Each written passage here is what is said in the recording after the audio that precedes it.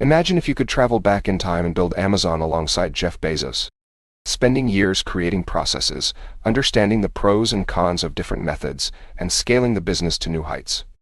What if you could experience firsthand the journey of transforming a small online bookstore into one of the world's most influential companies? Well, now you can. I have compiled the entire yearly correspondence between Jeff Bezos and his shareholders, so you can witness the evolution of Amazon, Jeff, and his ideas through time. In this video, we'll dive deep into Jeff Bezos' letters to shareholders, exploring the insights, strategies, and vision that have driven Amazon's remarkable growth.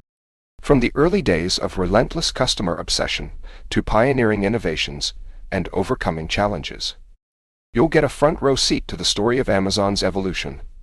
Join us as we uncover the lessons from one of the greatest business minds of our time. Enjoy! Let's get started. To our shareholders, Amazon.com achieved significant milestones in 1997.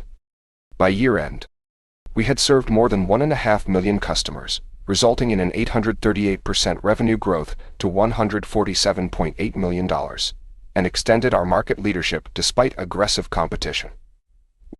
However, this is just the beginning for the internet, and if we execute well, for Amazon.com. Today, online commerce saves customers money and time. Tomorrow, through personalization, online commerce will accelerate the process of discovery. Amazon.com uses the internet to create real value for its customers. By doing so, hopes to create an enduring franchise, even in established and large markets. We have a window of opportunity as larger players marshal the resources to pursue the online opportunity, and as customers, new to purchasing online, are receptive to forming new relationships. The competitive landscape has continued to evolve rapidly. Many large players have moved online with credible offerings and have devoted substantial energy and resources to building awareness, traffic, and sales. Our goal is to move quickly to solidify and extend our current position while we begin to pursue the online commerce opportunities in other areas. We see substantial opportunity in the large markets we are targeting. This strategy is not without risk. It requires serious investment and crisp execution against established franchise leaders. It's all about the long term. We believe that a fundamental measure of our success will be the shareholder value we create over the long term. This value will be a direct result of our ability to extend and solidify our current market leadership position. The stronger our market leadership, the more powerful our economic model. Market leadership can translate directly to higher revenue, higher profitability, greater capital velocity, and correspondingly stronger returns on invested capital. Our decisions have consistently reflected this focus. We first measure ourselves in terms of the metrics most indicative of our market leadership: customer and revenue growth. The degree to which our customers continue to purchase from us on a repeat basis, and the strength of our brand. We have invested and will continue to invest aggressively to expand and leverage our customer base, brand, and infrastructure as we move to establish an enduring franchise. Because of our emphasis on the long term, we may make decisions and weigh trade-offs differently than some companies. Accordingly, we want to share with you our fundamental management and decision-making approach so that you, our shareholders, may confirm that it is consistent with your investment philosophy. We will continue to focus relentlessly on our customers. We will continue to make investment decisions in light of long-term market leadership considerations rather than short-term profitability considerations or short-term Wall Street reactions. We will continue to measure our programs and the effectiveness of our investments analytically, to discard those that do not provide acceptable returns, and to step up our investment in those that work best. We will continue to learn from both our successes and our failures. We will make bold rather than timid investment decisions where we see a sufficient probability of gaining market leadership advantages. Some of these investments will pay off. Others will not, and we will have learned another valuable lesson in either case. When forced to choose between optimizing the appearance of our GAAP accounting and maximizing the present value of future cash flows, we'll take the cash flows. We will share our strategic thought processes with you when we make bold choices to the extent competitive pressures allow, so that you may evaluate for yourselves whether we are making rational long-term leadership investments. We will work hard to spend wisely and maintain our lean culture.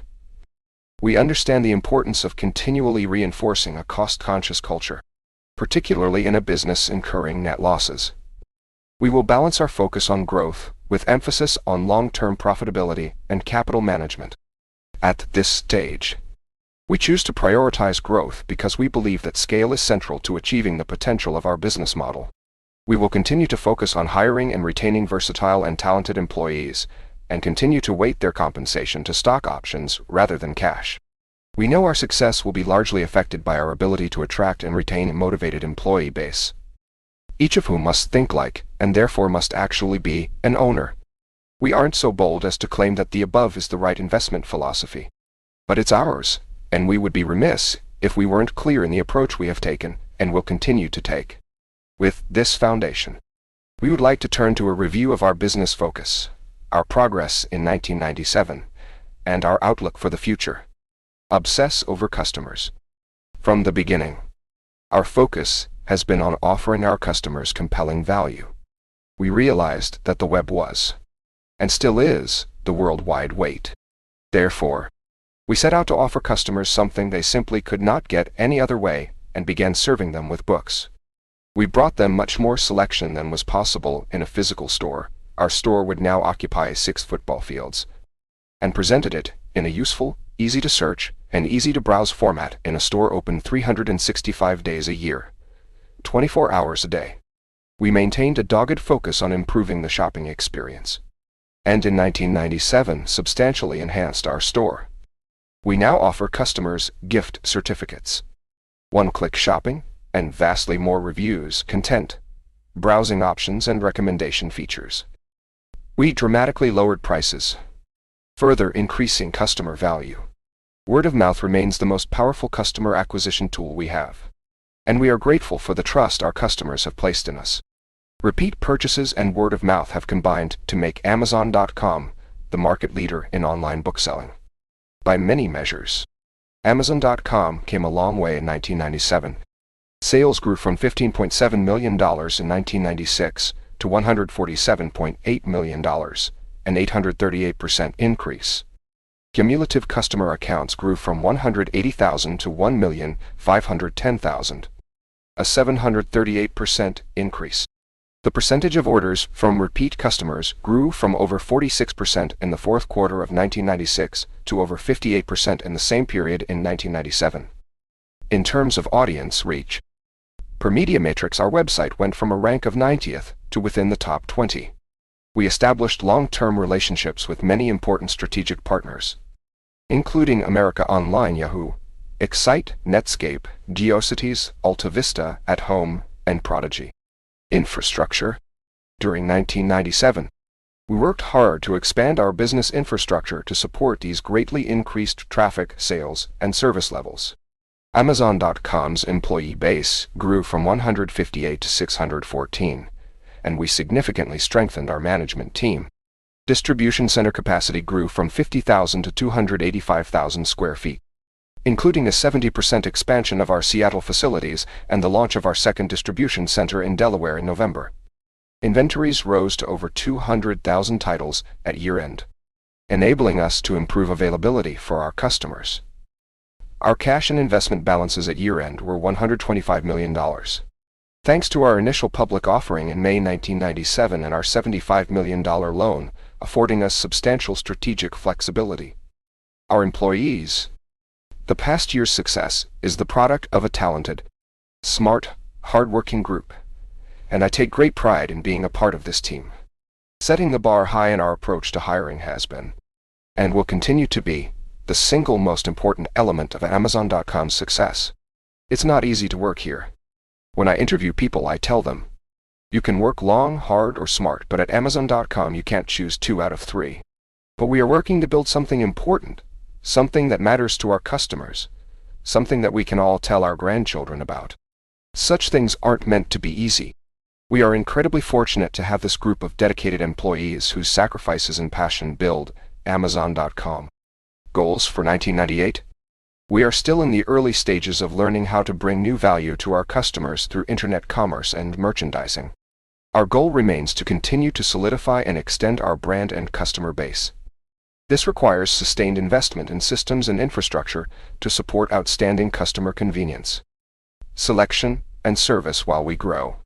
We are planning to add music to our product offering. And over time, we believe that other products may be prudent investments. We also believe there are significant opportunities to better serve our customers overseas, such as reducing delivery times and better tailoring the customer experience. To be certain, a big part of the challenge for us will lie not in finding new ways to expand our business, but in prioritizing our investments. We now know vastly more about online commerce than when Amazon.com was founded, but we still have so much to learn. Though we are optimistic, we must remain vigilant and maintain a sense of urgency. The challenges and hurdles we will face to make our long-term vision for Amazon.com a reality are several: aggressive, capable, well-funded competition, considerable growth challenges and execution risk, the risks of product and geographic expansion, and the need for large continuing investments to meet an expanding market opportunity. However, as we've long said, online bookselling, and online commerce in general, should prove to be a very large market, and it's likely that a number of companies will see significant benefit. We feel good about what we've done, and even more excited about what we want to do. 1997 was indeed an incredible year. We at Amazon.com are grateful to our customers for their business and trust, to each other for our hard work, and to our shareholders for their support and encouragement. Signed, Jeffrey P. Bezos. Jeffrey P. Bezos, Founder and Chief Executive Officer, Amazon.com, Inc. To our shareholders, customers, and employees, the last 3.5 years have been exciting. We've served a cumulative 6.2 million customers, exited 1998 with a $1 billion revenue run rate, launched music, video, and gift stores in the United States, opened shop in the United Kingdom and Germany, and just recently launched Amazon.com auctions. We predict the next 3.5 years will be even more exciting. We are working to build a place where tens of millions of customers can come to find and discover anything they might want to buy online. It is truly day one for the internet, and if we execute our business plan well, it remains day one for Amazon.com. Given what's happened, it may be difficult to conceive, but we think the opportunities and risks ahead of us are even greater than those behind us.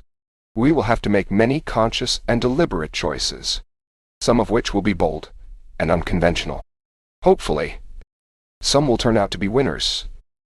Certainly, some will turn out to be mistakes. A recap of 1998. Heads down focus on customers helped us make substantial progress in 1998.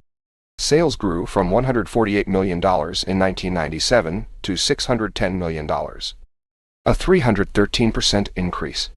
Cumulative customer accounts grew from 1.5 million at the end of 1997 to 6.2 million at the end of 1998, an increase of over 300%. Despite this strong new customer growth, the percentage of orders placed on the Amazon.com website by repeat customers grew from over 58% in the fourth quarter of 1997 to over 64% in the same period in 1998. Our first major product expansion, the Amazon.com Music Store, became the leading online music retailer in its first full quarter. Following their October launch under the Amazon brand and with Amazon.com technology, the combined fourth quarter sales in the UK and German stores nearly quadrupled over the third quarter, establishing Amazon Company and Amazon as the leading online booksellers in their markets. The addition of music was followed by the addition of video and gifts in November, and we became the leading online video retailer in only 6 weeks. 25% of our fourth quarter 1998 sales was derived from Amazon Company. Amazon.d and music, video, and gift sales on Amazon.com, all very new businesses. We significantly improved the customer experience with innovations like one-click shopping, gift click, store-wide sales rank, and instant recommendations. 1998's revenue and customer growth and achievement of continued growth in 1999 were and are dependent on expansion of our infrastructure. Some highlights. In 1998, Our employee base grew from approximately 600 to over 2,100. And we significantly strengthened our management team. We opened distribution and customer service centers in the UK and Germany. And in early 1999, announced the lease of a highly mechanized distribution center of approximately 323,000 square feet in Fernley, Nevada.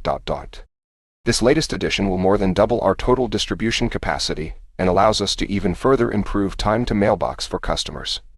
Inventories rose from $9 million at the beginning of the year to $30 million by year-end, enabling us to improve product availability for our customers and improve product costs through direct purchasing from manufacturers. Our cash and investment balances. Following our May 1998 high-yield debt offering and early 1999 convertible debt offering, now stand at well over $1.5 billion on a pro forma basis, affording us substantial financial strength and strategic flexibility. We're fortunate to benefit from a business model that is cash-favored and capital efficient, as we do not need to build physical stores or stock those stores with inventory. Our centralized distribution model has allowed us to build our business to $1 billion sales rate with just $30 million in inventory and $30 million in net plant and equipment. In 1998, we generated $31 million in operating cash flow, which more than offset net fixed asset additions of $28 million. Our customers. We intend to build the world's most customer-centric company. We hold as axiomatic that customers are perceptive and smart, and that brand image follows reality and not the other way around. Our customers tell us that they choose Amazon.com and tell their friends about us because of the selection, ease of use, low prices, and service that we deliver. But there is no rest for the weary. I constantly remind our employees to be afraid, to wake up every morning terrified, not of our competition, but of our customers. Our customers have made our business what it is. They are the ones with whom we have a relationship, and they are the ones to whom we owe a great obligation. And we consider them to be loyal to us, right up until the second that someone else offers them a better service.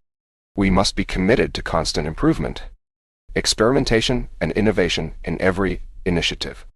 We love to be pioneers.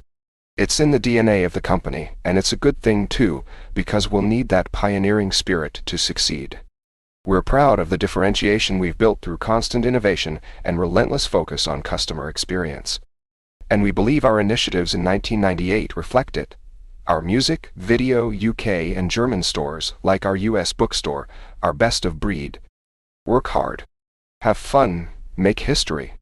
It would be impossible to produce results in an environment as dynamic as the internet without extraordinary people. Working to create a little bit of history isn't supposed to be easy. And well, we're finding that things are as they're supposed to be. We now have a team of 2,100 smart, hard-working, passionate folks who put customers first. Setting the bar high in our approach to hiring has been, and will continue to be, the single most important element of Amazon.com's success. During our hiring meetings, we ask people to consider 3 questions before making a decision. Will you admire this person? If you think about the people you've admired in your life, they are probably people you've been able to learn from or take an example from. For myself, I've always tried hard to work only with people I admire, and I encourage folks here to be just as demanding. Life is definitely too short to do otherwise. Will this person raise the average level of effectiveness of the group they're entering? We want to fight entropy. The bar has to continuously go up. I ask people to visualize the company 5 years from now. At that point, each of us should look around and say, the standards are so high now. Boy, I'm glad I got in when I did. Along what dimension might this person be a superstar? Many people have unique skills, interests, and perspectives that enrich the work environment for all of us.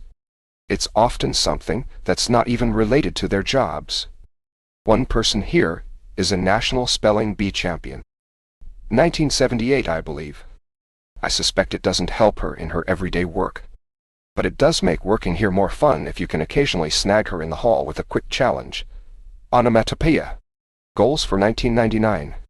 As we look forward, we believe that the overall e-commerce opportunity is enormous, and 1999 will be an important year.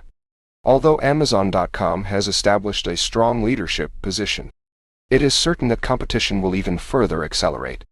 We plan to invest aggressively to build the foundation for a multi-billion-dollar revenue company serving tens of millions of customers with operational excellence and high efficiency.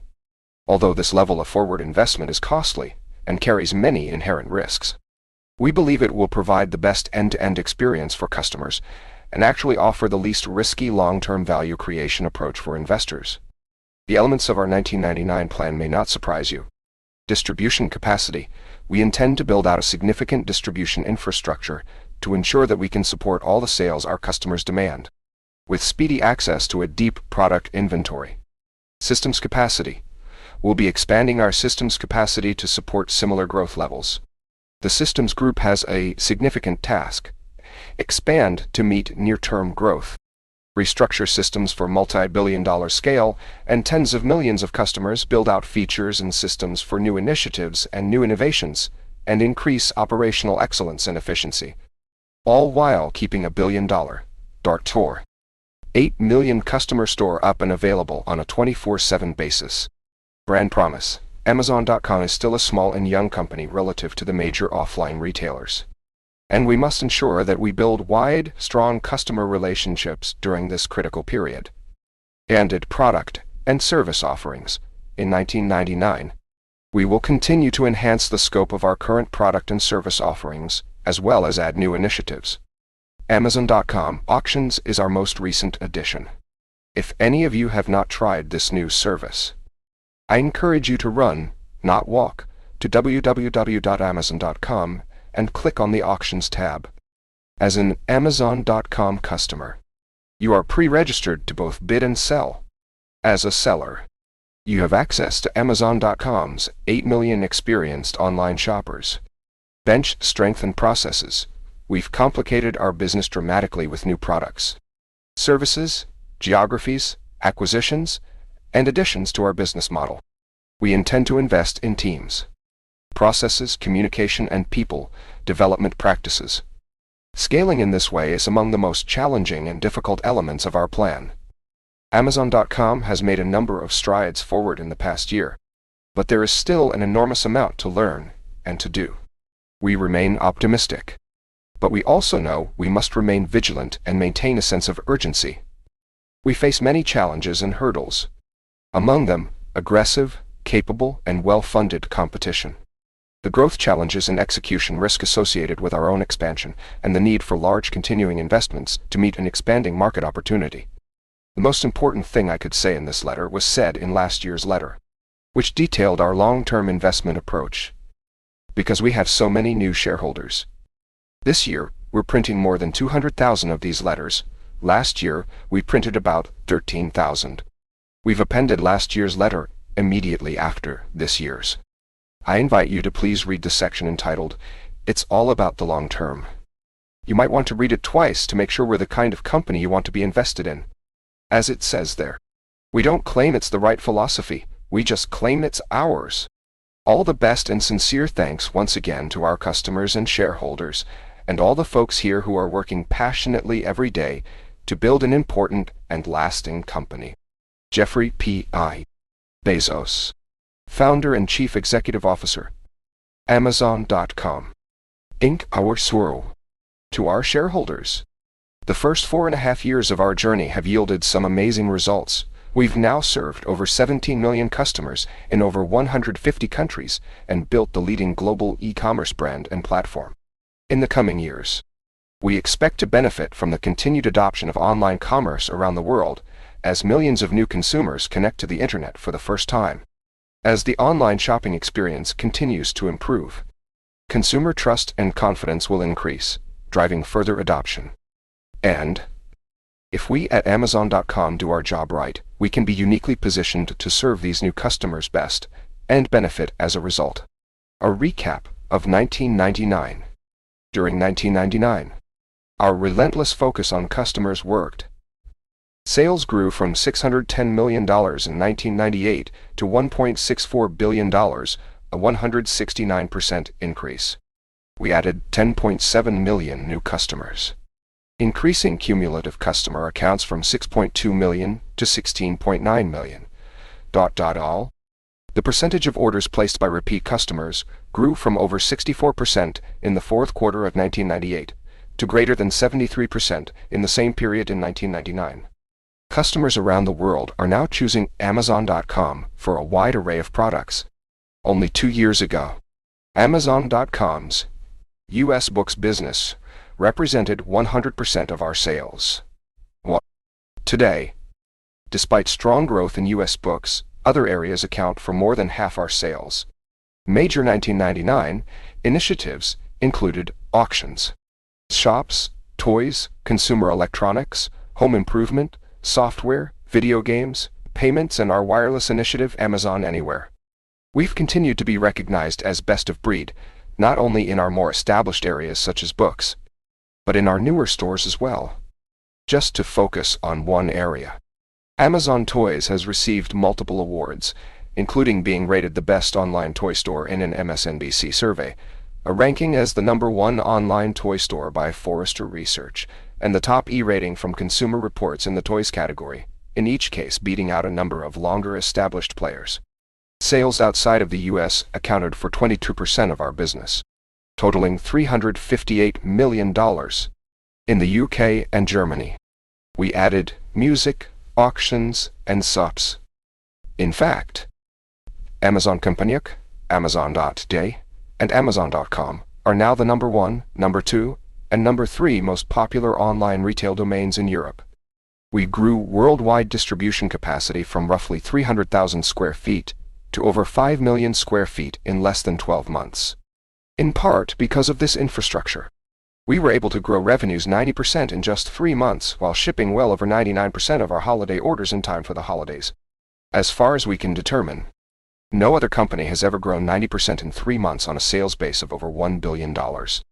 I'm incredibly proud of everyone at Amazon.com for their tireless efforts to deliver what has become the standard setting. Amazon.com, class customer experience while simultaneously handling such extraordinary growth rates. If any of you shareholders would like to thank this incredible worldwide team of Amazonians, please feel free to send an email to jeff@amazon.com. With help from my astounding office staff, I'll compile them and send them to the company.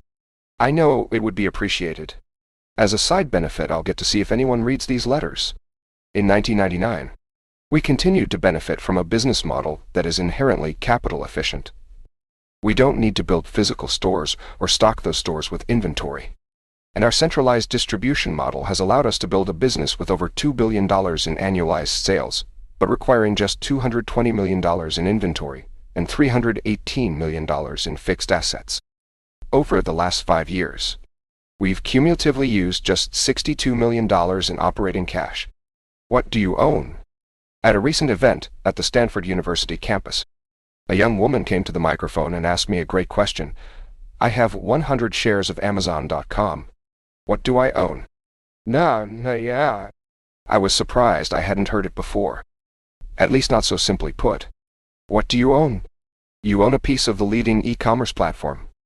The Amazon.com platform is comprised of brand, customers, technology, distribution capability, deep e-commerce expertise, and a great team with a passion for innovation and a passion for serving customers well. We begin the year 2000 with 17 million customers, a worldwide reputation for customer focus, the best e-commerce software systems, and purpose-built distribution and customer service infrastructure. We believe we have reached a tipping point where this platform allows us to launch new e-commerce businesses faster, with a higher quality of customer experience, a lower incremental cost, a higher chance of success, and a faster path to scale and profitability than any other company. Our vision is to use this platform to build Earth's most customer-centric company, a place where customers can come to find and discover anything and everything they might want to buy online. We won't do so alone, but together with what will be thousands of partners of all sizes. We'll listen to customers, invent on their behalf, and personalize the store for each of them, all while working hard to continue to earn their trust. As is probably clear, this platform affords an unusually large-scale opportunity, one that should prove very valuable for both customers and shareholders if we can make the most of it. Despite the many risks and complexities, we are deeply committed to doing so. Goals for 2000. In the year 2000, Amazon.com has 6 major goals: growth in both the number of our customers and the strength of the relationship we have with each of them. Continued rapid expansion of the products and services we offer, driving operational excellence in all areas of the company. International expansion, expanding our partnership programs. And last, importantly, driving toward profitability in each and every business we are in. I'll spend a moment on each goal. Growing and strengthening customer relationships. We will continue to invest heavily in introductions to new customers, though it's sometimes hard to imagine with all that has happened in the last 5 years. This remains day one for e-commerce, and these are the early days of category formation, where many customers are forming relationships for the first time. We must work hard to grow the number of customers who shop with us, the number of products they purchase, the frequency with which they shop, and the level of satisfaction they have when they do so. Product and service expansion. We are working to build a place where customers can find and discover anything they want to buy. Anytime, anywhere. Each new product and service we offer makes us more relevant to a wider group of customers and can increase the frequency with which they visit our store. As we expand our offering, we create a virtuous cycle for the whole business. The more frequently customers visit our store, the less time, energy, and marketing investment is required to get them to come back again. In mind. Further, as we expand, each new store has a dedicated team working to make it best of breed in its category. Thus, each new store is also a new opportunity to demonstrate to customers our focus on them. Finally, each new product or service further leverages our investments in distribution, customer service, technology, and brand, and can yield increased leverage on our bottom line. Operational excellence. To us, operational excellence implies 2 things: delivering continuous improvement in customer experience and driving productivity, margin, efficiency, and asset velocity across all our businesses. Often, the best way to drive one of these is to deliver the other. For instance, more efficient distribution yields faster delivery times, which in turn lowers contacts per order and customer service costs. These, in turn, improve customer experience and build brand, which in turn decreases customer acquisition and retention costs. Our whole company is highly focused on driving operational excellence in each area of our business in 2000. Being world-class in both customer experience and operations will allow us to grow faster and deliver even higher service levels. International expansion. We think that consumers outside the US are even more underserved by retail than those within it. And, with our platform in place, Amazon.com is well positioned to be a leading global retailer. We already have significant brand sales and customer presence around the world, as we've been shipping into over 150 countries for almost 5 years. I'm pleased to report that our stores in the UK and Germany are off to a strong start. They are already in the top 10 web properties and the #1 e-commerce site in each of their respective countries. Our customers and shareholders around the world can look forward to further geographic expansion from this base during the coming year. Expanding our partnership program. Through our platform, we are able to bring tremendous value to our partners, such as drugstore.com. In fact, our experience so far suggests that Amazon.com may easily be the most efficient, effective means for our partners to build their businesses. In many areas, partnering is the best way for us to rapidly expand our store in a customer-focused, cost-effective manner. One point worth emphasizing: the quality of customer experience a partner delivers is the single most important criterion in our selection process. We simply won't build a partnership with any company that does not share our passion for serving customers. We love these kinds of partnerships because they please customers, please our partners, and are financially attractive, pleasing our shareholders, you and us. Drive toward profitability in each business we are in. Each of the previous goals I've outlined contribute to our long-standing objective of building the best, most profitable, highest return on capital, long-term franchise. So, in a way, driving profitability is the foundation underlying all of these goals.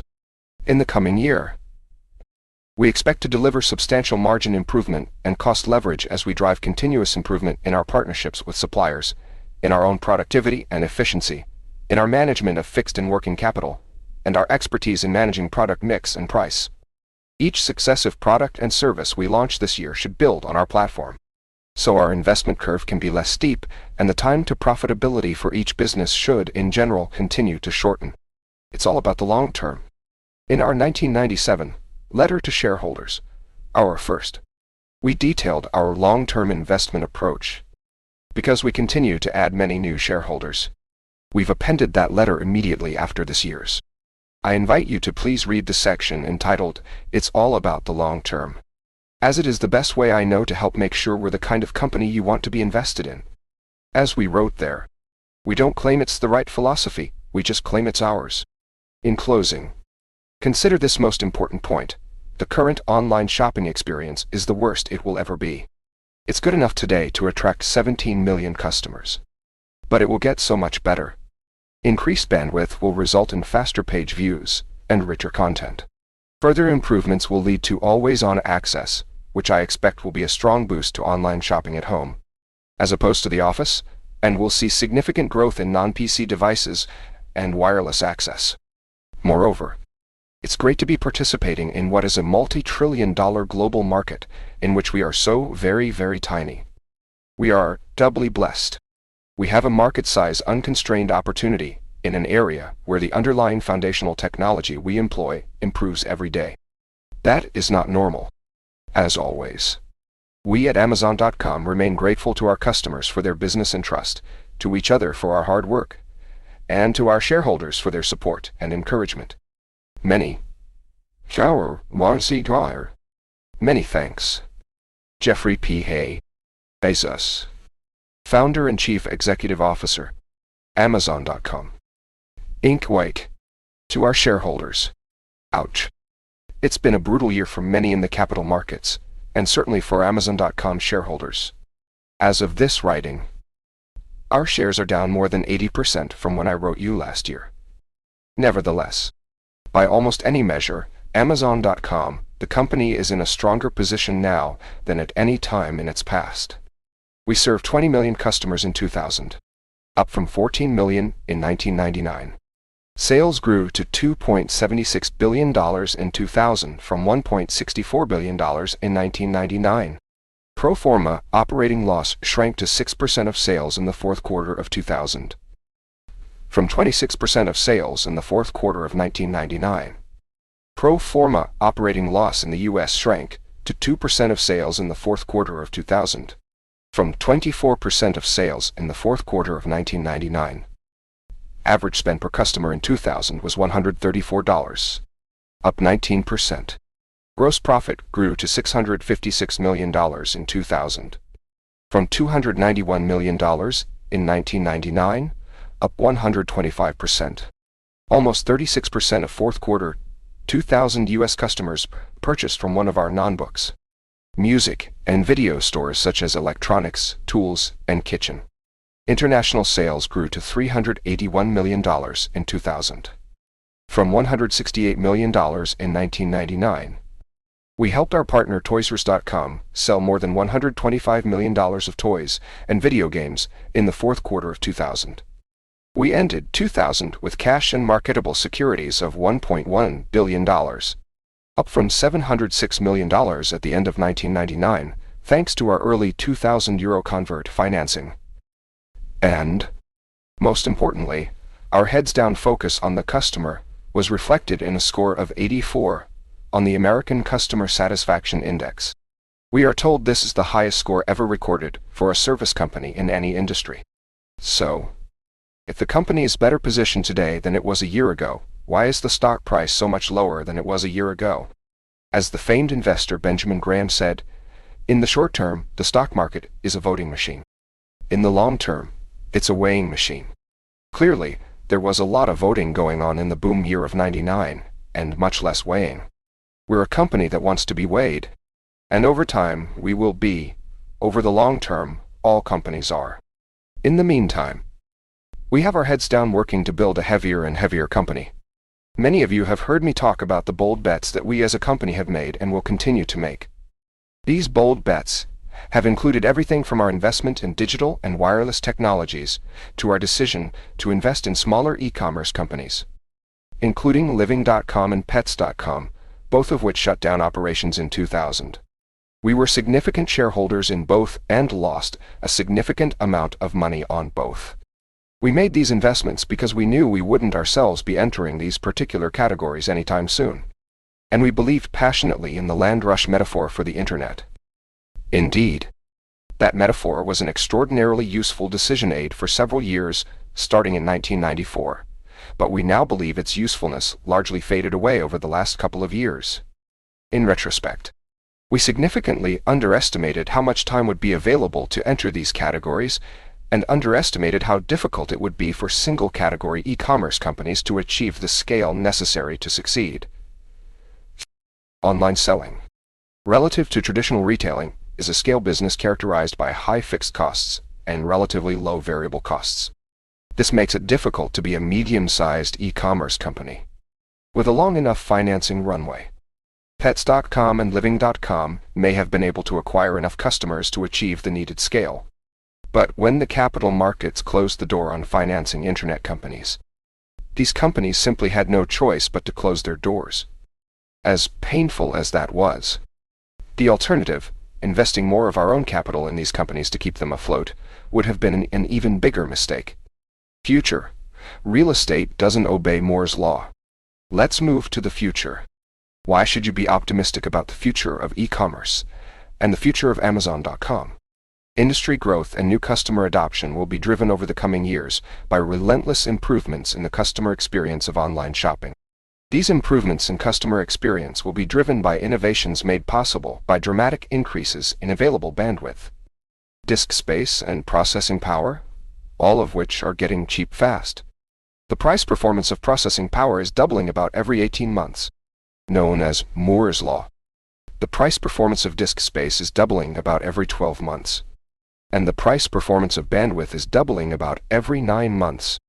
Given that last doubling rate, Amazon.com will be able to use 60 times as much bandwidth per customer 5 years from now while holding our bandwidth cost per customer constant. Similarly, price performance improvements in disk space and processing power will allow us to do ever more and better real-time personalization of our website. In the physical world, retailers will continue to use technology to reduce costs, but not to transform the customer experience. We too will use technology to reduce costs. But the bigger effect will be using technology to drive adoption and revenue. We still believe that some 15% of retail commerce may ultimately move online, while there are no foregone conclusions. And we still have much to prove. Amazon.com today is a unique asset. We have the brand, the customer relationships, the technology, the fulfillment, infrastructure, the financial strength, the people, and the determination to extend our leadership in this infant industry and to build an important and lasting company. And we will do so by keeping the customer first. The year 2001 will be an important one in our development. Like 2000, this year will be a year of focus and execution. As a first step, we've set the goal of achieving a pro forma operating profit in the fourth quarter. While we have a tremendous amount of work to do, and there can be no guarantees, we have a plan to get there. It's our top priority, and every person in this company is committed to helping with that goal. I look forward to reporting to you our progress in the coming year, as I usually do. I have appended our 1997 letter, our first letter to shareholders. It gets more interesting every year that goes by, in part because so little has changed. I especially draw your attention to the section entitled, "It's All About the Long Term." We at Amazon.com remain grateful to our customers for their business and trust, to each other for our hard work, and to our shareholders for their support and encouragement. Many, many thanks. Jeffrey P. Bezos, Founder and Chief Executive Officer, Amazon.com, Inc. Work. To our shareholders. In July of last year, Amazon.com reached an important way station. After 4 years of single-minded focus on growth, And then just under 2 years, spent almost exclusively on lowering costs, we reached a point where we could afford to balance growth and cost improvement, dedicating resources and staffed projects to both. Our major price reduction in July. Moving to discount books over $20 by 30% off list marked this change. This balance began to pay off in the fourth quarter, when we both significantly exceeded our own goals on the bottom line and simultaneously reaccelerated growth in our business. We lowered prices again in January when we offered a new class of shipping that is free year-round on orders over $99. Focus on cost improvement makes it possible for us to afford to lower prices, which drives growth. Growth spreads fixed costs across more sales, reducing cost per unit, which makes possible more price reductions. Customers like this, and it's good for shareholders. Please expect us to repeat this loop. As I mentioned, we exceeded our goals for the fourth quarter with pro forma operating profit of $59 million and pro forma net profit of $35 million. Thousands of Amazon.com employees around the world worked hard to achieve that goal. They are, and should be, proud of the accomplishment. More highlights from a notable year. Sales grew 13% from $2.76 billion in 2000 to $3.12 billion in 2001. And we achieved our first billion-dollar quarter on re-accelerated sales in the fourth quarter. We served 25 million customer accounts in 2001, compared to 20 million in 2014 million in 1999. International sales grew 74% in 2001, and more than one quarter of sales came from outside the U.S. The UK and Germany, our largest international markets, had a combined pro forma operating profit for the first time in the fourth quarter. Open only a year. Japan grew to a $100 million annual run rate in the fourth quarter. Hundreds of thousands of small businesses and individuals made money by selling new and used products to our customers directly from our highly trafficked product detail pages. These marketplace orders grew to 15% of U.S. orders in the fourth quarter, far surpassing our expectations when we launched Marketplace in November 2000. Inventory turns increased from 12 in 2000 to 16 in 2001. Most important, we stayed relentlessly focused on the customer, as reflected in a chart-topping score of 84 for the second year in a row on the widely followed American Customer Satisfaction Index conducted by the University of Michigan. We are told this is the highest score ever recorded, not just for any retailer, but for any service company. Obsess over customers. Our commitment continues. Until July, Amazon.com had been primarily built on two pillars of customer experience: selection and convenience. In July, as I already discussed, we added a third customer experience pillar, relentlessly lowering prices. You should know that our commitment to the first two pillars remains as strong as ever. We now have more than 45,000 items in our electronics store, about 7 times the selection you're likely to find in a big box electronics store. We've tripled our kitchen selection. You'll find all the best brands. We've launched computer and magazine subscription stores. And we've added selection with strategic partners such as Target and Circuit City. We've improved convenience with features like Instant Order Update, which warns you if you're about to buy the same item twice. People are busy, and they forget that they've already bought it. We've dramatically improved customer self-service capabilities. Customers can now easily find, cancel, or modify their own orders. To find an order, just make sure you are signed in and recognized by the site, and do a regular search on any product in your order. When you get to that product's detail page, a link to your order will be at the top of the page. We built a new feature called Look Inside the Book. Customers can view large high-resolution images of not only the front cover of a book, but also the back cover, index, table of contents, and a reasonable sample of the inside pages. They can look inside the book before making a buying decision. It's available on over 200,000 of our millions of titles. As a point of comparison, a typical book superstore carries about 100,000 titles. As my last example, I'll just point out that one of the most important things we've done to improve convenience and experience for customers also happens to be a huge driver of variable cost productivity, eliminating mistakes and errors at their root. Every year that's gone by since Amazon.com's founding, we've done a better and better job of eliminating errors, and this past year was our best ever. Eliminating the root causes of errors saves us money and saves customers time. Our consumer franchise is our most valuable asset, and we will nourish it with innovation and hard work. An investment framework. In every annual letter, including this one, we attach a copy of our original 1997 letter to shareholders to help investors decide if Amazon.com is the right kind of investment for them, and to help us determine if we have remained true to our original goals and values. I think we have. In that 1997 letter, we wrote, when forced to choose between optimizing the appearance of our GAAP accounting and maximizing the present value of future cash flows, we'll take the cash flows. Why focus on cash flows? Because a share of stock is a share of a company's future cash flows. And, as a result, cash flows more than any other single variable seem to do the best job of explaining a company's stock price over the long term. If you could know for certain just two things, a company's future cash flows and its future number of shares outstanding, you would have an excellent idea of the fair value of a share of that company's stock today. You'd also need to know appropriate discount rates. But if you knew the future cash flows for certain, it would also be reasonably easy to know which discount rates to use. It's not easy, but you can make an informed forecast of future cash flows by examining a company's performance in the past and by looking at factors such as the leverage points and scalability in that company's model. Estimating the number of shares outstanding in the future requires you to forecast items such as option grants to employees or other potential capital transactions.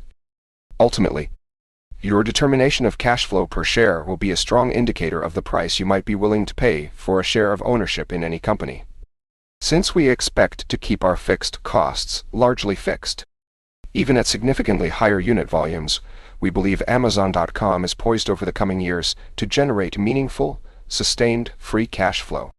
Our goal for 2002 reflects just that.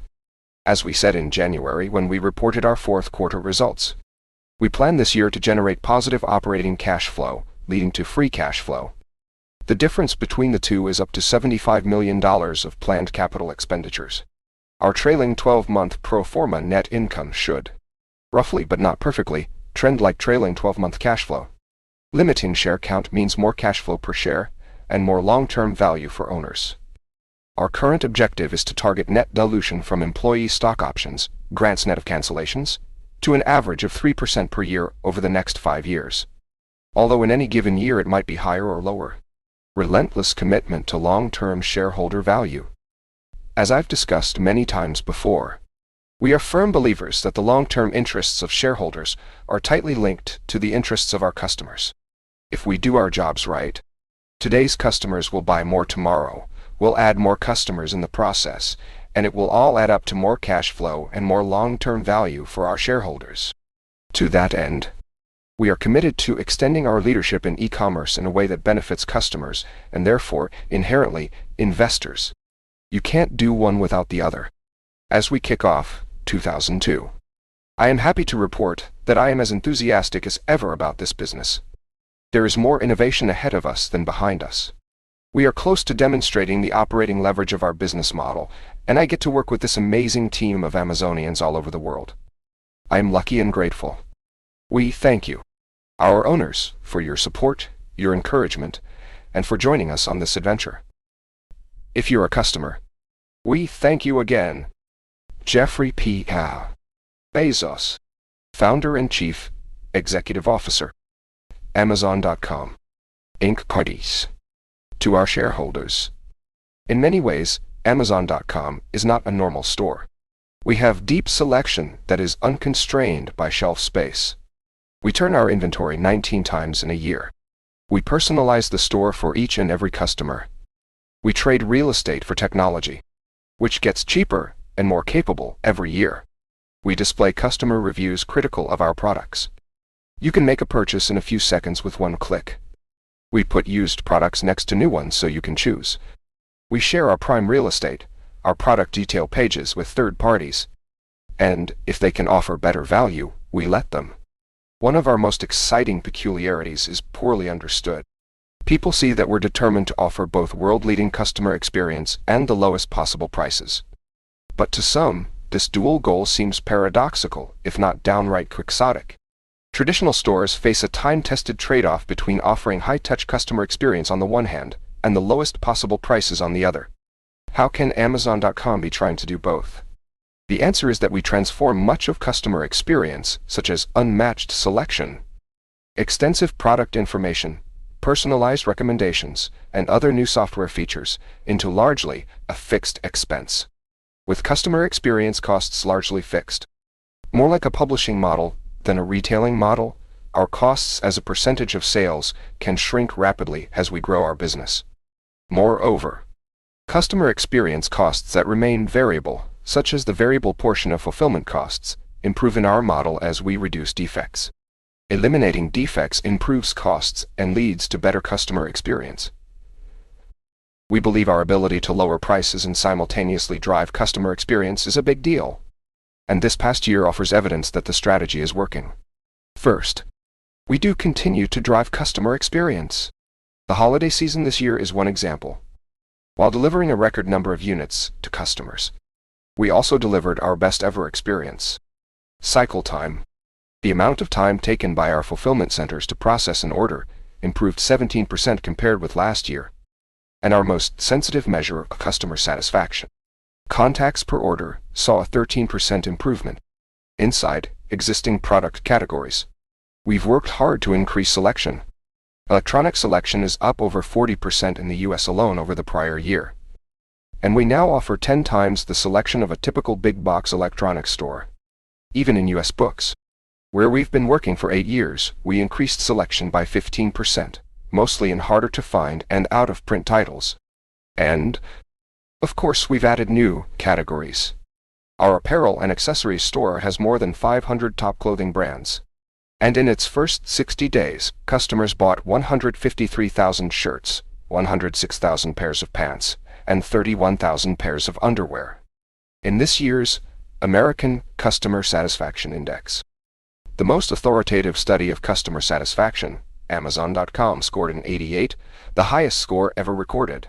Not just online, not just in retailing, but the highest score ever recorded in any service industry.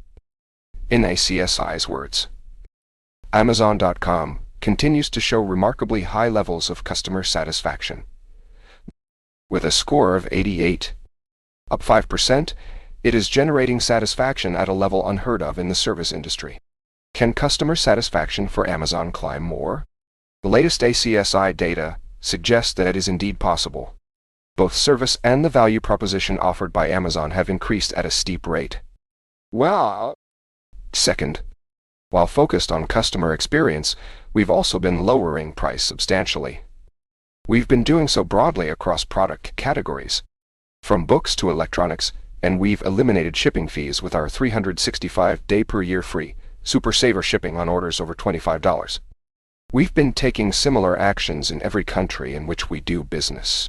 Our pricing objective is not to discount a small number of products for a limited period of time, but to offer low prices every day and apply them broadly across our entire product range. To illustrate this point, we recently did a price comparison versus a major well-known chain of book superstores. We did not handpick a choice group of books against which we wanted to compare. Instead, we used their published list of their 100 bestsellers for 2002. It was a good representation of the kinds of books people buy most, consisting of 45 hardcover titles and 55 paperbacks across many different categories, including literature, romance, mystery and thrillers, nonfiction, children's, self-help, and so on. We priced all 100 titles by visiting their superstores in both Seattle and New York City. It took us 6 hours in 4 of their different superstores to find all 100 books on their list. When we added up everything we spent, we discovered that, at their stores, these 100 best-selling books cost $1,561. At Amazon.com, the same books cost $1,195 for a total savings of $366, or 23%. For 72 of the 100 books, our price was cheaper. On 25 of the books, our price was the same. On 3 of the 100, their prices were better. We subsequently reduced our prices on these 3 books in these physical world superstores. Only 15 of their 100 titles were discounted. They were selling the other 85 at full list price. At Amazon.com, 76 of the 100 were discounted, and 24 were sold at list price. To be sure, you may find reasons to shop in the physical world. For instance, if you need something immediately, but if you do so, you'll be paying a premium. If you want to save money and time, you'll do better by shopping at Amazon.com. Third, our determination to deliver low price and customer experience is generating financial results. Net sales this year increased 26% to a record $3.9 billion. And unit sales grew at an even faster 34%. Free cash flow, our most important financial measure, reached $135 million, a $305 million improvement over the prior year. In short, what's good for customers is good for shareholders. Once again this year, I attach a copy of our original 1997 letter and encourage current and prospective share owners to take a look at it. Given how much we've grown and how much the internet has evolved, it's notable that the fundamentals of how we do business remain the same. As always, we at Amazon.com are grateful to our customers for their business and trust, to each other for our hard work, and to our shareholders for their support and encouragement. Jeff Bezos, Founder and Chief Executive Officer, Amazon.com. Inc. Free cash flow for 2002 of $135 million is net cash provided by operating activities of $174 million less purchases of fixed assets of $39 million. Free cash flow for 2001 of negative $170 million is net cash used in operating activities of $120 million less purchases of fixed assets of $50 million. To our shareholders, long-term thinking is both a requirement and an outcome of true ownership. Owners are different from tenants. I know of a couple who rented out their house, and the family who moved in nailed their Christmas tree to the hardwood floors instead of using a tree stand. Expedient. Wall. I suppose, and admittedly these were particularly bad tenants, but no owner would be so short-sighted. Similarly, many investors are effectively short-term tenants, turning their portfolios so quickly they are really just renting the stocks that they temporarily own. We emphasized our long-term views in our 1997 letter to shareholders. Our first as a public company, because that approach really does drive making many concrete, non-abstract decisions.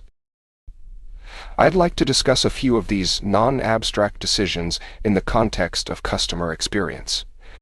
At Amazon.com, we use the term customer experience broadly. It includes every customer-facing aspect of our business, from our product prices to our selection, from our website's user interface to how we package and ship items. The customer experience we create is by far the most important driver of our business. As we design our customer experience, we do so with long-term owners in mind. We try to make all of our customer experience decisions, big and small, in that framework. For instance, shortly after launching Amazon.com in 1995, we empowered customers to review products, while now a routine Amazon.com practice. At the time, we received complaints from a few vendors, basically wondering if we understood our business. You make money when you sell things. Why would you allow negative reviews on your website? Speaking as a focus group of one, I know I've sometimes changed my mind before making purchases on Amazon.com as a result of negative or lukewarm customer reviews. Though negative reviews cost us some sales in the short term, helping customers make better purchase decisions ultimately pays off for the company. Another example is our instant order update feature, which reminds you that you've already bought a particular item. Customers lead busy lives and cannot always remember they've already purchased a particular item. Say a DVD or CD they bought a year earlier. When we launched Instant Order Update, we were able to measure with statistical significance that the feature slightly reduced sales. Good for customers? Definitely. Good for share owners? Yes. In the long run. Among the most expensive customer experience improvements we're focused on are our everyday free shipping offers and our ongoing product price reductions. Eliminating defects. Improving productivity And passing the resulting cost savings back to customers in the form of lower prices is a long-term decision. Increased volumes take time to materialize. And price reductions almost always hurt current results in the long term. However, relentlessly driving the price-cost structure loop will leave us with a stronger, more valuable business. Since many of our costs, such as software engineering, are relatively fixed and many of our variable costs can also be better managed at larger scale, driving more volume through our cost structure reduces those costs as a percentage of sales. To give one small example, engineering a feature like instant order update for use by 40 million customers costs nowhere near 40 times what it would cost to do the same for 1 million customers. Our pricing strategy does not attempt to maximize margin percentages, but instead seeks to drive maximum value for customers and thereby create a much larger bottom line in the long term. For example, we're targeting gross margins on our jewelry sales to be substantially lower than industry norms because we believe over time, customers figure these things out. This approach will produce more value for shareholders. We have a strong team of hardworking, innovative folks building Amazon.com. They are focused on the customer and focused on the long term. On that time scale, the interests of shareowners and customers are aligned. As always, I attach our 1997 letter and believe it is still worth a read. Here's to not being a tenant. Jeffrey P. Bezos, Founder and Chief Executive Officer, Amazon.com, Inc. Y. P.S. Again, this year, the widely followed American Customer Satisfaction Index gave Amazon.com a score of 88, the highest customer satisfaction score ever recorded in any service industry, online or off. A representative of the ACSI was quoted as saying, "If they go any higher, they will get a nosebleed." We're working on that. To our shareholders, our ultimate financial measure, and the one we most want to drive over the long term, is free cash flow per share. Why not focus first and foremost, as many do, on earnings per share or earnings growth? The simple answer is that earnings don't directly translate into cash flows. And shares are worth only the present value of their future cash flows, not the present value of their future earnings. Future earnings are a component, but not the only important component of future cash flow per share. Working capital and capital expenditures are also important, as is future share dilution, though some may find it counterintuitive. A company can actually impair shareholder value in certain circumstances by growing earnings. This happens when the capital investments required for growth exceed the present value of the cash flow derived from those investments. To illustrate with a hypothetical and very simplified example, imagine that an entrepreneur invents a machine that can quickly transport people from one location to another. The machine is expensive, $160 million with an annual capacity of 100,000 passenger trips and a 4-year useful life. Each trip sells for $1,000 and requires $450 in cost of goods for energy and materials, and $50 in labor and other costs. Continue to imagine that business is booming, with 100,000 trips in year 1, completely and perfectly utilizing the capacity of one machine. This leads to earnings of $10 million after deducting operating expenses, including depreciation, 10% net margin. The company's primary focus is on earnings. So based on initial results, the entrepreneur decides to invest more capital to fuel sales and earnings growth, adding additional machines in years 2 through 4. Here are the income statements for the first 4 years of business. Year 1, 100 units sold. Growth NA, gross profit $55,000, gross margin 55%, depreciation $40,000, labor and other costs $5,000, earnings $10,000. Year 2, 200 units sold. Growth 100%, gross profit $110,000, gross margin 55%, depreciation $80,000, labor and other costs $10,000, earnings $20,000. Year 3, 400 units sold, growth 100%, gross profit $220,000, gross margin 55%, depreciation $160,000, labor and other costs $20,000, earnings $40,000. Year 4, 800 units sold, growth 100%, gross profit $440,000, gross margin 55%, depreciation $320,000, labor and other costs $40,000, earnings $80,000. It's impressive. 100% compound earnings growth and $150 million of cumulative earnings. Investors considering only the above income statement would be delighted. However, looking at cash flows tells a different story.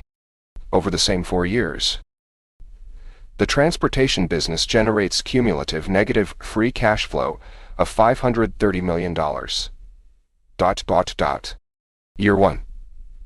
Earnings $10, depreciation $40,000, working capital $50,000, operating cash flow $100,000, capital expenditures $160,000, free cash flow negative $110,000. Year 2. Earnings $20, depreciation $80,000, working capital $100,000, operating cash flow $200,000, capital expenditures $160,000, free cash flow negative $60,000. Year 3. Earnings $40, depreciation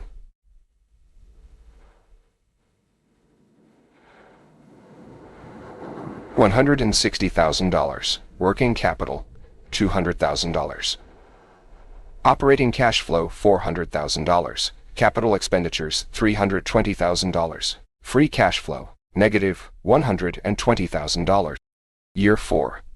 Earnings $80, depreciation $320,000, working capital $400,000, operating cash flow $800,000, capital expenditures $640,000, free cash flow negative $240,000. There are, of course, other business models where earnings more closely approximate cash flows. But as our transportation example illustrates, one cannot assess the creation or destruction of shareholder value with certainty by looking at the income statement alone. Notice, 2, that a focus on EBITDA, earnings before interest, taxes, depreciation, and amortization, would lead to the same faulty conclusion about the health of the business. Sequential annual EBITDA would have been $50 million, $100 million, $200 million, and $400 million, 100% growth for 3 straight years. But without taking into account the $1.28 billion in capital expenditures necessary to generate this cash flow, we're getting only part of the story. EBITDA isn't cash flow. What if we modified the growth rates and, correspondingly, capital expenditures for machinery? Would cash flows have deteriorated or improved? Year 2, 3, and 4 sales and earnings growth rate. Number of machines in year 4. Cumulative earnings year 1 to 4. 0%, 0%, 0% growth. 1 machine. Cumulative earnings $40,000. Free cash flow $40,000. 100%. 50%. 33% growth, 4 machines, cumulative earnings $100,000, free cash flow negative $140,000. 100%. 100% growth, 8 machines, cumulative earnings $150,000, free cash flow negative $530,000. Paradoxically, from a cash flow perspective, the slower this business grows, the better off it is, once the initial capital outlay has been made for the first machine.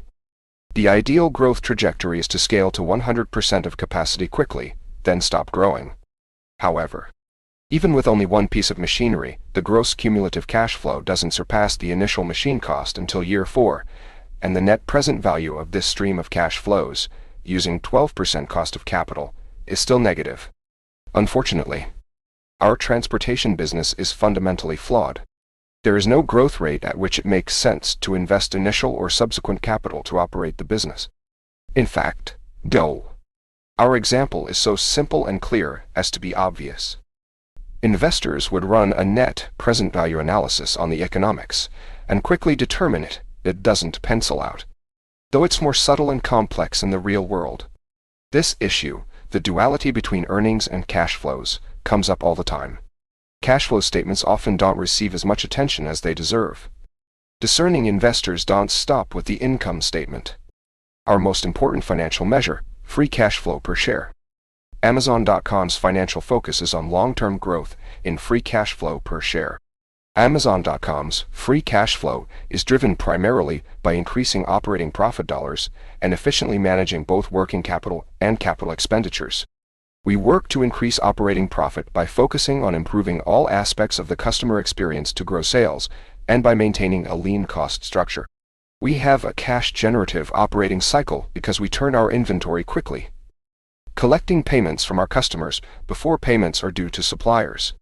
Our high inventory turnover means we maintain relatively low levels of investment in inventory, $480 million at year-end on a sales base of nearly $7 billion. The capital efficiency of our business model is illustrated by our modest investments in fixed assets, which were $246 million at year-end or 4% of 2004 sales.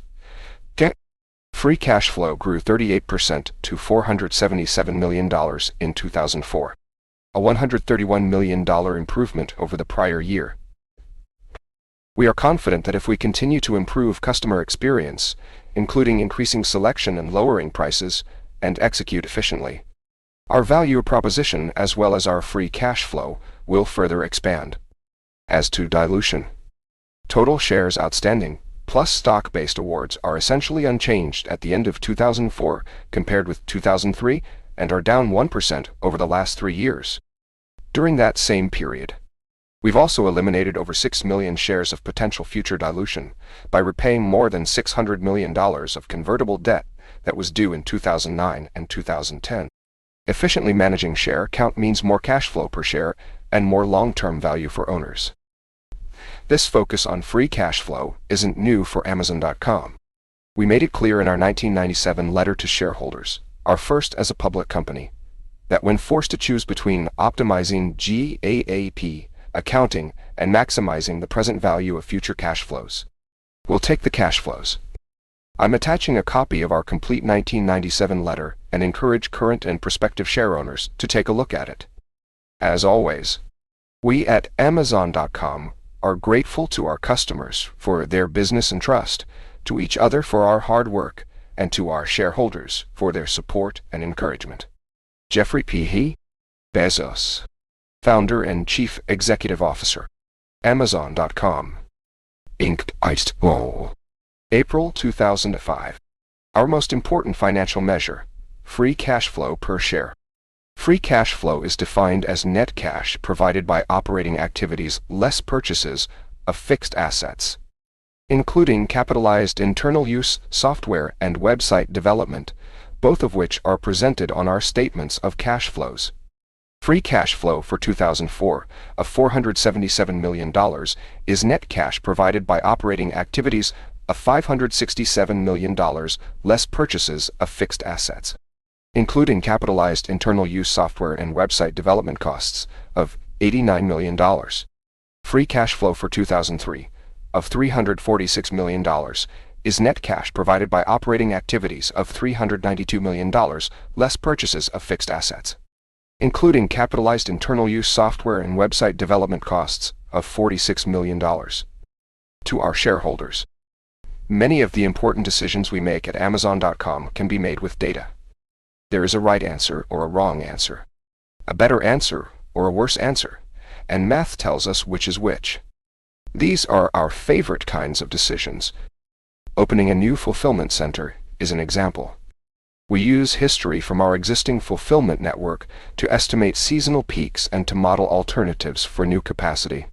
We look at anticipated product mix, including product dimensions and weight, to decide how much space we need, and whether we need a facility for smaller, sortable items or for larger items that usually ship alone, to shorten delivery times and reduce outbound transportation costs. We analyze prospective locations based on proximity to customers, transportation hubs, and existing facilities. Quantitative analysis improves the customer's experience and our cost structure. Similarly, most of our inventory purchase decisions can be numerically modeled and analyzed. We want products in stock and immediately available to customers, and we want minimal total inventory in order to keep associated holding costs, and thus prices, low. To achieve both, There is a right amount of inventory. We use historical purchase data to forecast customer demand for a product and expected variability in that demand. We use data on the historical performance of vendors to estimate replenishment times. We can determine where to stock the product within our fulfillment network based on inbound and outbound transportation costs, storage costs, and anticipated customer locations. With this approach, we keep over 1 million unique items under our own roof, immediately available for customers, while still turning inventory more than 14 times per year. The above decisions require us to make some assumptions and judgments. But in such decisions, judgment and opinion come into play only as junior partners. The heavy lifting is done by the math, as you would expect. However, not all of our important decisions can be made in this enviable, math-based way. Sometimes we have little or no historical data to guide us, and proactive experimentation is impossible, impractical, or tantamount to a decision to proceed. Though data, analysis, and math play a role, the prime ingredient in these decisions is judgment. As our shareholders know, we have made a decision to continuously and significantly lower prices for customers year after year, as our efficiency and scale make it possible. This is an example of a very important decision that cannot be made in a math-based way. In fact, when we lower prices, we go against the math that we can do, which always says that the smart move is to raise prices. We have significant data related to price elasticity. With fair accuracy, we can predict that a price reduction of a certain percentage will result in an increase in units sold of a certain percentage. With rare exceptions, the volume increase in the short term is never enough to pay for the price decrease. However, our quantitative understanding of elasticity is short-term. We can estimate what a price reduction will do this week and this quarter, but we cannot numerically estimate the effect that consistently lowering prices will have on our business over 5 years or 10 years or more.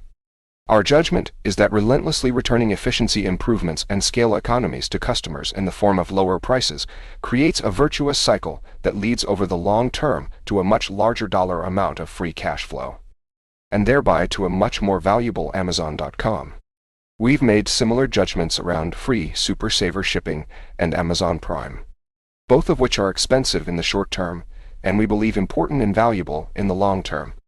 As another example, in 2000, we invited third parties to compete directly against us on our prime retail real estate, our product detail pages. Launching a single detail page for both Amazon retail and third-party items seemed risky. Well-meaning people internally and externally worried it would cannibalize Amazon's retail business, and, as is often the case with consumer-focused innovations, there was no way to prove in advance that it would work. Our buyers pointed out that inviting third parties onto Amazon.com would make inventory forecasting more difficult, and that we could get stuck with excess inventory if we lost the detail page to one of our third-party sellers. However, our judgment was simple. If a third party could offer a better price or better availability on a particular item, then we wanted our customer to get easy access to that offer. Over time, third-party sales have become a successful and significant part of our business. Third-party units have grown from 6% of total units sold in 2000 to 28% in 2005, even as retail revenues have grown threefold. Math-based decisions command wide agreement, whereas judgment-based decisions are rightly debated and often controversial, at least until put into practice and demonstrated. Any institution unwilling to endure controversy must limit itself to decisions of the first type. In our view, doing so would not only limit controversy, it would also significantly limit innovation and long-term value creation. The foundation of our decision-making philosophy was laid out in our 1997 letter to shareholders, a copy of which is attached. We will continue to focus relentlessly on our customers. We will continue to make investment decisions in light of long-term market leadership considerations rather than short-term profitability considerations or short-term Wall Street reactions. We will continue to measure our programs and the effectiveness of our investments analytically, to jettison those that do not provide acceptable returns and to step up our investment in those that work best. We will continue to learn from both our successes and our failures.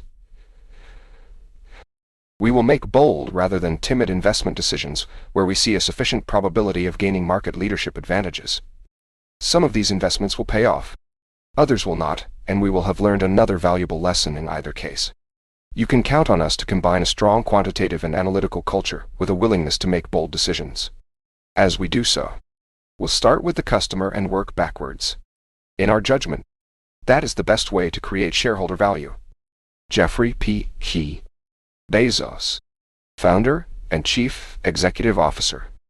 To our shareholders, at Amazon's current scale, planting seeds that will grow into meaningful new businesses takes some discipline, a bit of patience, and a nurturing culture. Our established businesses are well-rooted young trees. They are growing, enjoy high returns on capital, and operate in very large market segments. These characteristics set a high bar for any new business we would start. Before we invest our shareholders' money in a new business, we must convince ourselves that the new opportunity can generate the returns on capital our investors expected when they invested in Amazon. And we must convince ourselves that the new business can grow to a scale where it can be significant in the context of our overall company. Furthermore, we must believe that the opportunity is currently underserved, and that we have the capabilities needed to bring strong customer-facing differentiation to the marketplace. Without that, it's unlikely we'd get to scale in that new business. I often get asked, when are you going to open physical stores? That's an expansion opportunity we've resisted. It fails all but one of the tests outlined above. The potential size of a network of physical stores is exciting. However, we don't know how to do it with low capital and high returns. Physical world retailing is a cagey and ancient business that's already well served. And we don't have any ideas for how to build a physical world store experience that's meaningfully differentiated for customers. When you do see us enter new businesses, it's because we believe the above tests have been passed. Our acquisition of Joyo.com is a first step in serving the most populous country in the world. E-commerce in China is still in its early days, and we believe it's an excellent business opportunity. Shoes, apparel, groceries. These are big segments where we have the right skills to invent and grow large-scale, high-return businesses that genuinely improve customer experience. Fulfillment by Amazon is a set of web services APIS that turns our 12 million square foot fulfillment center network into a gigantic and sophisticated computer peripheral. Pay us 45 cents per month per cubic foot of fulfillment center space, and you can stow your products in our network. You make web services calls to alert us to expect inventory to arrive, to tell us to pick and pack one or more items, and to tell us where to ship those items. You never have to talk to us.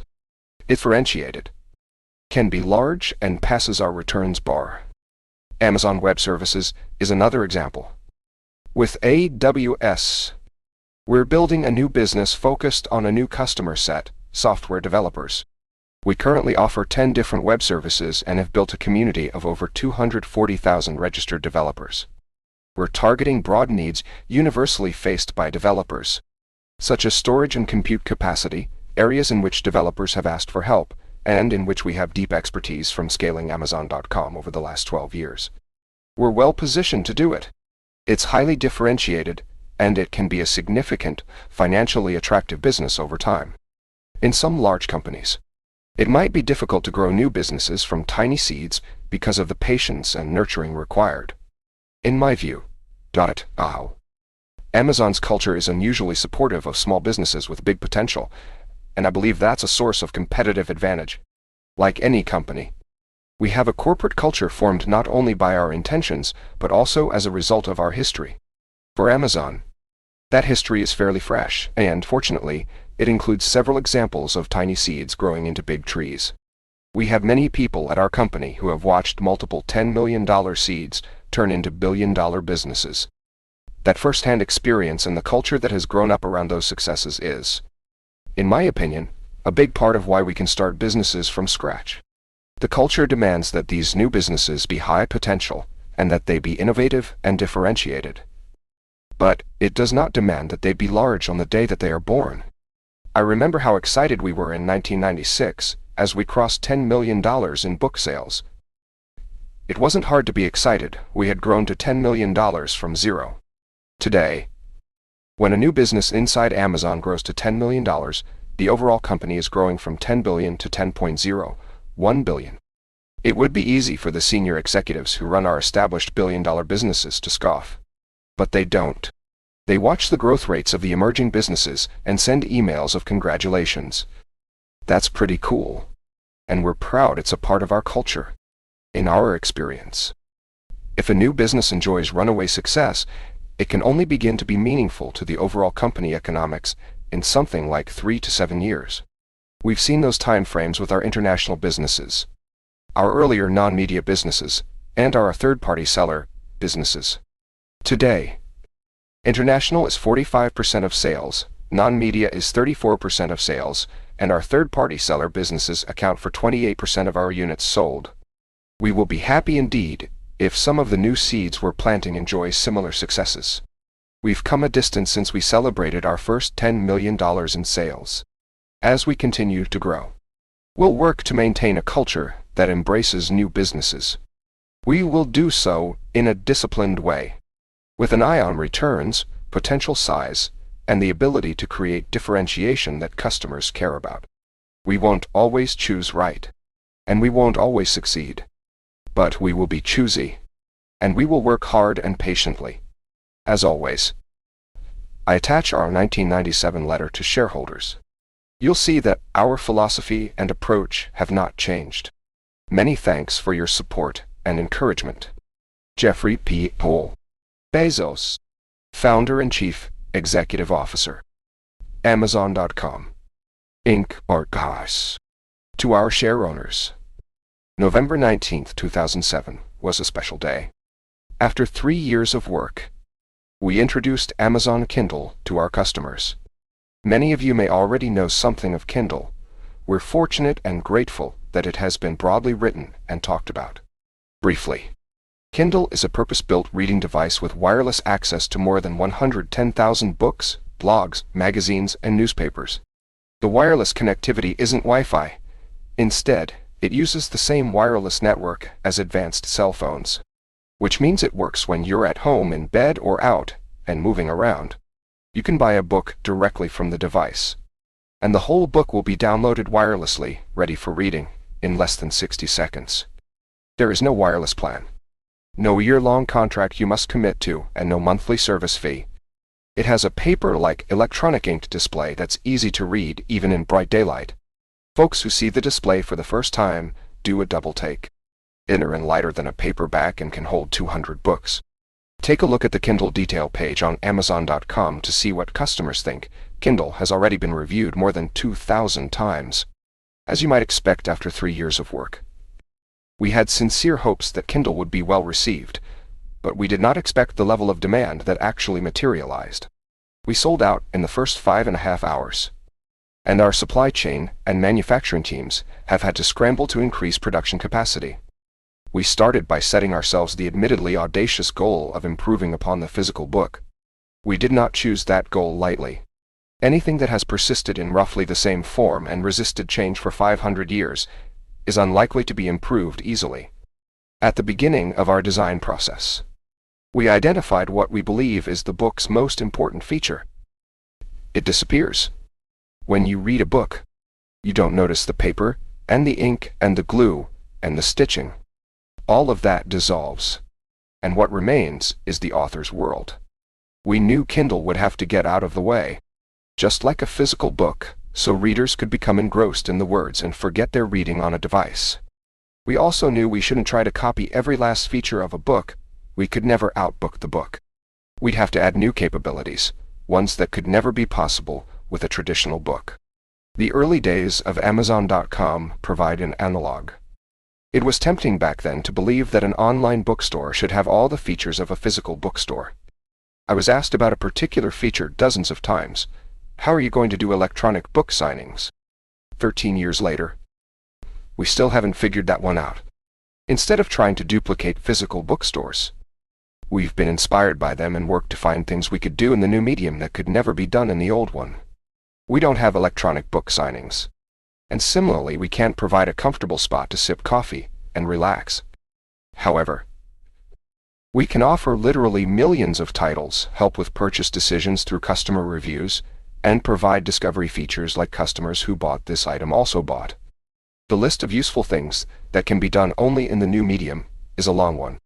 I'll highlight a few of the useful features we built into Kindle that go beyond what you could ever do with a physical book.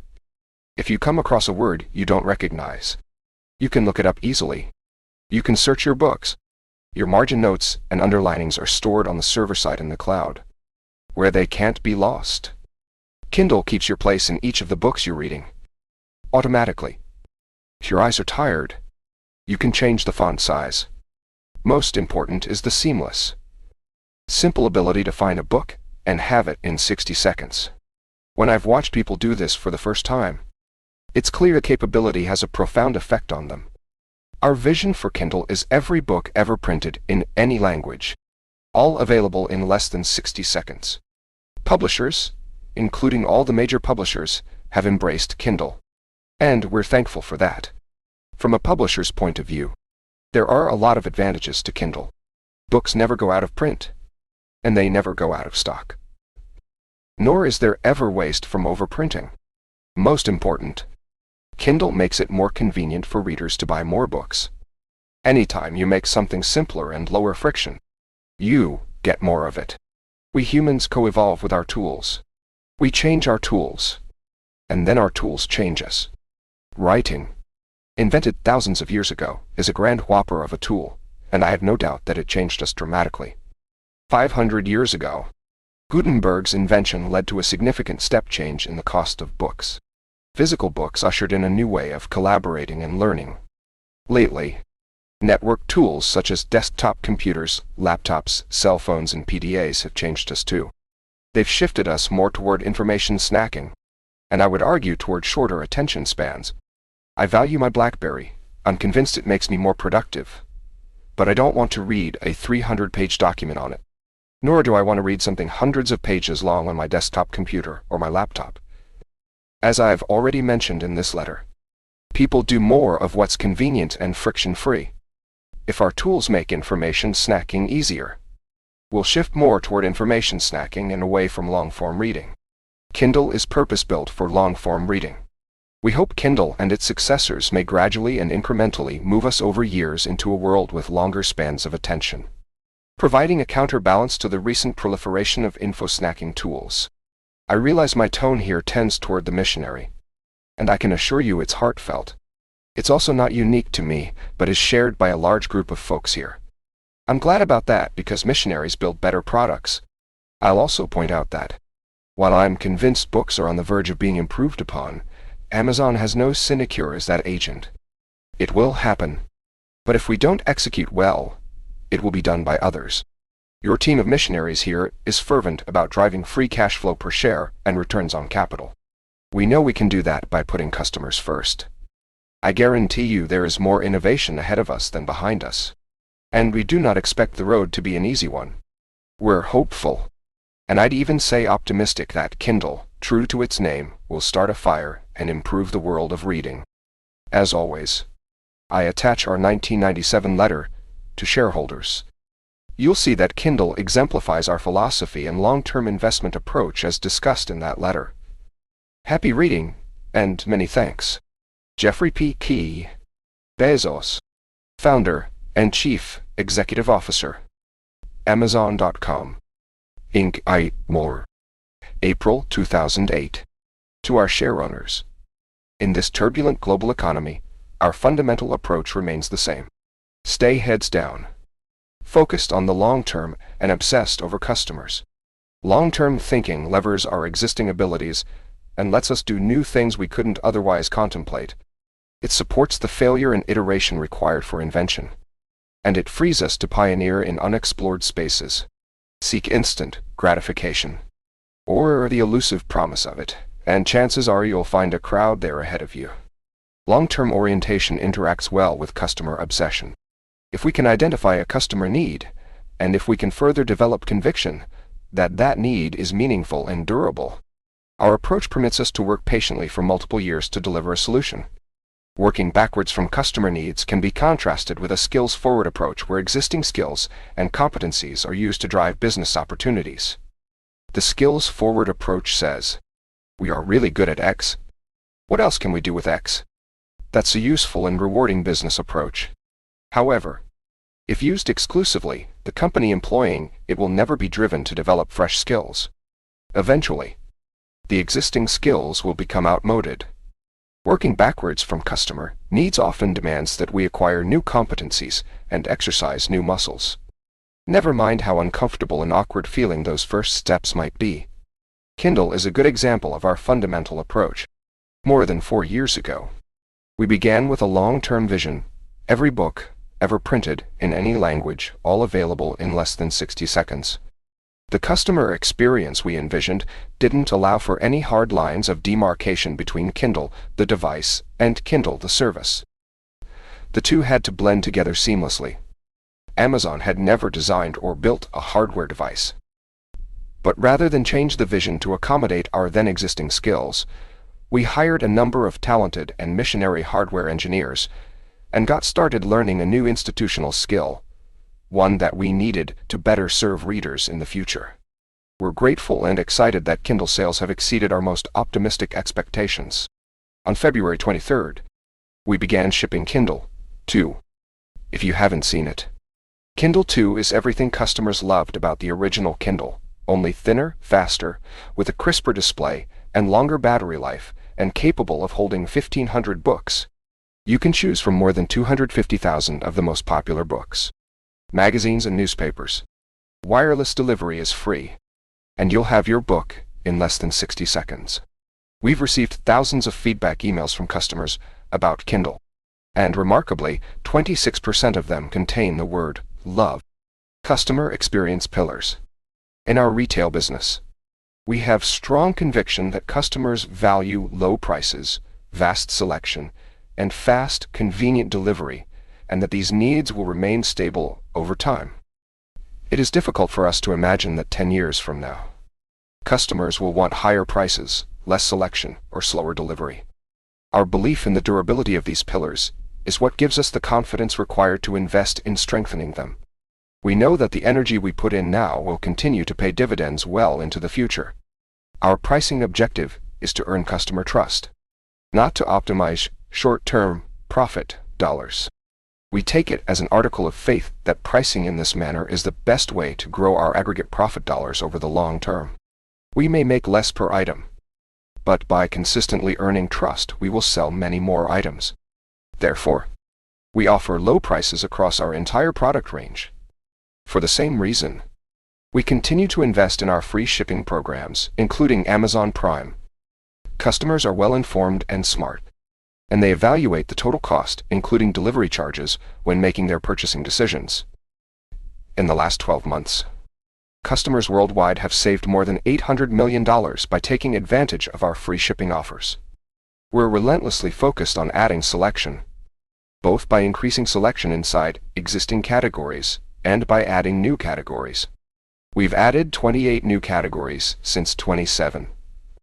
One business that is rapidly growing and continues to surprise me is our shoe store, Endless.com, which we launched in 2007. Fast, reliable delivery is important to customers. In 2005, we launched Amazon Prime for $79 per year.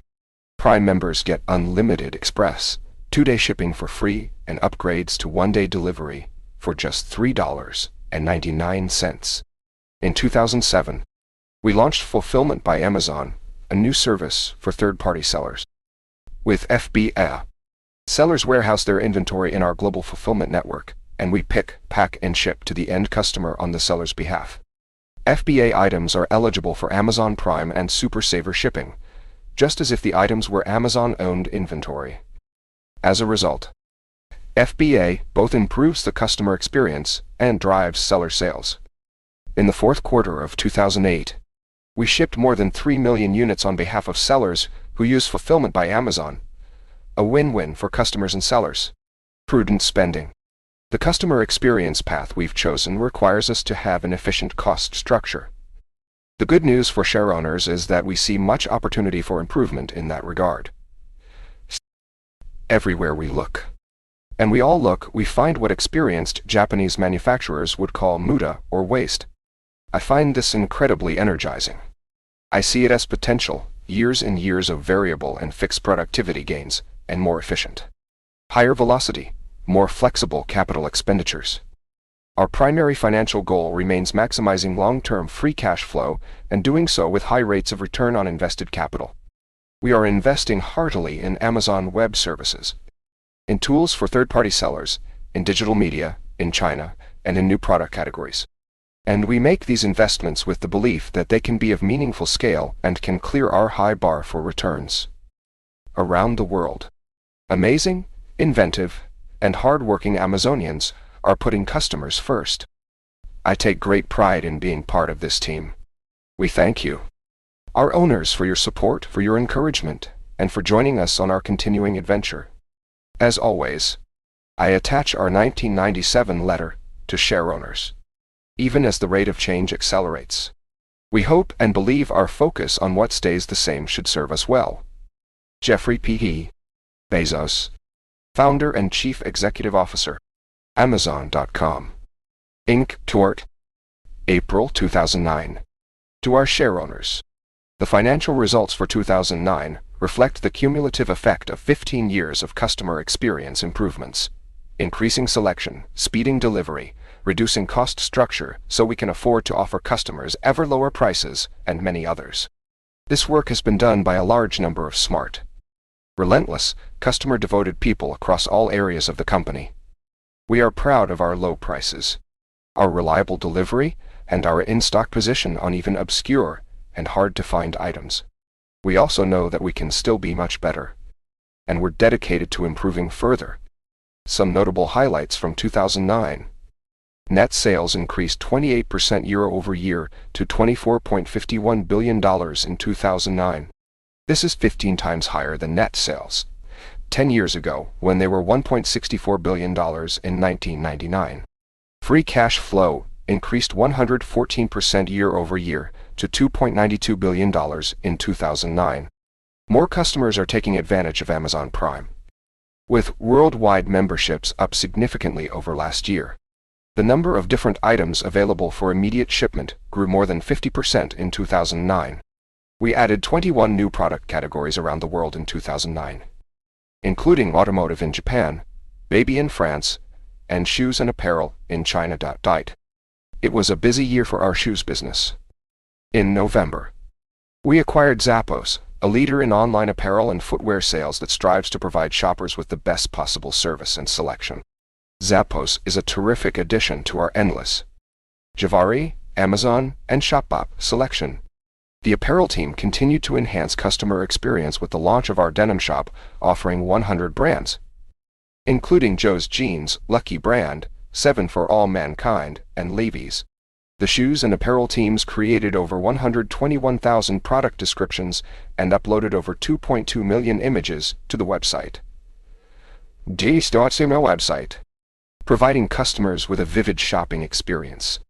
Approximately 7 million customer reviews were added to websites worldwide. Sales of products by third-party sellers on our websites represented 30% of unit sales in 2009. Active seller accounts increased 24% to 1.9 million for the year. Globally, sellers using Fulfillment by Amazon stowed more than 1 million unique items in our fulfillment center network, thereby making these items available for free Super Saver shipping and Amazon Prime. Amazon Web Services continued its rapid pace of innovation, launching many new services and features, including the Amazon Relational Database Service, Virtual Private Cloud, Elastic MapReduce, High Memory EC2 instances, Reserved and Spot instances, streaming for Amazon CloudFront, and versioning for Amazon S3. AWS also continued to expand its global footprint to include additional services in the EU, a new Northern California region, and plans for a presence in the Asia-Pacific region in 2010. The continued innovation and track record for operational performance helped AWS add more customers in 2009 than ever before, including many large enterprise customers. The U.S. Kindle store now has more than 460,000 books. an increase from 250,000 last year, and includes 103 of the 110 New York Times bestsellers, more than 8,900 blogs, and 171 top U.S. and international newspapers and magazines. We have shipped Kindles to more than 120 countries. And we now provide content in 6 different languages. Senior leaders that are new to Amazon are often surprised by how little time we spend discussing actual financial results or debating projected financial outputs. To be clear, we take these financial outputs seriously, but we believe that focusing our energy on the controllable inputs to our business is the most effective way to maximize financial outputs over time. Our annual goal-setting process begins in the fall and concludes early in the new year, after we've completed our peak holiday quarter. Our goal-setting sessions are lengthy, spirited, and detail-oriented. We have a high bar for the experience our customers deserve, and a sense of urgency to improve that experience. We've been using this same annual process for many years. For 2010, we have 452 detailed goals with owners, deliverables, and targeted completion dates. These are not the only goals our teams set for themselves, but they are the ones we feel are most important to monitor. None of these goals are easy, and many will not be achieved without invention. We review the status of each of these goals several times per year among our senior leadership team and add, remove, and modify goals as we proceed. A review of our current goals reveals some interesting statistics. 360 of the 452 goals will have a direct impact on customer experience. The word revenue is used 8 times and free cash flow is used only 4 times. In the 452 goals, the terms net income, gross profit or margin, and operating profit are not used once. Taken as a whole, the set of goals is indicative of our fundamental approach. Start with customers and work backwards. Listen to customers. But don't just listen to customers, also invent on their behalf. We can assure you that we'll meet all of this year's goals. We haven't in past years. However, we can assure you that we'll continue to obsess over customers. We have strong conviction that that approach, in the long term, is every bit as good for owners as it is for customers. As always, I attach a copy of our original 1997 letter. Our approach remains the same. And it's still day one. Jeffrey P.A. Bezos, Founder and Chief Executive Officer, Amazon.com, Inc. April 2010. To our shareowners. Random forests, naive Bayesian estimators, restful services, gossip protocols, eventual consistency, data sharding, anti-entropy, Byzantine quorum, erasure coding, vector clocks. Walk into certain Amazon meetings, and you may momentarily think you've stumbled into a computer science lecture. Look inside a current textbook on software architecture, and you'll find few patterns that we don't apply at Amazon. We use high-performance transaction systems, complex rendering and object catching, workflow and queuing systems, business intelligence and data analytics, machine learning and pattern recognition, neural networks and probabilistic decision-making, and a wide variety of other techniques. While many of our systems are based on the latest in computer science research, this often hasn't been sufficient. Our architects and engineers have had to advance research in directions that no academic had yet taken. Many of the problems we face have no textbook solutions, so we happily invent new approaches. Our technologies are almost exclusively implemented as services, bits of logic that encapsulate the data they operate on, and provide hardened interfaces as the only way to access their functionality. This approach reduces side effects and allows services to evolve at their own pace without impacting the other components of the overall system. Service-oriented architecture, or SOA, is the fundamental building abstraction for Amazon technologies, thanks to a thoughtful and far-sighted team of engineers and architects. This approach was applied at Amazon long before SOA became a buzzword in the industry. Our e-commerce platform is composed of a federation of hundreds of software services that work in concert to deliver functionality ranging from recommendations to order fulfillment to inventory tracking. For example, to construct a product detail page for a customer visiting Amazon.com, our software calls on between 200 and 300 services to present a highly personalized experience for that customer. State management is the heart of any system that needs to grow to a very large size. Many years ago, Amazon's requirements reached a point where many of our systems could no longer be served by any commercial solution. Our key data services store many petabytes of data and handle millions of requests per second. To meet these demanding and unusual requirements, we've developed several alternative, purpose-built persistence solutions, including our own key value store and single table store. To do so, we've leaned heavily on the core principles from the distributed systems and database research communities and invented from there. The storage systems we've pioneered demonstrate extreme scalability while maintaining tight control over performance, availability, and cost. To achieve their ultra-scale properties, these systems take a novel approach to data update management. By relaxing the synchronization requirements of updates that need to be disseminated to large numbers of replicas, these systems are able to survive under the harshest performance and availability conditions. These implementations are based on the concept of eventual consistency. The advances in data management developed by Amazon engineers have been the starting point for the architectures underneath the cloud storage and data management services offered by Amazon Web Services, or AWS. For example, our simple storage service, Elastic Block Store, and SimpleDB all derive their basic architecture from unique Amazon technologies. Other areas of Amazon's business face similarly complex data processing and decision problems, such as product data ingestion and categorization, demand forecasting, inventory allocation, and fraud detection. Rule-based systems can be used successfully, but they can be hard to maintain and can become brittle over time. In many cases, advanced machine learning techniques provide more accurate classification and can self-heal to adapt to changing conditions. For example, our search engine employs data mining and machine learning algorithms that run in the background to build topic models, and we apply information extraction algorithms to identify attributes and extract entities from unstructured descriptions, allowing customers to narrow their searches and quickly find the desired product. We consider a large number of factors in search relevance to predict the probability of a customer's interest and optimize the ranking of results. The diversity of products demands that we employ modern regression techniques like trained random forests of decision trees to flexibly incorporate thousands of product attributes at rank time. The end result of all this behind-the-scenes software?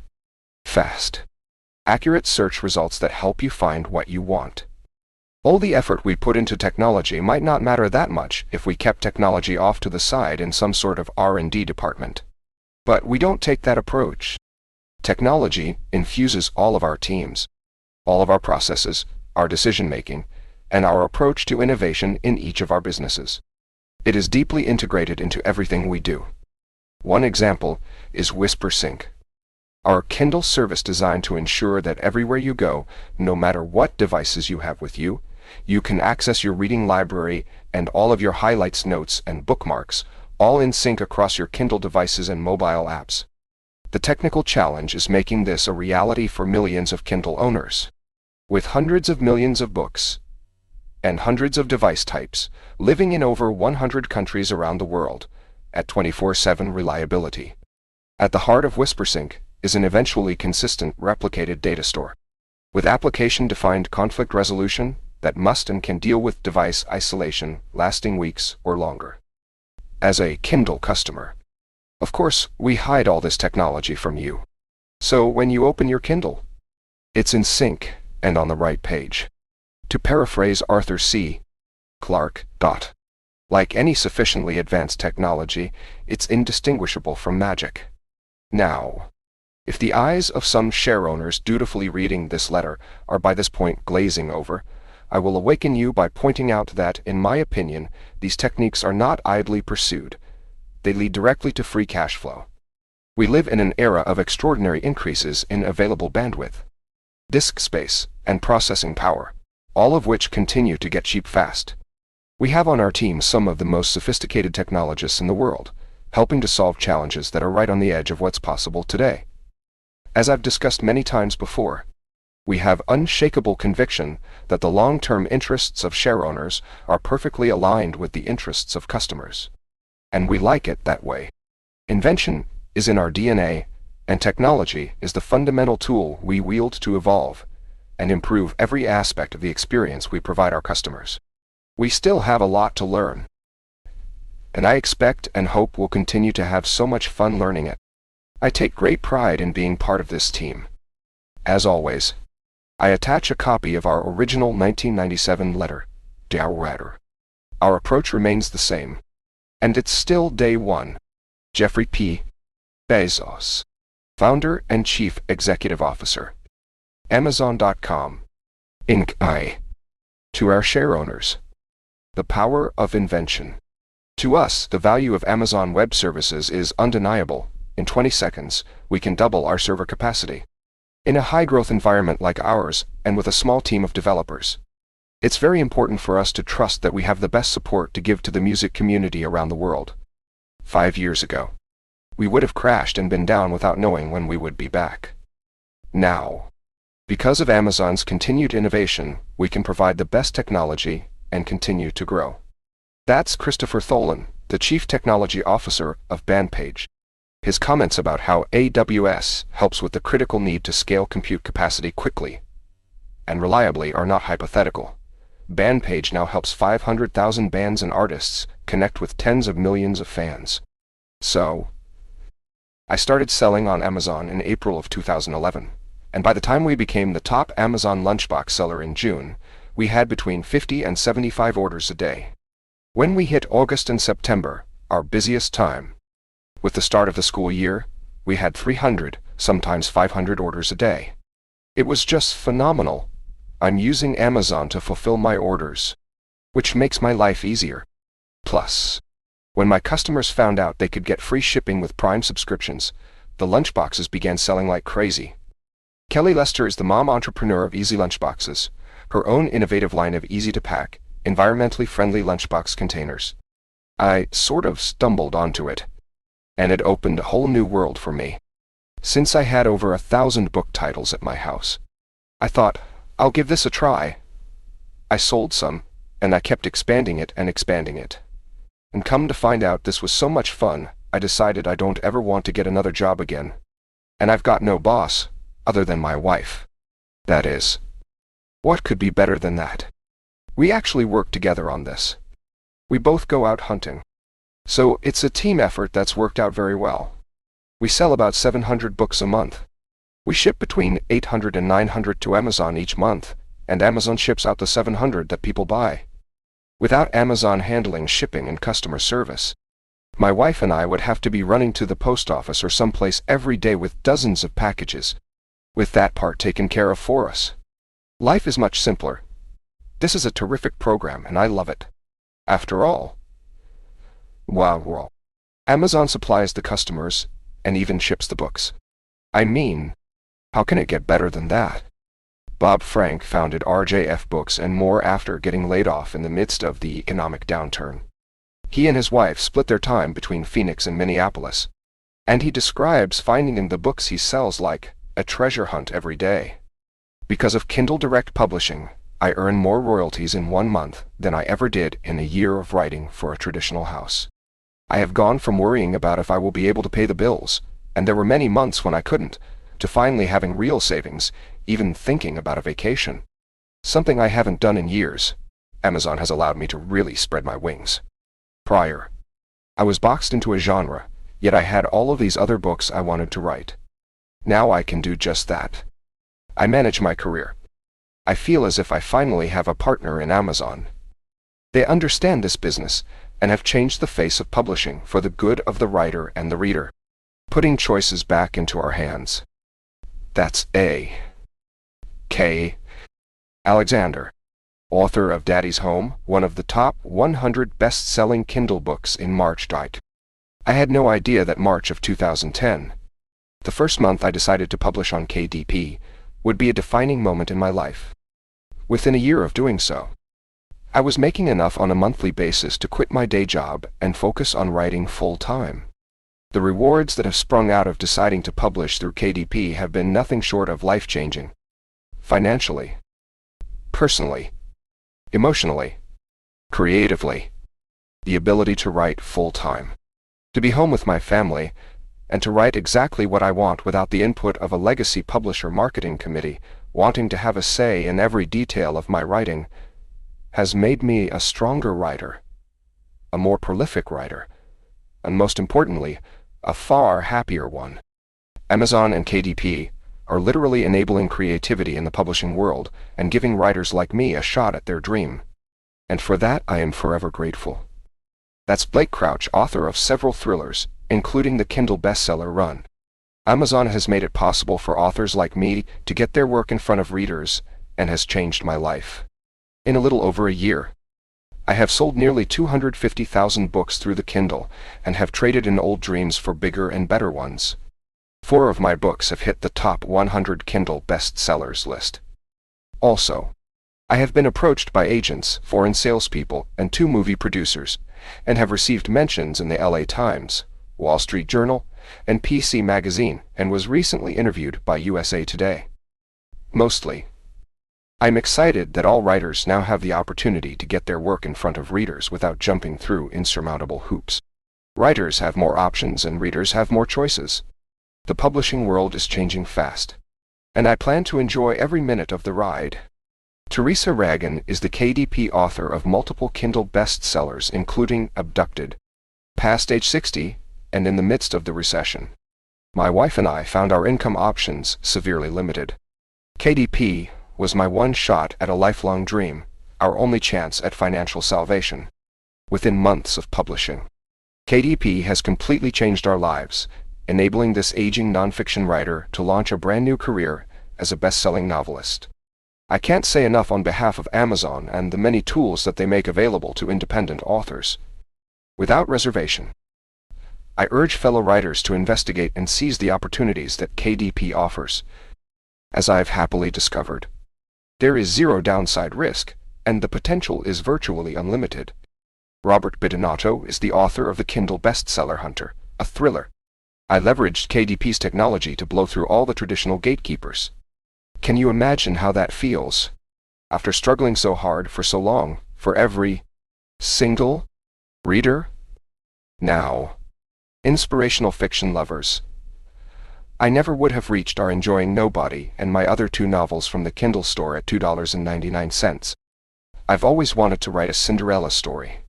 Now I have.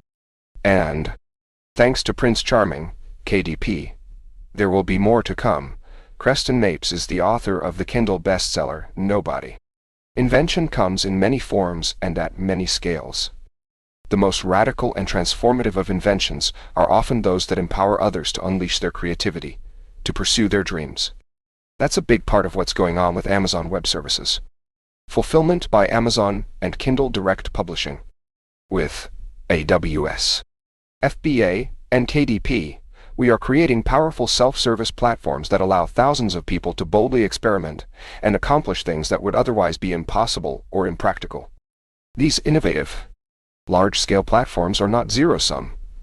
They create win-win situations and create significant value for developers, entrepreneurs, customers, authors, and readers. Amazon Web Services has grown to have 30 different services and thousands of large and small businesses and individual developers as customers. One of the first AWS offerings, the Simple Storage Service or S3, now holds over 900 billion data objects, with more than 1 billion new objects being added every day. S3 routinely handles more than 500 transactions per second and has peaked at close to 1 million transactions per second. All AWS services are pay-as-you-go and radically transform capital expense into a variable cost. AWS is self-service.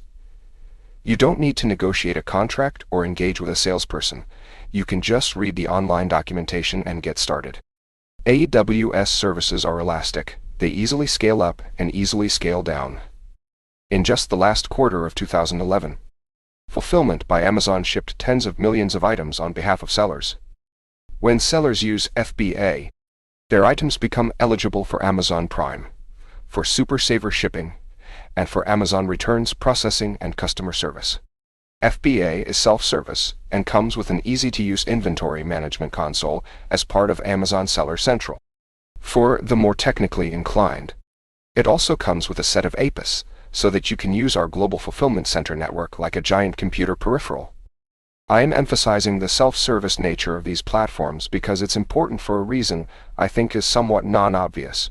Even well-meaning gatekeepers slow innovation. When a platform is self-service, even the improbable ideas can get tried, because there's no expert gatekeeper ready to say, that will never work. And guess what? Many of those improbable ideas do work, and society is the beneficiary of that diversity. Kindle Direct Publishing has quickly taken on astonishing scale. More than 1,000 KDP, authors now each sell more than 1,000 copies a month. Some have already reached hundreds of thousands of sales, and 2 have already joined the Kindle Million Club. KDP is a big win for authors. Authors who use KDP get to keep their copyrights, keep their derivative rights, get to publish on their schedule. A typical delay in traditional publishing can be a year or more from the time the book is finished, and, saving the best for last, KDP authors can get paid royalties of 70%. The largest traditional publishers pay royalties of only 17.5% on ebooks. The KDP royalty structure is completely transformative for authors. A typical selling price for a KDP book is a reader-friendly $2.99. Authors get approximately $2 of that. With the legacy royalty of 17.5%. The selling price would have to be $11.43 to yield the same $2 per unit royalty. I assure you that authors sell many more copies at $2.99 than they would at $11.43. Kindle Direct Publishing is good for readers because they get lower prices. But perhaps just as important, readers also get access to more diversity, since authors that might have been rejected by establishment publishing channels now get their chance in the marketplace. You can get a pretty good window into this. Take a look at the Kindle bestseller list, and compare it to the New York Times bestseller list, which is more diverse. The Kindle list is chock full of books, from small presses and self-published authors, while the New York Times list is dominated by successful and established authors. Amazonians are leaning into the future, with radical and transformational innovations that create value for thousands of authors, entrepreneurs, and developers. Invention has become second nature at Amazon.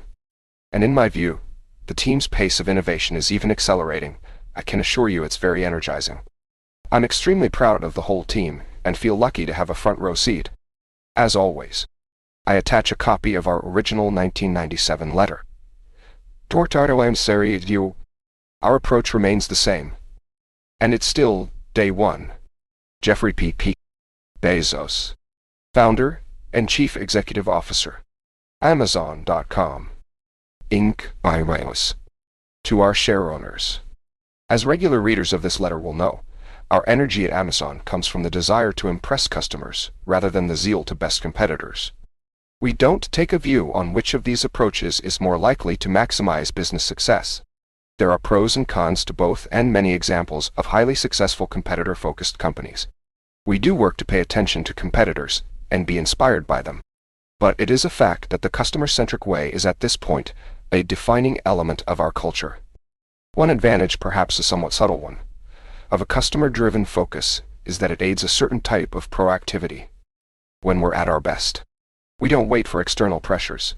We are internally driven to improve our services, adding benefits and features before we have to. We lower prices and increase value for customers before we have to. We invent before we have to. These investments are motivated by customer focus rather than by reaction to competition. We think this approach earns more trust with customers and drives rapid improvements in customer experience. Importantly, even in those areas where we are already the leader. Thank you. Every time I see that white paper on the front page of Amazon, I know that I'm about to get more for my money than I thought I would. I signed up for Prime for the shipping. Yet now I get movies, and TV, and books. You keep adding more, but not charging more. So thanks again for the additions. We now have more than 15 million items in Prime, up 15 times since we launched in 2005.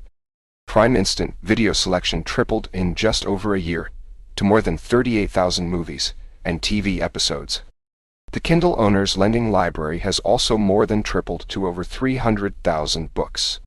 including an investment of millions of dollars to make the entire Harry Potter series available as part of that selection. We didn't have to make these improvements in Prime. We did so proactively.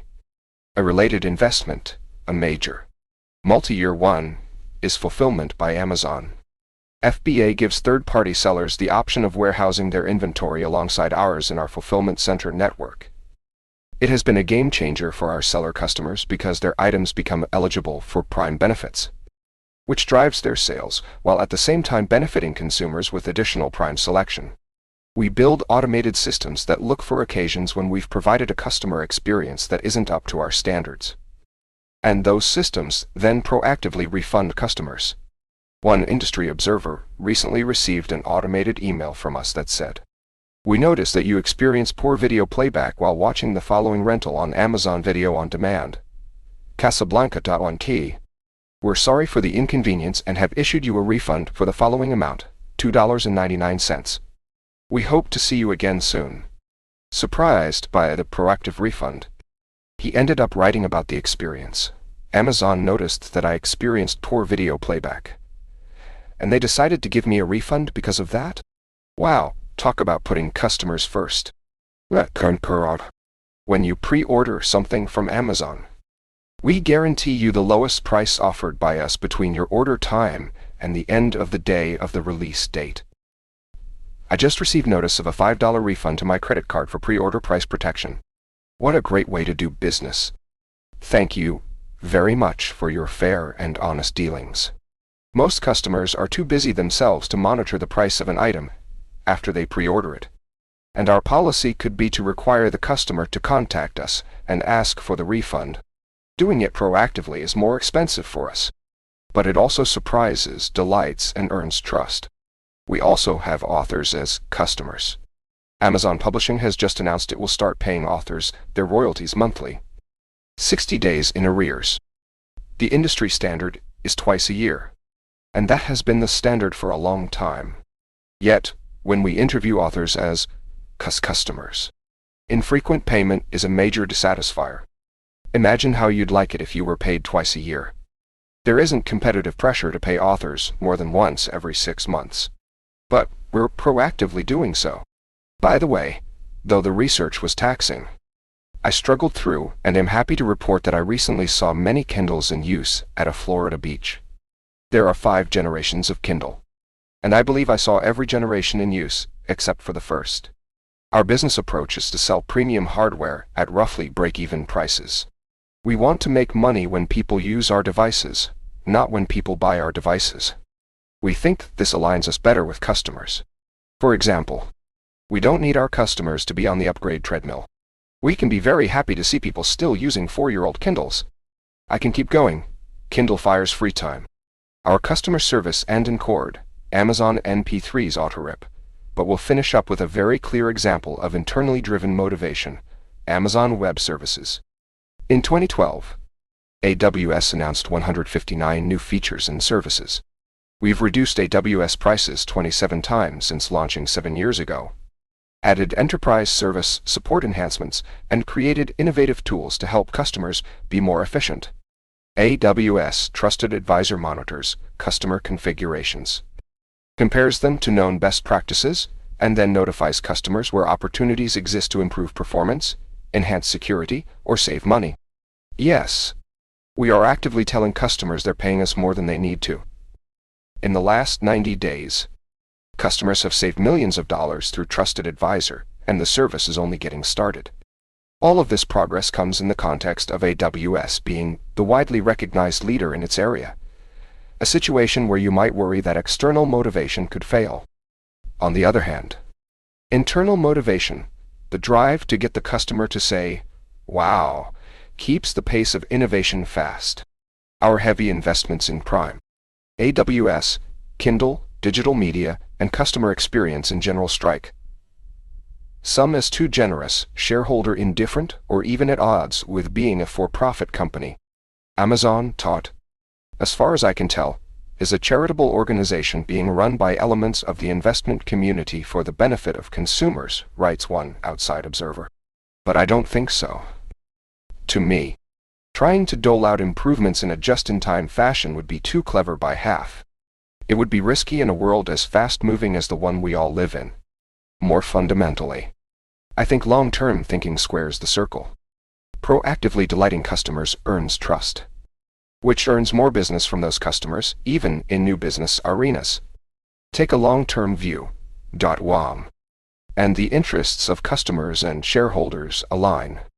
As I write this, our recent stock performance has been positive, but we constantly remind ourselves of an important point, as I frequently quote famed investor Benjamin Graham in our employee all-hands meetings. In the short run, the market is a voting machine, but in the long run, it is a weighing machine. We don't celebrate a 10% increase in the stock price like we celebrate excellent customer experience. We aren't 10% smarter when that happens, and conversely aren't 10% dumber when the stock goes the other way. We want to be weighed, and we're always working to build a heavier company.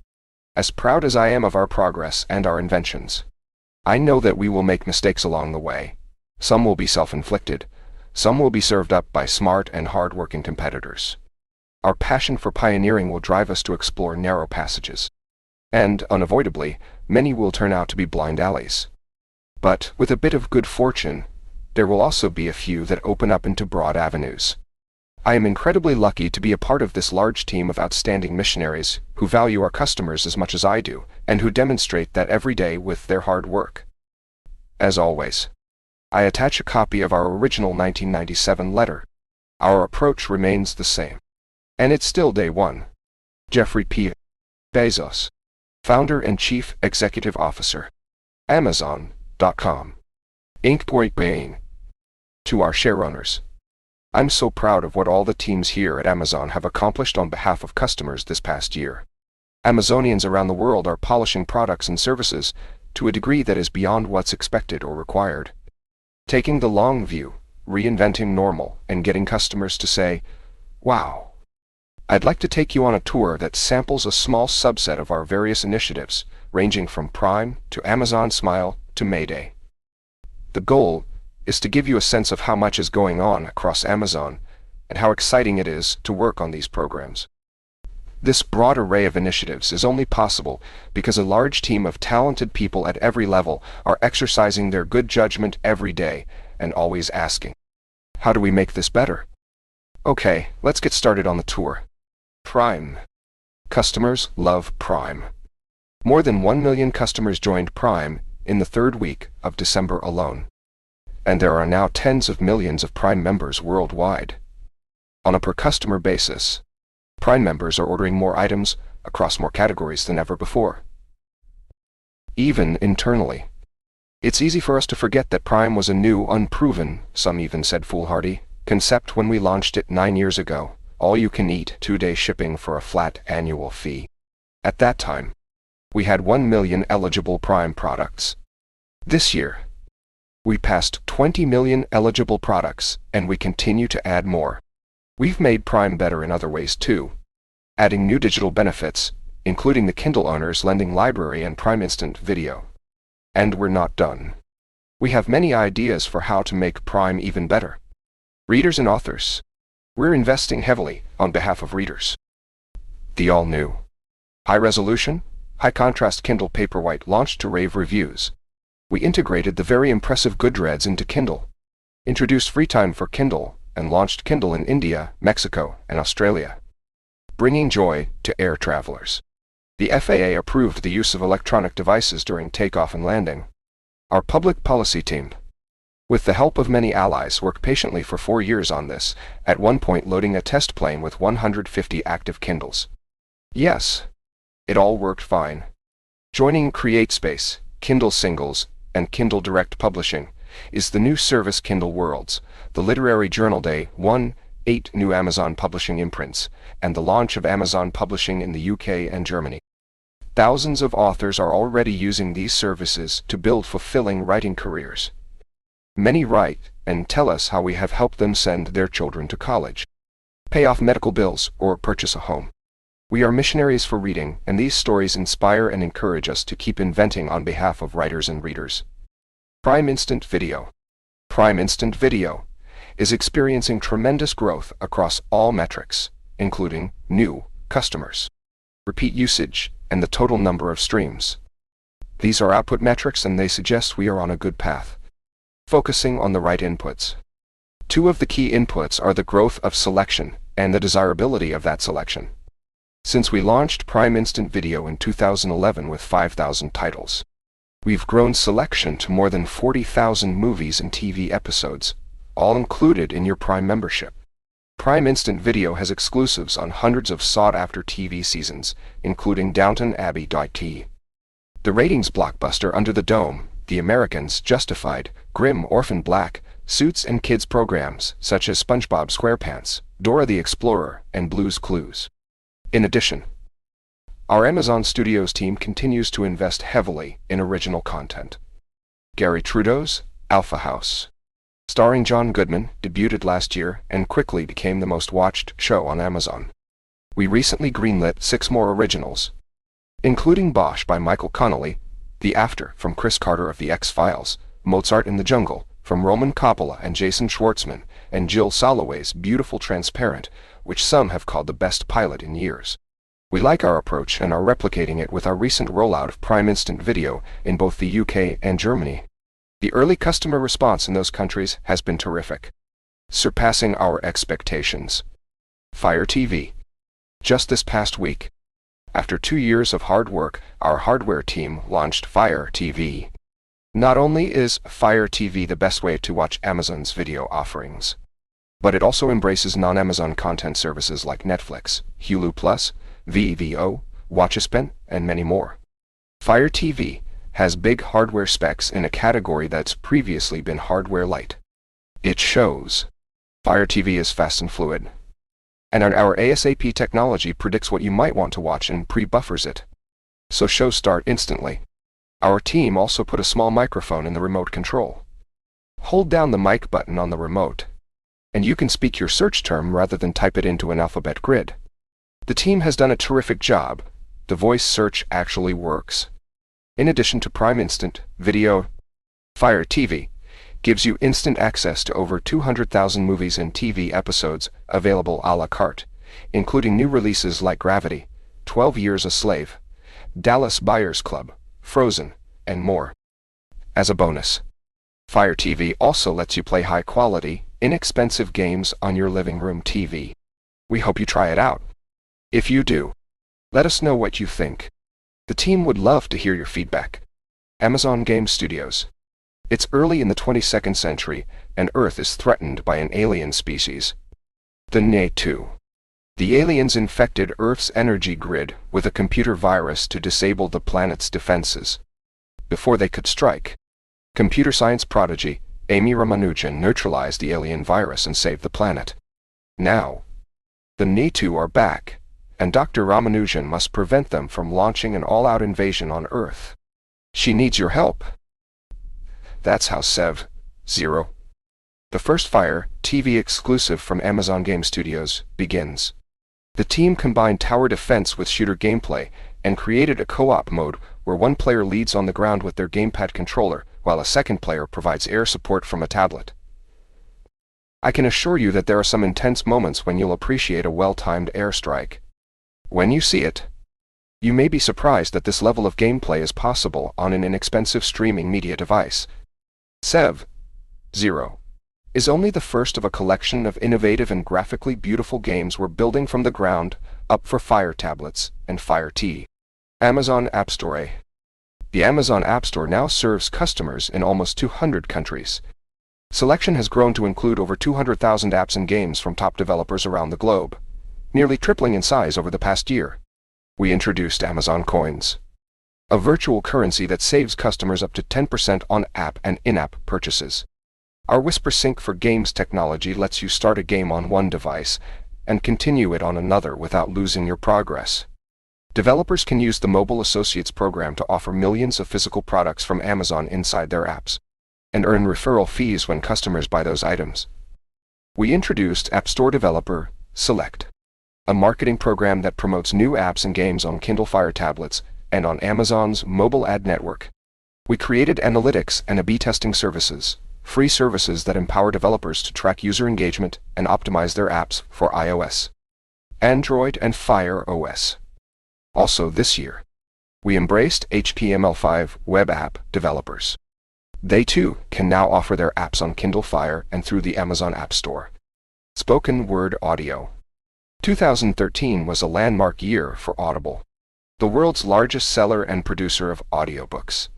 Audible makes it possible for you to read when your eyes are busy. Millions of customers download hundreds of millions of audiobooks and other spoken word programming from Audible. Audible customers downloaded close to 600 million listening hours in 2013. Thanks to Audible Studios, people drive to work listening to Kate Winslet, Colin Firth, Anne Hathaway, and many other stars. One big hit in 2013 was Jake Gyllenhaal's performance of The Great Gatsby, which has already sold 100,000 copies. WhisperSync for Voice allows customers to switch seamlessly back and forth between reading a book on their Kindle and listening to the corresponding Audible book on their smartphone. The Wall Street Journal called WhisperSync for Voice Amazon's new killer app for books. If you haven't already, I recommend you give it a try. It's fun and expands the amount of time you have available to read. Fresh Grocery. After trialing the service for 5 years in Seattle, no one accuses us of a lack of patience. We expanded Amazon Fresh to Los Angeles and San Francisco. Prime Fresh members pay $299 a year and receive same-day and early morning delivery, not only on fresh grocery items, but also on over 500,000 other items, ranging from toys to electronics to household goods. We're also partnering with favorite local merchants, the Cheese Store of Beverly Hills, Pike Place Fish Market, San Francisco Wine Trading Company, and many more, to provide the same convenient home delivery on a great selection of prepared foods and specialty items.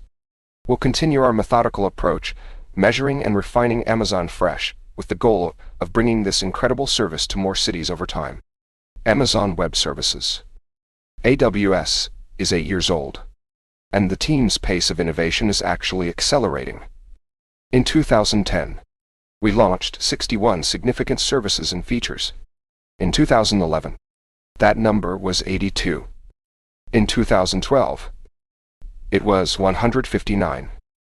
In 2013, 280. We're also expanding our geographic footprint. We now have 10 AWS regions around the world, including the East Coast of the US, 2 on the West Coast, Europe, Singapore, Tokyo, Sydney, Brazil, China, and a government-only region called GovCloud. We have 26 availability zones across regions, and 51 edge locations for our content distribution network. The development teams work directly with customers and are empowered to design, build, and launch based on what they learn. We iterate continuously. And when a feature or enhancement is ready, we push it out and make it instantly available to all. This approach is fast, customer-centric, and efficient. It's allowed us to reduce prices more than 40 times in the past 8 years, and the teams have no plans to slow down. Employee empowerment. We challenge ourselves to not only invent outward-facing features, but also to find better ways to do things internally. Things that will both make us more effective and benefit our thousands of employees around the world. Career Choice is a program where we prepay 95% of tuition for our employees to take courses for in-demand fields, such as airplane mechanic or nursing, regardless of whether the skills are relevant to a career at Amazon. The goal is to enable choice. We know that for some of our fulfillment center employees, Amazon will be a career. For others, Amazon might be a stepping stone on the way to a job somewhere else, a job that may require new skills. If the right training can make the difference, we want to help. The second program is called Pay to Quit. It was invented by the clever people at Zappos, and the Amazon fulfillment centers have been iterating on it. Pay to Quit is pretty simple. Once a year, we offer to pay our associates to quit. The first year the offer is made, it's for $2,000. Then it goes up $1,000 a year until it reaches $5,000.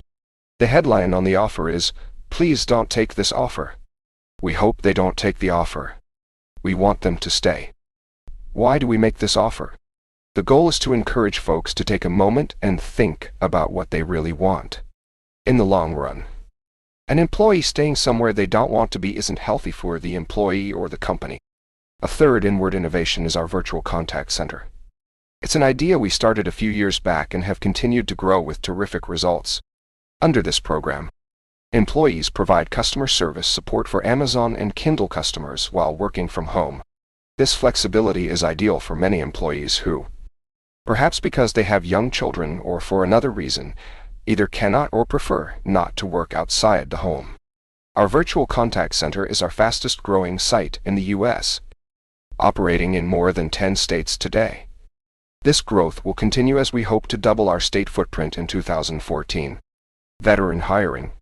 We seek leaders who can invent, think big, have a bias for action, and deliver results on behalf of customers.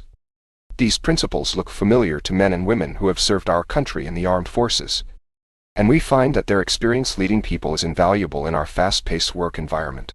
We're a member of Joining Forces and the 100 Jobs Mission, two national efforts that encourage businesses to offer service members and their families career opportunities and support. Our military talent team attended more than 50 recruiting events last year to help veterans find job opportunities at Amazon. In 2013, we hired more than 1,900 veterans. And once veterans join our team, we offer several programs that help them transition more easily into the civilian workforce and that connect them with our internal network of veterans for mentoring and support.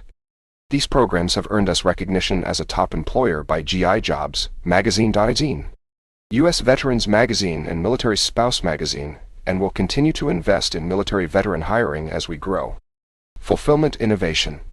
19 years ago, I drove the Amazon packages to the post office every evening in the back of my Chevy Blazer. My vision extended so far that I dreamed we might one day get a forklift. Fast forward to today, and we have 96 fulfillment centers and are on our 7th generation of fulfillment center design. Our operations team is extraordinary, methodical, and ingenious. Through our Kaizen program, named for the Japanese term, change for the better, employees work in small teams to streamline processes and reduce defects and waste. Our Earth Kaizen set energy reduction, recycling, and other green goals. In 2013, more than 4,700 associates participated in 1,100 Kaizens. Sophisticated software is key in our fulfillment centers. This year, we rolled out 280 major software improvements across the fulfillment center network. Our goal is to continue to iterate and improve on the design, layout, technology, and operations in these buildings, ensuring that each new facility we build is better than the last. I invite you to come see one for yourself. We offer fulfillment center tours open to the public, ages 6 and above. You can find info on the available tours at www.amazon.com/ftours. I'm always amazed when I visit one of our fulfillment centers, and I hope you'll arrange a tour. I think you'll be impressed. Urban Campus. In 2013, we added 420,000 square feet of new headquarters space in Seattle and broke ground on what will become 4 city blocks and several million square feet of new construction. It is a fact that we could have saved money by instead building in the suburbs. But for us, it was important to stay in the city. Urban campuses are much greener. Our employees are able to take advantage of existing communities and public transit infrastructure, with less dependence on cars. We're investing in dedicated bike lanes to provide safe, pollution-free, easy access to our offices. Many of our employees can live nearby, skip the commute altogether, and walk to work. Though I can't prove it, I also believe an urban headquarters will help keep Amazon vibrant, attract the right talent, and be great for the health and well-being of our employees and the city of Seattle. Fast delivery. In partnership with the United States Postal Service, we've begun for the first time to offer Sunday delivery to select cities. Sunday delivery is a win for Amazon customers, and we plan to roll it out to a large portion of the U.S. population throughout 2014. We've created our own fast, last-mile delivery networks in the UK, where commercial carriers couldn't support our peak volumes. In India and China, where delivery infrastructure isn't yet mature, you can see Amazon bike couriers delivering packages throughout the major cities. And there is more invention to come. The Primair team is already flight testing our 5th and 6th generation aerial vehicles. And we are in the design phase on generations 7 and 8. Experiments and more experiments. We have our own internal experimentation platform called WebLab that we use to evaluate improvements to our websites and products. In 2013, we ran 1976 WebLabs worldwide, up from 92 in 2012, and 546 in 2011.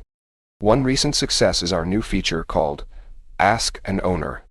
It was many years ago that we pioneered the idea of online customer reviews, customers sharing their opinion on a product to help other customers make an informed purchase decision. Ask is in that same tradition. From a product page, customers can ask any question related to the product. Is the product compatible with my TV, stereo, PC? Is it easy to assemble? How long does the battery last? We then wrote these questions to owners of the product. As is the case with reviews, customers are happy to share their knowledge to directly help other customers. Millions of questions have already been asked and answered. Apparel and shoes. Amazon fashion is booming. Premium brands are recognizing that they can use Amazon to reach fashion-conscious. High-demo customers and customers are enjoying the selection, free returns, detailed photos, and video clips that let them see how clothes move and drape as the models walk and turn. We opened a new 40,000 square foot photo studio in Brooklyn and now shoot an average of 10,413 photos every day in the studio's 28 bays. To celebrate the opening, we hosted a design contest with students from Pratt, Parsons School of Visual Arts, and the Fashion Institute of Technology that was judged by a panel of industry leaders including Stephen Kolb, Eva Chen, Derek Lam, Tracy Reese, and Stephen Allen. Kudos to Parsons who took home the top prize. Frustration-free packaging. Our battle against annoying wire ties and plastic clamshells rages on. An initiative that began 5 years ago with a simple idea that you shouldn't have to risk bodily injury opening your new electronics or toys, has now grown to over 200,000 products, all available in easy-to-open, recyclable packaging designed to alleviate wrap rage and help the planet by reducing packaging waste. We have over 2,000 manufacturers in our frustration-free packaging program, including Fisher-Price, Mattel, Unilever, Belkin, Victorinox, Swiss Army, Logitech, and many more. We've now shipped many millions of frustration-free items to 175 countries. We are also reducing waste for customers, eliminating 33 million pounds of excess packaging to date. This program is a perfect example of a missionary team staying heads down, focused on serving customers through hard work and perseverance. An idea that started with only 19 products is now available on hundreds of thousands and benefiting millions of customers. Fulfillment by Amazon. The number of sellers using Fulfillment by Amazon grew more than 65% last year. Growth like that, at such large scale, is unusual. FBA is unique in many ways. It's not often you get to delight two customer sets with one program. With FBA, sellers can store their products in our fulfillment centers, and we pick, pack, ship, and provide customer service for these products. Sellers benefit from one of the most advanced fulfillment networks in the world, easily scaling their businesses to reach millions of customers. And not just any customers, Prime members. FBA products can be eligible for Prime, free, 2-day shipping. Customers benefit from this additional selection. They get even more value out of their Prime membership.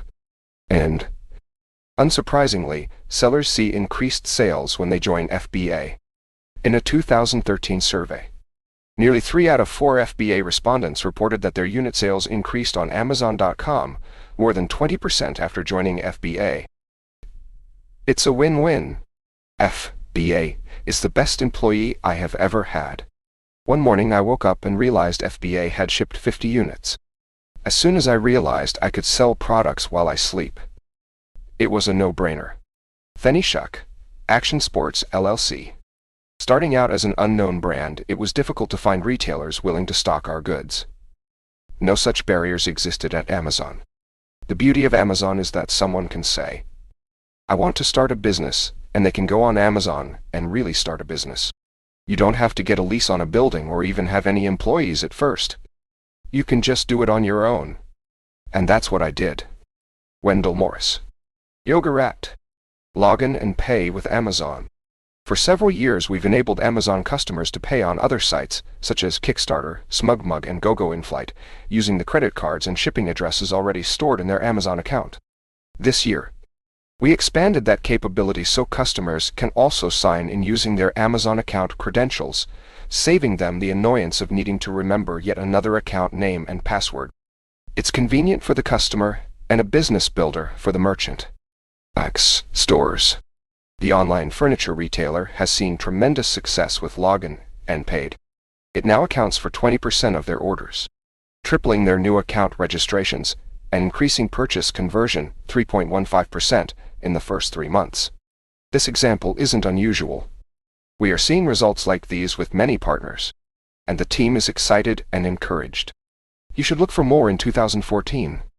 Amazon Smile. In 2013, we launched Amazon Smile, a simple way for customers to support their favorite charitable organizations every time they shop. When you shop at Smile, Amazon.com, Amazon donates a portion of the purchase price to the charity of your choice. You'll find the same selection, prices, shipping options, and Prime eligibility on Smile. Amazon.com. As you do on Amazon.com, you'll even find your same shopping cart and wish lists. In addition to the large national charities you would expect, you can also designate your local children's hospital, your school's PTA, or practically any other cause you might like. There are almost 1 million charities to choose from. I hope you'll find your favorite on the list. The Mayday button. Not only is the device awesome, but the Mayday feature is absolutely fantastic. The Kindle team has hit it out of the park with this one. Just tried the Mayday button on my HDS. 15-second response time. Amazon has done it again. Thoroughly impressed. Now, nothing gives us more pleasure at Amazon than reinventing normal, creating inventions that customers love and resetting their expectations for what normal should be. Mayday reimagines and revolutionizes the idea of on-device tech support. Tap the Mayday button, and an Amazon expert will appear on your Fire HDX and can co-pilot you through any feature by drawing on your screen, walking you through how to do something yourself, or doing it for you, whatever works best. Mayday is available 24/7, 365 days a year, and our response time goal is 15 seconds or less. We beat that goal with an average response time of only 9 seconds on our busiest day. Christmas. A few of the Maydays have been amusing. Mayday Tech Advisors have received 35 marriage proposals from customers. 475 customers have asked to talk to Amy, our Mayday television personality. 109 Maydays have been customers asking for assistance with ordering a pizza. By a slim margin, Pizza Hut wins customer preference over Domino's. There are 44 instances where the Mayday Tech Advisor has sung Happy Birthday to the customer. Mayday Tech Advisors have been serenaded by customers 648 times. And 3 customers have asked for a bedtime story. Pretty cool. I hope that gives you some sense of the scope of our opportunity and initiatives. As well, the inventive spirit and push for exceptional quality with which they're undertaken. I should underscore again that this is a subset. There are many programs I've omitted in this letter that are just as promising, consequential, and interesting as those I've highlighted. We have the good fortune of a large, inventive team and a patient, pioneering, customer-obsessed culture. Great innovations, large and small, are happening every day on behalf of customers, and at all levels throughout the company. This decentralized distribution of invention throughout the company, not limited to the company's senior leaders, is the only way to get robust, high-throughput innovation. What we're doing is challenging and fun. We get to work in the future. Failure comes part and parcel with invention. It's not optional. We understand that and believe in failing early and iterating until we get it right. When this process works, it means our failures are relatively small in size. Most experiments can start small. And when we hit on something that is really working for customers, we double down on it with hopes to turn it into an even bigger success. However, it's not always as clean as that. Inventing is messy. And over time, it's certain that we'll fail at some big bets too. I'd like to close by remembering Joy Covey. Joy was Amazon's CFO in the early days, and she left an indelible mark on the company. Joy was brilliant. Intense and so fun. She smiled a lot, and her eyes were always wide. Missing nothing. She was substance over optics. She was a long-term thinker. She had a deep keel. Joy was bold. She had a profound impact on all of us on the senior team and on the company's entire culture. Part of her will always be here, making sure we watch the details, see the world around us, and all have fun. I feel super lucky to be a part of the Amazon team. As always, I attach a copy of our original 1997 letter. Baram Jandayor, Surnisior, Jernichiki 7 letter. Our approach remains the same. And it's still day one. Jeffrey P. Bezos, founder and chief executive officer. Amazon.com. Inc. To our shareowners. A dreamy business offering has at least 4 characteristics. Customers love it. It can grow to very large size, it has strong returns on capital, and it's durable in time, with the potential to endure for decades. When you find one of these, don't just swipe right, get married. Well, I'm pleased to report that Amazon hasn't been monogamous in this regard. After 2 decades of risk-taking and teamwork, and with generous helpings of good fortune all along the way, we are now happily wed to what I believe are 3 such life partners: Marketplace, Prime, and AWS. Each of these offerings was a bold bet at first, and sensible people worried, often, that they could not work. But at this point, it's become pretty clear how special they are and how lucky we are to have them. It's also clear that there are no sinecures in business. We know it's our job to always nourish and fortify them. We'll approach the job with our usual tools: customer obsession rather than competitor focus, heartfelt passion for invention, commitment to operational excellence, and a willingness to think long-term, with good execution and a bit of continuing good luck. Marketplace, Prime, and AWS can be serving customers and earning financial returns for many years to come. Marketplace's early days were not easy. First, we launched Amazon Auctions. I think 7 people came, if you count my parents and siblings. Auctions transformed into Zia Shops, which was basically a fixed-price version of auctions. Again, no customers. But then we morphed Shops into Marketplace. Internally, Marketplace was known as SDP for Single Detail Page. The idea was to take our most valuable retail real estate, our product detail pages, and let third-party sellers compete against our own retail category managers.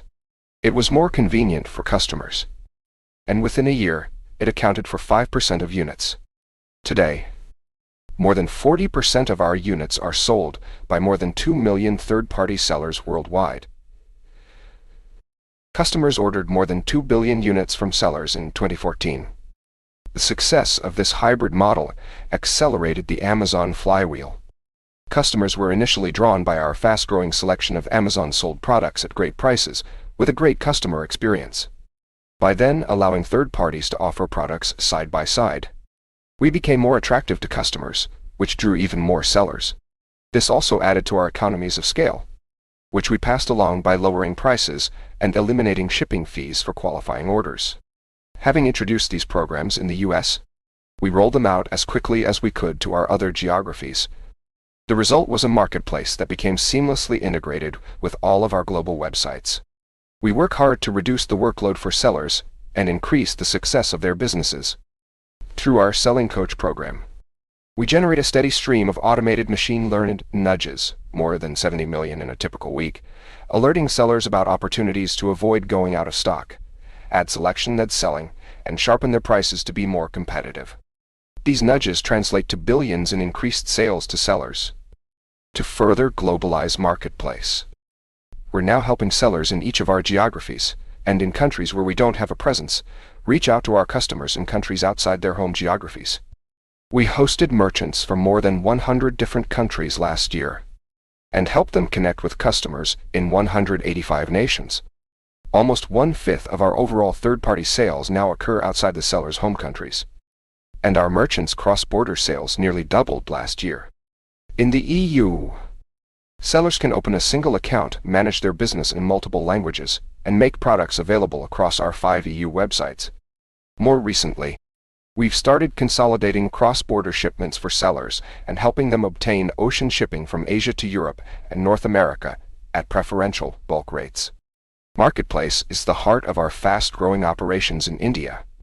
Since all of our selection in India is offered by third-party sellers, Amazon now offers more selection than any other e-commerce site in India, with more than 20 million products offered from over 21,000 sellers. With our Easy Ship service, we pick up products from a seller and handle delivery all the way to the end customer. Building upon Easy Ship, the India team recently piloted Kirana Now, a service that delivers everyday essentials from local Kirana, mom-and-pop stores to customers in 2 to 4 hours, adding convenience for our customers and increasing sales for the stores participating in the service. Perhaps most important for sellers, we've created Fulfillment by Amazon. But I'll save that for after we discuss Prime. Amazon Prime. 10 years ago, we launched Amazon Prime, originally designed as an all-you-can-eat free and fast shipping program. We were told repeatedly that it was a risky move, and in some ways, it was. In its first year, we gave up many millions of dollars in shipping revenue, and there was no simple math to show that it would be worth it. Our decision to go ahead was built on the positive results we'd seen earlier when we introduced free Super Saver shipping, and an intuition that customers would quickly grasp that they were being offered the best deal in the history of shopping. In addition, analysis told us that if we achieved scale, we would be able to significantly lower the cost of fast shipping. Our owned inventory retail business was the foundation of Prime. In addition to creating retail teams to build each of our category-specific online stores, we have created large-scale systems to automate much of inventory replenishment, inventory placement, and product pricing. The precise delivery date promise of Prime required operating our fulfillment centers in a new way. And pulling all of this together is one of the great accomplishments of our global operations team.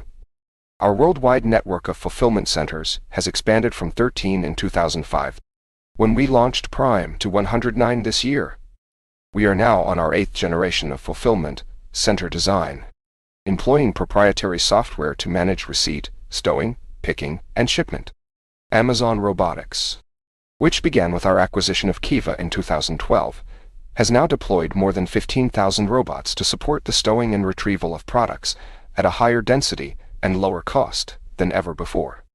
Our owned inventory retail business remains our best customer acquisition vehicle for Prime, and a critical part of building out categories that attract traffic and third-party sellers.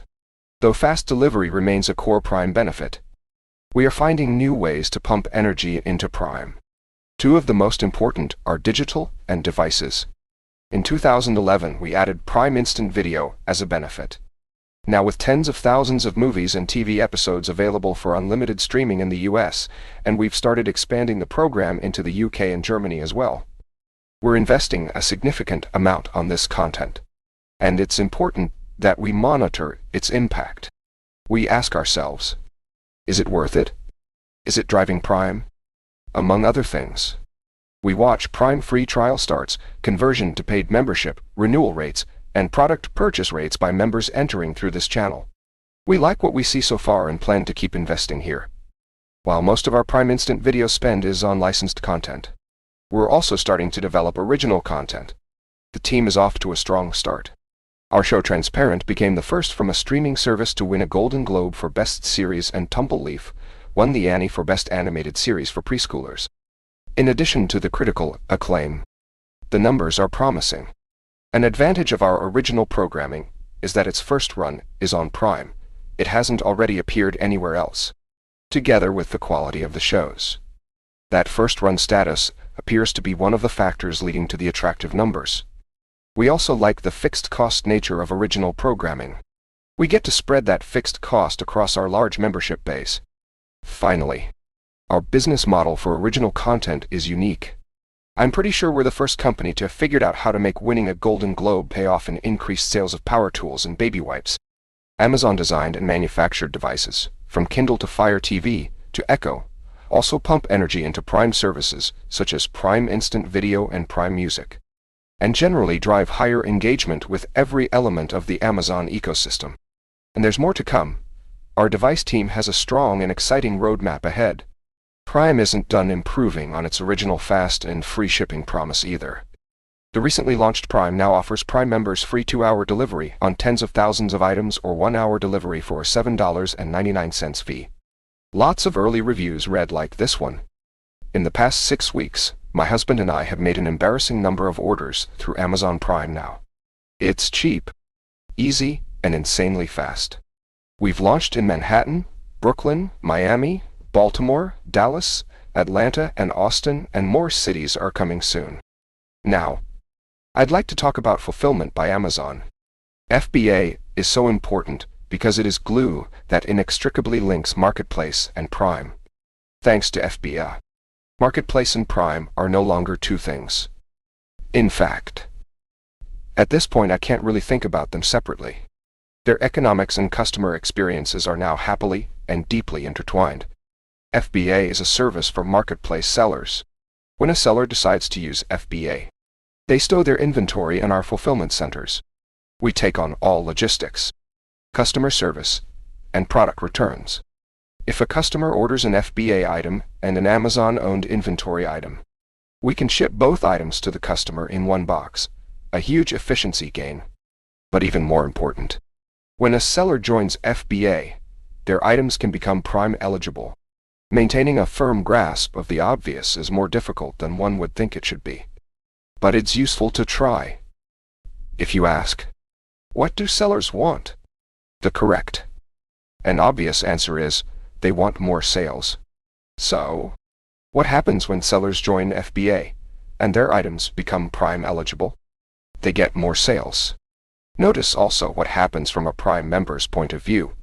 Every time a seller joins FBA, Prime members get more Prime eligible selection. The value of membership goes up. This is powerful for our flywheel. FBA completes the circle. Marketplace pumps energy into Prime, and Prime pumps energy into Marketplace. In a 2014 survey of U.S. sellers, 71% of FBA merchants reported more than a 20% increase in unit sales after joining FBA in the holiday period. Worldwide FBA units shipped grew 50% over the prior year and represented more than 40% of paid third-party units. Paid Prime memberships grew more than 50% in the U.S. last year and 53% worldwide. FBA is a win for customers and a win for sellers. Amazon Web Services. A radical idea when it was launched 9 years ago. Amazon Web Services is now big and growing fast. Startups were the early adopters.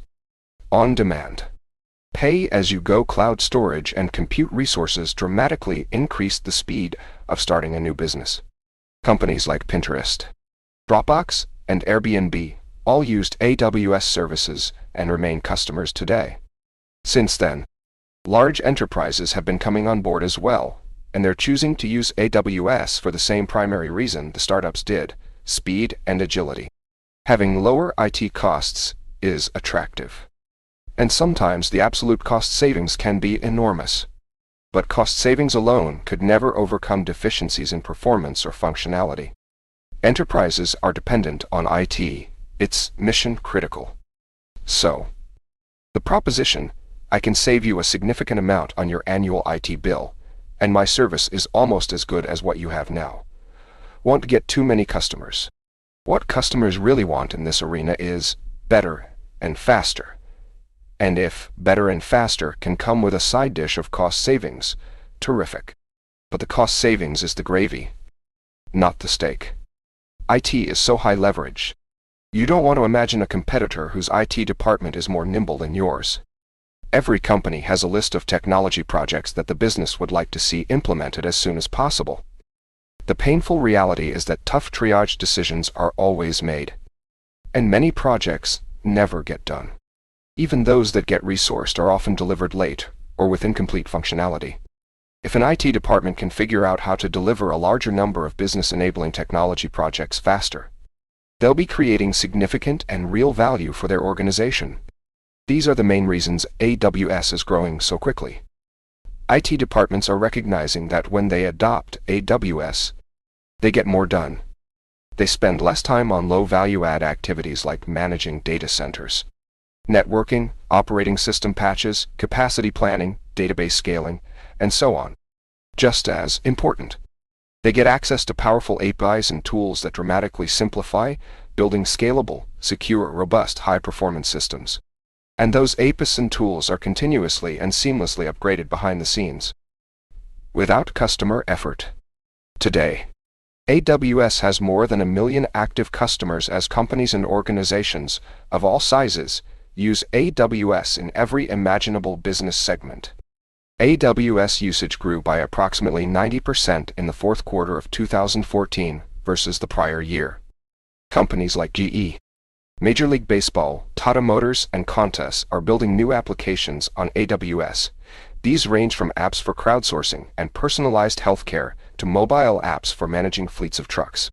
Other customers, like NTT-DOCOMO, the Financial Times, and the Securities and Exchange Commission, are using AWS to analyze and take action on vast amounts of data. And many customers like Condé Nast, Kellogg's, and News Corp are migrating legacy critical applications, and in some cases, entire data centers, to AWS. We've increased our pace of innovation as we've gone along, from nearly 160 new features and services in 2012 to 280 in 2013 and 516 last year. There are many that would be interesting to talk about, from WorkDocs and WorkMail to AWS Lambda and the EQ2 container service to the AWS Marketplace, but for purposes of brevity, I'm going to limit myself to one, our recently introduced Amazon Aurora. We hope Aurora will offer customers a new normal for a very important, but also very problematic, technology that is a critical underpinning of many applications, the relational database. Aurora is a MySQL-compatible database engine that offers the speed and availability of high-end commercial databases with the simplicity and cost-effectiveness of open-source databases. Aurora's performance is up to 5 times better than typical MySQL databases. At 1/10 the cost of commercial database packages, relational databases are an arena that's been a pain point for organizations and developers for a long time. And we're very excited about Aurora. I believe AWS is one of those dreamy business offerings that can be serving customers and earning financial returns for many years into the future. Why am I optimistic? For one thing, the size of the opportunity is big, ultimately encompassing global spend on servers, networking, data centers, infrastructure software, databases, data warehouses, and more. Similar to the way I think about Amazon retail. For all practical purposes, I believe AWS is market size unconstrained. Second, its current leadership position, which is significant, is a strong ongoing advantage. We work hard, very hard, to make AWS as easy to use as possible. Even so, it's still a necessarily complex set of tools with rich functionality and a non-trivial learning curve. Once you've become proficient at building complex systems with AWS, you do not want to have to learn a new set of tools and APIs assuming the set you already understand works for you. This is in no way something we can rest on. But if we continue to serve our customers in a truly outstanding way, they will have a rational preference to stick with us. In addition, also because of our leadership position, we now have thousands of what are effectively AWS ambassadors roaming the world. Software developers changing jobs, moving from one company to another, become our best salespeople. We used AWS where I used to work and we should consider it here. I think we'd get more done. It's a good sign that proficiency with AWS and its services is already something software developers are adding to their resumes. Finally, I'm optimistic that AWS will have strong returns on capital. This is one we as a team examine because AWS is capital intensive. The good news is, we like what we see when we do these analyses. Structurally, AWS is far less capital intensive than the mode it's replacing. Do-it-yourself data centers, which have low utilization rates, almost always below 20%. Pooling of workloads across customers gives AWS much higher utilization rates, and correspondingly higher capital efficiency. Further, once again our leadership position helps. Scale economies can provide us a relative advantage on capital efficiency. We'll continue to watch and shape the business for good returns on capital. AWS is young, and it is still growing and evolving. We think we can continue to lead if we continue to execute with our customers' needs foremost in mind. Career choice. Before closing, I want to take a moment to update share owners on something we're excited about and proud of. 3 years ago, we launched an innovative employee benefit, the Career Choice Program.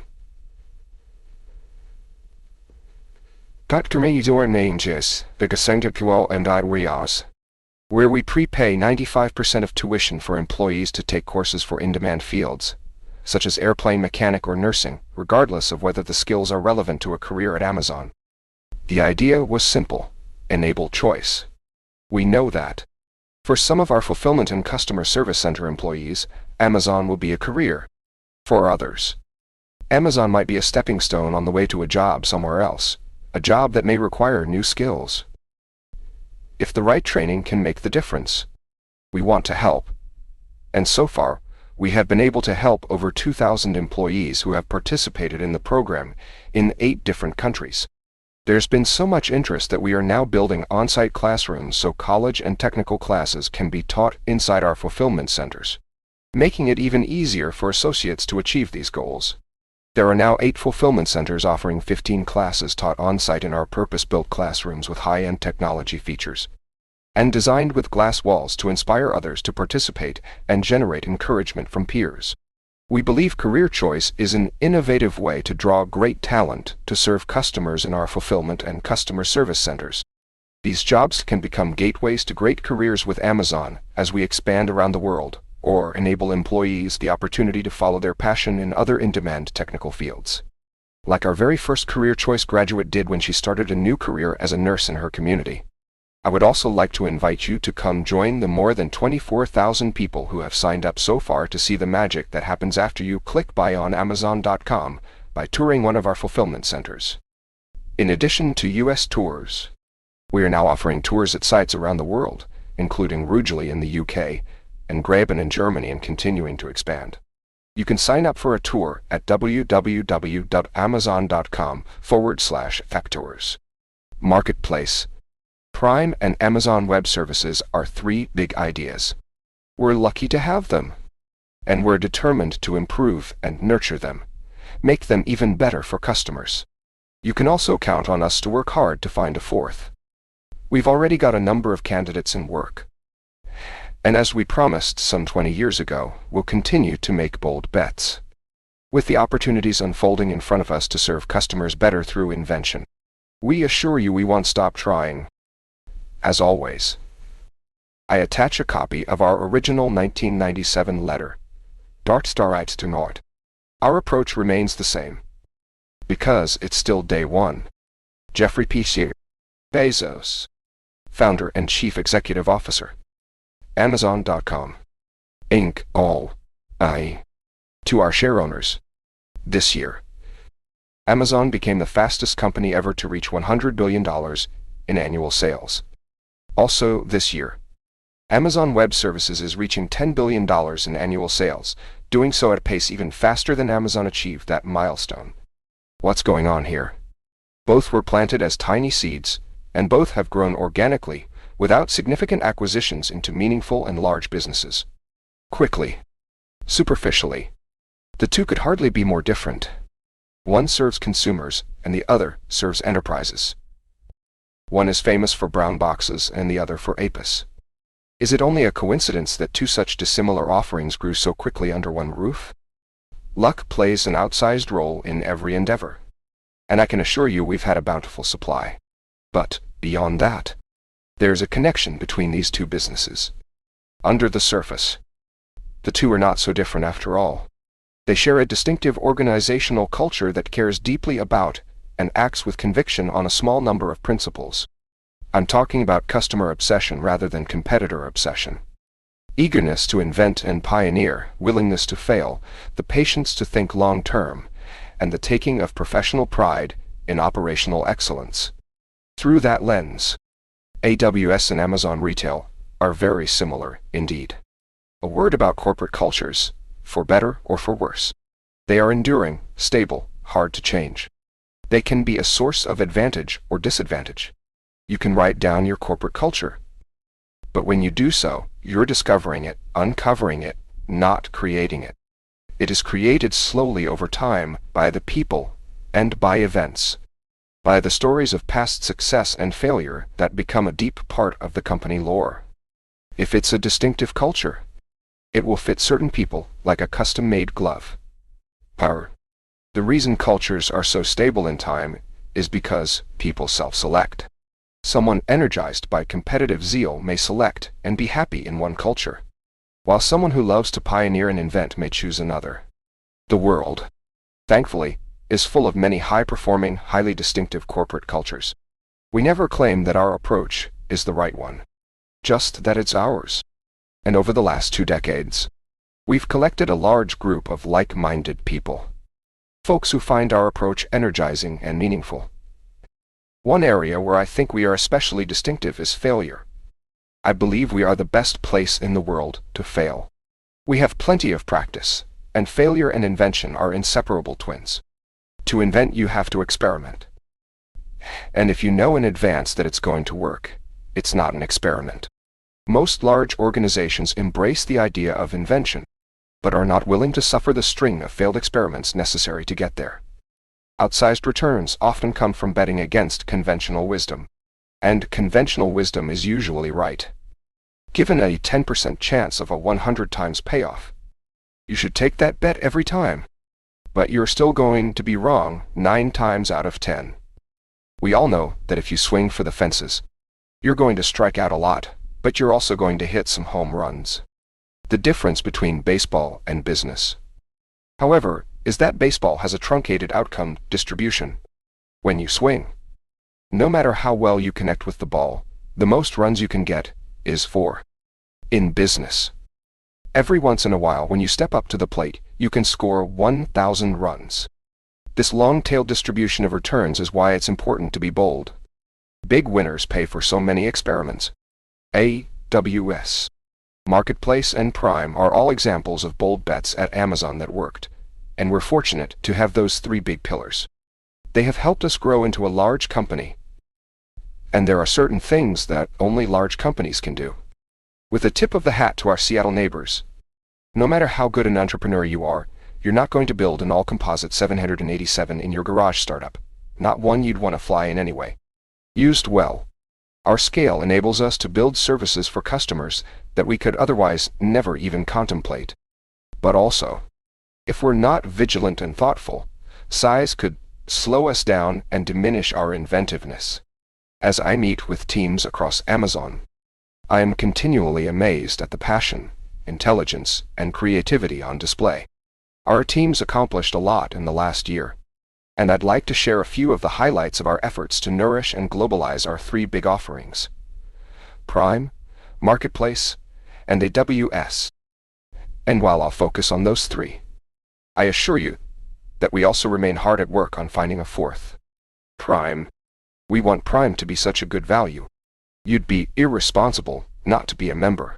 We've grown Prime 2-day delivery selection from 1 million items to over 30 million. Added Sunday delivery, and introduced free same-day delivery on hundreds of thousands of products for customers in more than 35 cities around the world. We've added music, photo storage, the Kindle Owner's Lending Library, and streaming films and TV. Prime now offers members 1-hour delivery on an important subset of selection, and was launched only 111 days after it was dreamed up. In that time, a small team built a customer-facing app, secured a location for an urban warehouse, determined which 25,000 items to sell, got those items stocked, recruited and onboarded new staff, tested, iterated, designed new software for internal use, both a warehouse management system and a driver-facing app, and launched in time for the holidays. Today, just 15 months after that first city launch, Prime now is serving members in more than 30 cities around the world. Prime Video offers exclusives from some of the world's most passionate storytellers. We want brilliant creators like Jill Soloway, Jason Schwartzman, and Spike Lee to take risks and push boundaries. Our original series have already earned more than 120 nominations and won nearly 60 awards, including Golden Globe and Emmy Awards. Many of these are stories that might never have been told in the traditional linear programming model. In the pipeline and coming soon are new series and movies from creators like Jeremy Clarkson, David E. Kelly, Woody Allen, and Kenneth Lonergan. The Man in the High Castle, based on the Philip K. Dick novel, explores an alternate history where the U.S. lost World War I. It debuted on Prime Video on November 20th, and in 4 weeks became our most viewed show. Critics acclaim it as Amazon has the best new drama of the season in The Man in the High Castle, and The Man in the High Castle accomplishes so much, where most new broadcast TV dramas these days don't even try. I'm sure. These shows are great for customers, and they feed the Prime flywheel. Prime members who watch Prime Video are more likely to convert from a free trial to a paid membership, and more likely to renew their annual subscriptions. Finally, our first ever Prime Day surpassed all our expectations. More new members tried Prime that day than any other day in our history. Worldwide order growth increased 266% over the same day the year before. And sellers whose products are Prime eligible through FBA saw record-breaking sales with growth nearing 300%. Prime has become an all-you-can-eat physical-digital hybrid that members love. Membership grew 51% last year, including 47% growth in the US and even faster internationally, and there are now tens of millions of members worldwide. There's a good chance you're already one of them. But if you're not, please be responsible. Join Prime Marketplace. And we took 2 big swings and missed with auctions and iShops before we launched Marketplace over 15 years ago.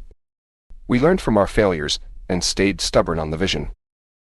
And today close to 50% of units sold on Amazon are sold by third-party sellers. Marketplace is great for customers because it adds unique selection. And it's great for sellers. There are over 70,000 entrepreneurs with sales of more than $100,000 a year selling on Amazon, and they've created over 600,000 new jobs. With FBA, that flywheel spins faster because sellers' inventory becomes Prime eligible. Prime becomes more valuable for members, and sellers sell more. This year, we created a new program called Seller Fulfilled Prime.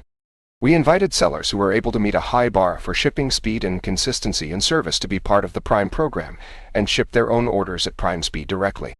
Those sellers have already seen a significant bump in sales, and the program has led to hundreds of thousands of additional items that are available to Prime customers via free 2-day or next-day shipping in the US, UK, and Germany. We also created the Amazon Lending Program to help sellers grow. Since the program launched, we've provided aggregate funding of over $1.5 billion to micro, small, and medium businesses across the US, UK, and Japan through short-term loans, with a total outstanding loan balance of about $400 million. Stephen Arstall, surfer and owner of Tower Paddleboards, is one beneficiary. His business has become one of the fastest-growing companies in San Diego. In part with a little help from Amazon Lending. Click-to-cash access to capital helps these small enterprises grow, benefits customers with greater selection, and benefits Amazon since our marketplace revenue grows along with the seller's sales. We hope to expand Amazon Lending and are now working on ways to partner with banks so they can use their expertise to take and manage the bulk of the credit risk. In addition to nourishing our big offerings, we work to globalize them. Our marketplace creates opportunities for sellers anywhere to reach buyers around the world. In the past, many sellers would limit their customer base to their home country due to the practical challenges of selling internationally. To globalize Marketplace and expand the opportunities available to sellers, we built selling tools that empowered entrepreneurs in 172 countries to reach customers in 189 countries last year. These cross-border sales are now nearly a quarter of all third-party units sold on Amazon. To make this possible, we translated hundreds of millions of product listings and provided conversion services among 44 currencies. Even small and niche sellers can now tap into our global customer base and global logistics network. The end result is very different from sellers handling their own one at a time. Cross-border fulfillment. Plugable Technologies CEO Bernie Thompson put it this way: It really changes the paradigm when you're able to ship the goods in bulk to a warehouse in Europe or Japan, and have those goods be fulfilled in 1 day or 2 days. India is another example of how we globalize an offering like Marketplace through customer obsession and a passion for invention. Last year, we ran a program called Amazon Chai Cart, where we deployed 3-wheeled mobile carts to navigate in a city's business districts, serve tea, water, and lemon juice to small business owners, and teach them about selling online. In a period of 4 months, the team traveled 15,280 kilometers across 31 cities, served 37,200 cups of tea, and engaged with over 10,000 sellers. Through this program and other conversations with sellers, we found out there was a lot of interest in selling online, but that sellers struggled with the belief that the process was time-consuming, tedious, and complex. So, we invented Amazon Tatkal, which enables small businesses to get online in less than 60 minutes. Amazon Tatkal is a specially designed studio on wheels offering a suite of launch services including registration, imaging, and cataloging services, as well as basic seller training mechanisms. Since its launch on February 17th, we have reached sellers in 25 cities. We're also globalizing fulfillment by Amazon, adapting the service to local customer needs. In India, we launched a program called Seller Flex to combine Amazon's logistics capabilities with seller selection at the local neighborhood level. Sellers set aside a part of their warehouse for storing items to be sold on Amazon, and we configure it as a fulfillment center in our network that can receive and fulfill customer orders. Our team provides guidance on warehouse layout, IT and operational infrastructure, and trains the seller on standard operating procedures to be followed on-site. We've now launched 25 operational Seller Flex sites across 10 cities. Amazon Web Services. Just over 10 years ago, AWS started in the US with its first major service, a simple storage service. Today, AWS offers more than 70 services for compute, storage, databases, analytics, mobile, Internet of Things, and enterprise applications. We also offer 33 availability zones across 12 geographic regions worldwide, with another 5 regions and 11 availability zones in Canada, China, India, the US, and the UK to be available in the coming year. AWS started with developers and startups, and now is used by more than 1 million customers from organizations of every size across nearly every industry. Companies like Pinterest, Airbnb, GE, Enel, Capital First, Intuit, Johnson & Johnson, Philips, Hess, Adobe, McDonald's, and Time Inc. are. AWS is bigger than Amazon.com was at 10 years old, growing at a faster rate, and most noteworthy in my view, the pace of innovation continues to accelerate. We announced 722 significant new features and services in 2015, a 40% increase over 2014. Many characterized AWS as a bold and unusual bet when we started. What does this have to do with selling books? We could have stuck to the knitting. I'm glad we didn't. Or did we? Maybe the knitting has as much to do with our approach as the arena. AWS is customer-obsessed, inventive and experimental, long-term oriented, and cares deeply about operational excellence. Given 10 years and many iterations, that approach has allowed AWS to rapidly expand into the world's most comprehensive, widely adopted cloud service. As with our retail business, AWS is made up of many small teams with single-threaded owners, enabling rapid innovation. The team rolls out new functionality almost daily across 70 services, and that new functionality just shows up for customers. There's no upgrading. Many companies describe themselves as customer-focused, but few walk the walk. Most big technology companies are competitor-focused. They see what others are doing and then work to fast follow. In contrast, 90 to 95% of what we build in AWS is driven by what customers tell us they want. A good example is our new database engine, Amazon Aurora. Customers have been frustrated by the proprietary nature, high cost, and licensing terms of traditional commercial-grade database providers. And while many companies have started moving toward more open engines like MySQL and Postgres, they often struggle to get the performance they need. Customers asked us if we could eliminate that inconvenient trade-off. And that's why we built Aurora. It has commercial-grade durability, and availability. Is fully compatible with MySQL, has up to 5 times better performance than the typical MySQL implementation, but is 1/10 the price of the traditional, commercial-grade database engines. This has struck a resonant chord with customers. And Aurora is the fastest-growing service in the history of AWS. Nearly the same story could be told about Redshift, our managed data warehouse service, which is the second fastest-growing service in AWS history. Both small and large companies are moving their data warehouses to Redshift. Our approach to pricing is also driven by our customer-centric culture. We've dropped prices 51 times. In many cases before there was any competitive pressure to do so. In addition to price reductions, we've also continued to launch new lower-cost services like Aurora, Redshift, QuickSight, our new business intelligence service, EC2 container service, our new compute container service, and Lambda, our pioneering serverless computing capability, while extending our services to offer a range of highly cost-effective options for running just about every type of application or IT use case imaginable. We even roll out and continuously improve services like Trusted Advisor, which alerts customers when they can save money, resulting in hundreds of millions of dollars in savings for our customers. I'm pretty sure we're the only IT vendor telling customers how to stop spending money with us.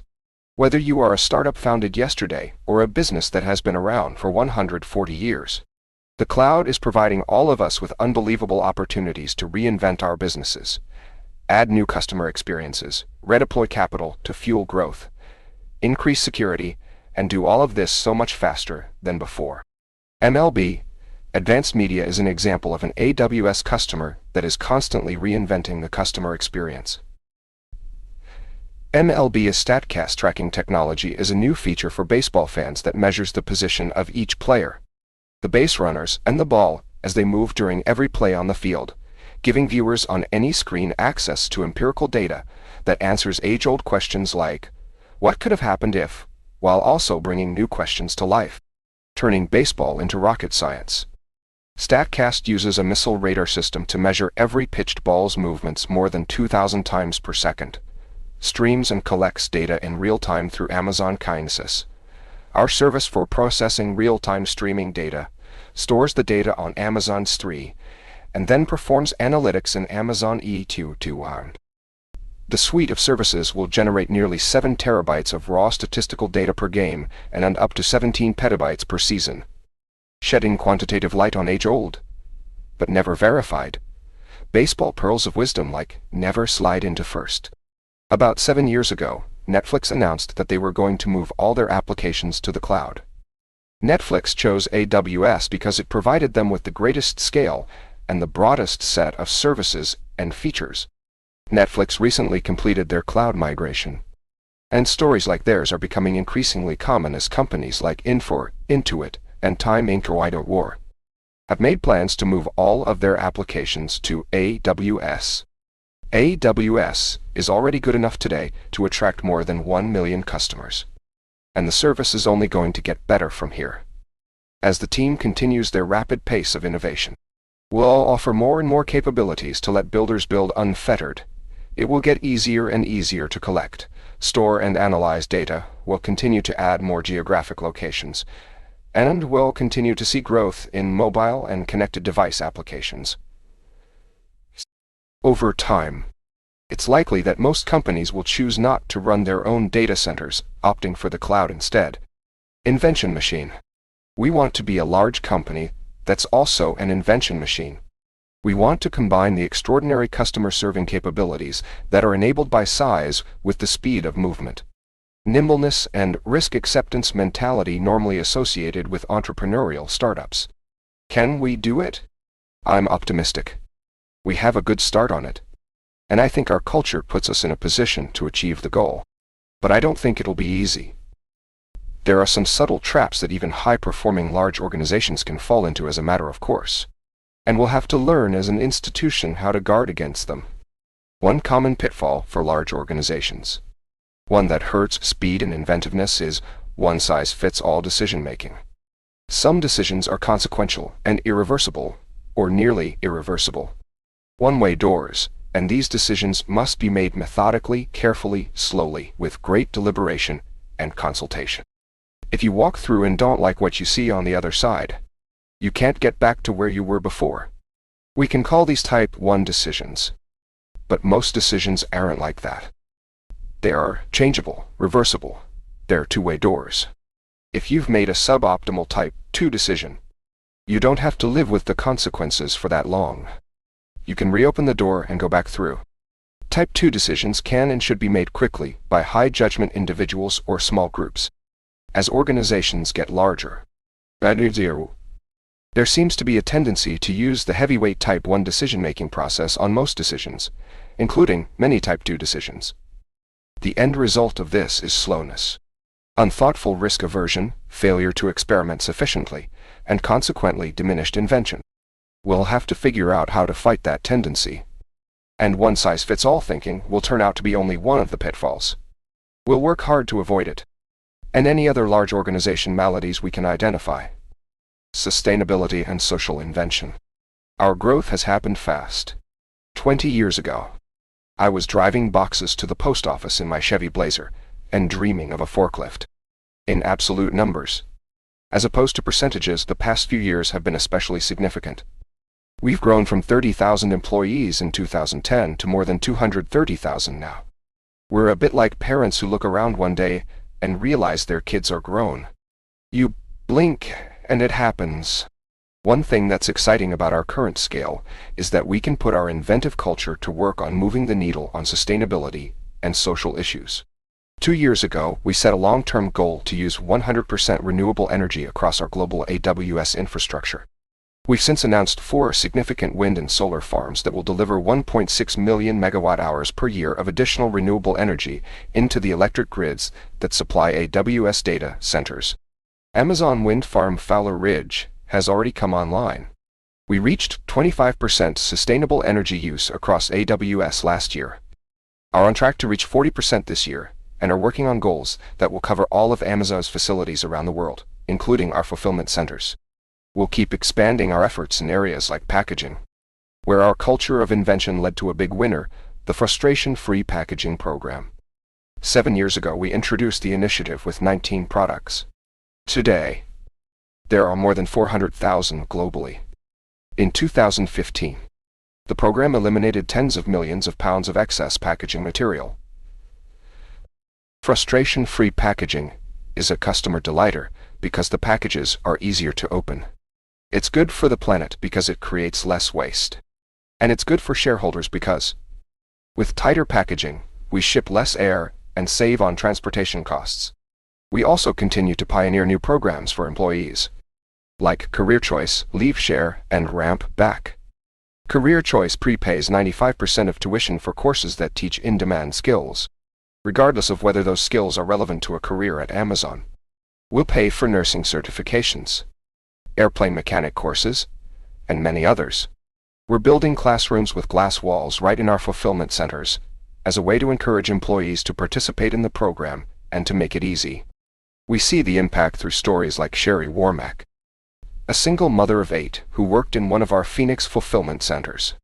Career Choice paid for Sherry to get licensed to drive an 18-wheeler.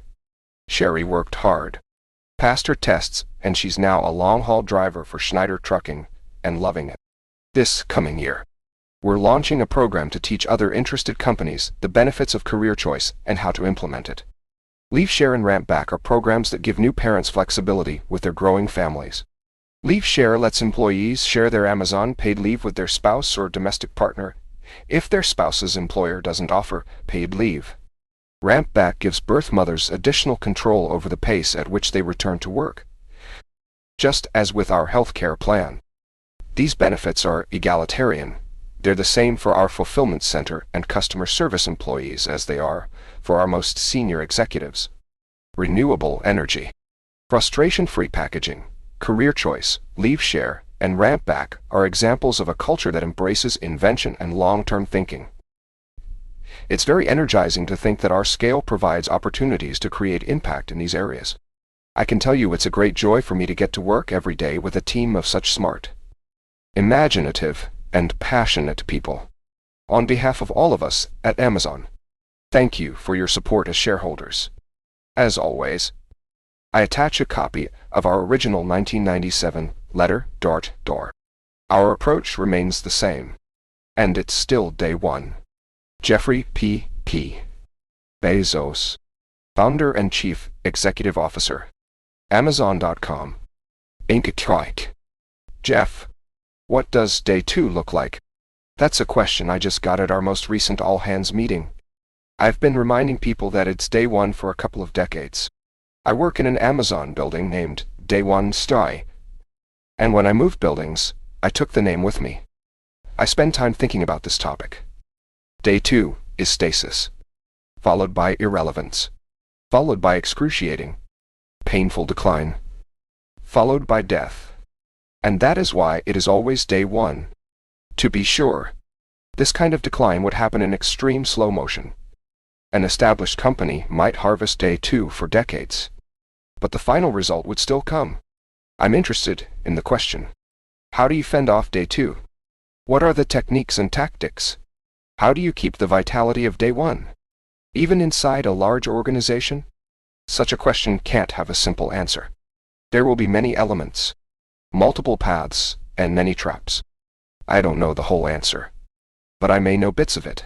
Here's a starter pack of essentials for day one defense: customer obsession, a skeptical view of proxies, the eager adoption of external trends, and high-velocity decision-making. True customer obsession. There are many ways to center a business. You can be competitor-focused, product-focused, technology-focused, business model-focused, and more. But, in my view, obsessive customer focus is by far the most protective of day one vitality. Why? There are many advantages to a customer-centric approach. But here's the big one. Customers are always beautifully, wonderfully dissatisfied. Even when they report being happy and business is great. Even when they don't yet know it. Customers want something better. Your desire to delight customers will drive you to invent on their behalf. No customer ever asked Amazon to create the Prime membership program. But it sure turns out they wanted it, and I could give you many such examples. Staying in day one requires you to experiment patiently. Accept failures, plant seeds, protect saplings, and double down when you see customer delight. Customer-obsessed culture best creates the conditions where all of that can happen. Resist proxies. As companies get larger and more complex, there's a tendency to manage to proxies. This comes in many shapes and sizes. And it's dangerous, subtle, and very day two. A common example is process as proxy. Good process serves you, so you can serve customers.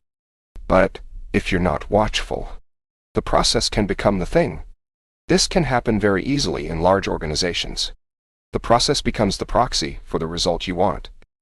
You stop looking at outcomes and just make sure you're doing the process right. It's not that rare to hear a junior leader defend a bad outcome with something like, "Well, we followed the process." A more experienced leader will use it as an opportunity to investigate and improve the process. The process is not the thing. It's always worth asking, do we own the process, or does the process own us? In a day two company, you might find it's the second. Another example, market research and customer surveys can become proxies for customers, something that's especially dangerous when you're inventing and designing products. 55% of beta testers report being satisfied with this feature. That is up from 47% in the first survey. That's hard to interpret and could unintentionally mislead. Good inventors and designers deeply understand their customers. They spend tremendous energy developing that intuition. They study and understand many anecdotes rather than only the averages you'll find on surveys. They live with the design. I'm not against beta testing or surveys. But you, the product or service owner, must understand the customer, have a vision, and love the offering. Then, beta testing and research can help you find your blind spots. A remarkable customer experience starts with heart, intuition, curiosity, play, guts, and taste. You won't find any of it in a survey. Embrace external trends. The outside world can push you into day two if you want or can't embrace powerful trends quickly. If you fight them, you're probably fighting the future. Embrace them, and you have a tailwind. These big trends are not that hard to spot. They get talked and written about a lot. But they can be strangely hard for large organizations to embrace. We're in the middle of an obvious one right now: machine learning and artificial intelligence.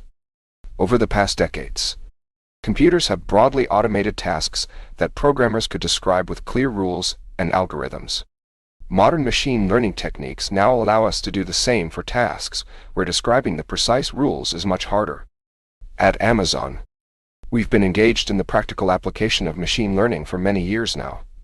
Some of this work is highly visible: our autonomous Prime Air delivery drones, the Amazon Go convenience store that uses machine vision to eliminate checkout lines, and Alexa, our cloud-based AI assistant. We still struggle to keep Echo in stock, despite our best efforts. A high-quality problem. But a problem. We're working on it. But much of what we do with machine learning happens beneath the surface. Machine learning drives our algorithms for demand forecasting, product search ranking, product and deals recommendations, merchandising placements, fraud detection, translations, and much more. Though less visible, much of the impact of machine learning will be of this type, quietly but meaningfully improving core operations. Inside AWS, we're excited to lower the costs and barriers to machine learning and AI so organizations of all sizes can take advantage of these advanced techniques. Using our pre-packaged versions of popular deep learning frameworks running on P2 compute instances optimized for this workload, customers are already developing powerful systems ranging everywhere from early disease detection to increasing crop yields. And we've also made Amazon's higher-level services available in a convenient form. Amazon Lex. What's inside Alexa, Amazon Polly, and Amazon Recognition remove the heavy lifting from natural language understanding, speech generation, and image analysis. They can be accessed with simple API calls. No machine learning expertise required. Watch this space. Much more to come. High-velocity decision-making. Day 2 companies make high-quality decisions. But they make high-quality decisions slowly. To keep the energy and dynamism of day 1, you have to, somehow, make high-quality, high-velocity decisions. Easy for startups and very challenging for large organizations. The senior team at Amazon is determined to keep our decision-making velocity high. Speed matters in business. Plus, a high-velocity decision-making environment is more fun too. We don't know all the answers. But here are some thoughts. First, never use a one-size-fits-all decision-making process. Many decisions are reversible. Two-way doors. Those decisions can use a lightweight process. For those. So what if you're wrong? I wrote about this in more detail in last year's letter.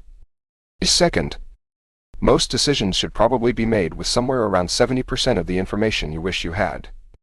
If you wait for 90%, in most cases, you're probably being slow. Plus, either way, you need to be good at quickly recognizing and correcting bad decisions. If you're good at course correcting, being wrong may be less costly than you think, whereas being slow is going to be expensive for sure. Third, use the phrase, disagree and commit. This phrase will save a lot of time. If you have conviction on a particular direction, even though there's no consensus, it's helpful to say, look, I know we disagree on this, but will you gamble with me on it? Disagree and commit. By the time you're at this point, no one can know the answer for sure, and you'll probably get a quick yes. This isn't one way. If you're the boss, you should do this too. I disagree and commit all the time. We recently greenlit a particular Amazon Studios original. I told the team my view, debatable whether it would be interesting enough. Complicated to produce, the business terms aren't that good, and we have lots of other opportunities. They had a completely different opinion and wanted to go ahead. I wrote back right away with, I disagree, and commit and hope it becomes the most watched thing we've ever made. Consider how much slower this decision cycle would have been if the team had actually had to convince me rather than simply get my commitment. Note what this example is not. It's not me thinking to myself, well, these guys are wrong and missing the point, but this isn't worth me chasing. It's a genuine disagreement of opinion, a candid expression of my view, a chance for the team to weigh my view, and a quick, sincere commitment to go their way. And given that this team has already brought home 11 Emmys, 6 Golden Globes and 3 Oscars, I'm just glad they let me in the room at all. Fourth, recognize true misalignment issues early and escalate them immediately. Sometimes, teams have different objectives and fundamentally different views. They are not aligned. No amount of discussion, no number of meetings will resolve that deep misalignment. Without escalation, the default dispute resolution mechanism for this scenario is exhaustion. Whoever has more stamina carries the decision. I've seen many examples of sincere misalignment at Amazon over the years. When we decided to invite third-party sellers to compete directly against us on our own product detail pages, that was a big one. Many smart, well-intentioned Amazonians were simply not at all aligned with the direction. The big decision set up hundreds of smaller decisions, many of which needed to be escalated to the senior team. You've worn me down as an awful decision-making process. It's slow and de-energizing. Go for quick escalation instead. It's better. Oh. Have you settled only for decision quality, or are you mindful of decision velocity too? Are the world's trends tailwinds for you? Are you falling prey to proxies, or do they serve you? And most important of all, are you delighting customers? We can have the scope and capabilities of a large company and the spirit and heart of a small one, but we have to choose it. A huge thank you to each and every customer for allowing us to serve you, to our shareholders for your support, and to Amazonians everywhere for your hard work, your ingenuity, and your passion. As always, I attach a copy of our original 1997 letter. It remains day one. Sincerely, Jeffrey P. Bezos, Founder and Chief Executive Officer, Amazon.com, Inc. Corp. To our shareowners, the American Customer Satisfaction Index recently announced the results of its annual survey. And for the 8th year in a row, customers ranked Amazon number 1.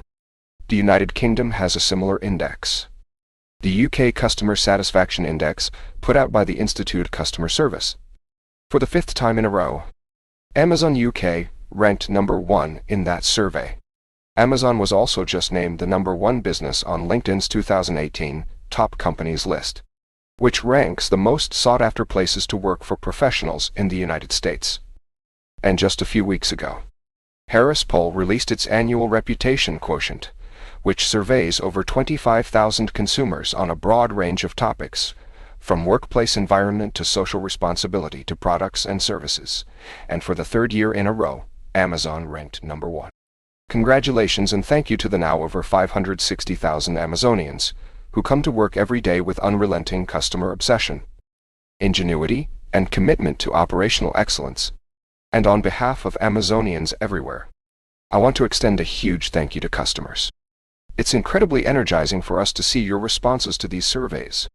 One thing I love about customers is that they are divinely discontent. Their expectations are never static.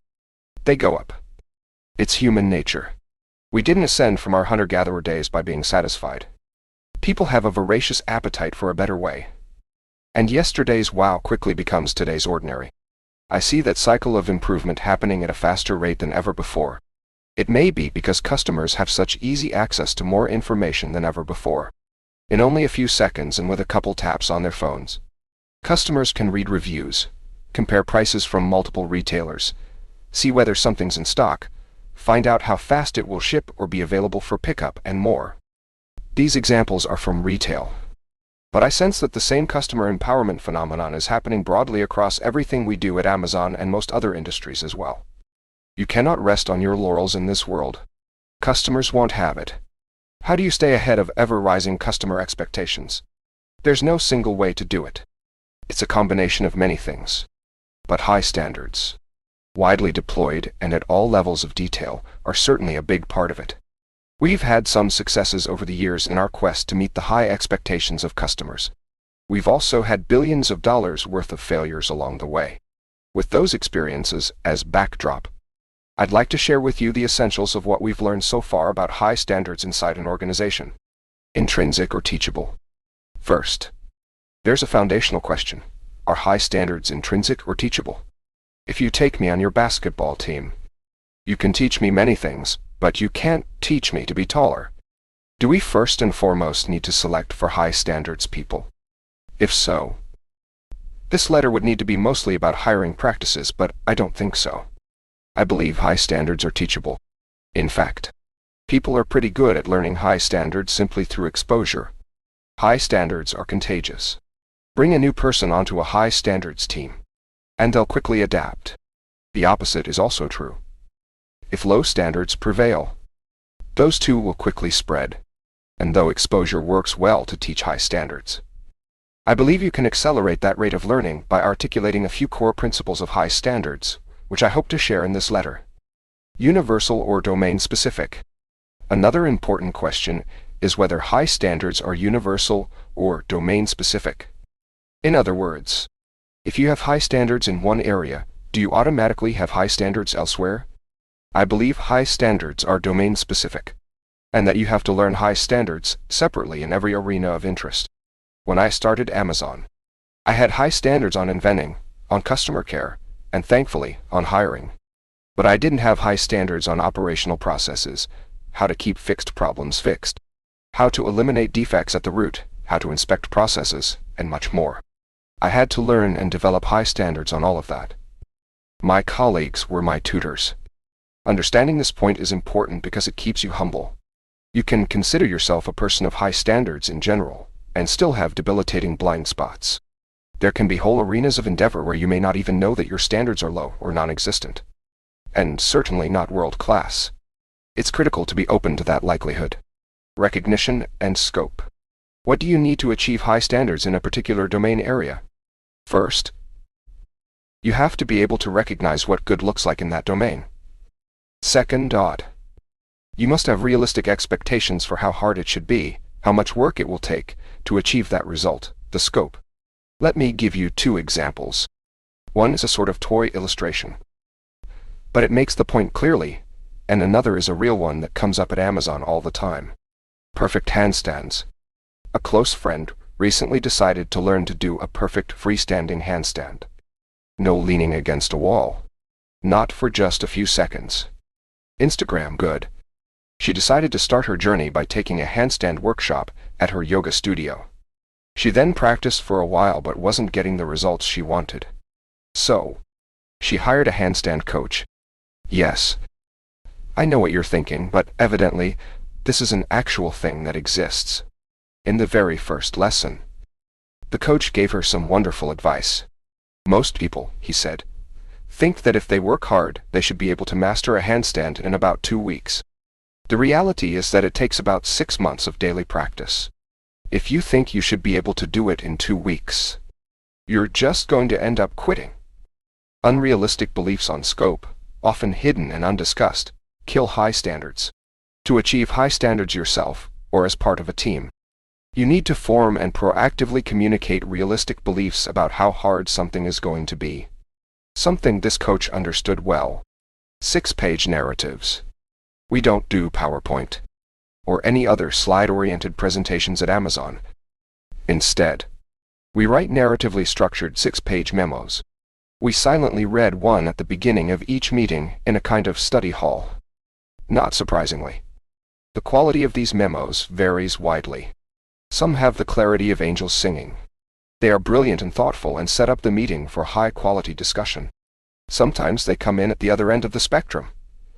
In the handstand example, it's pretty straightforward to recognize high standards.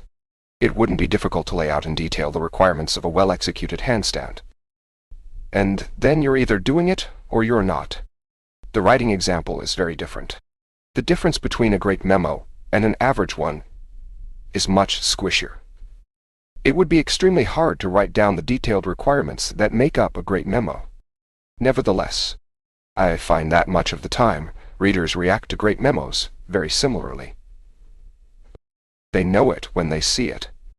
The standard is there, and it is real, even if it's not easily describable.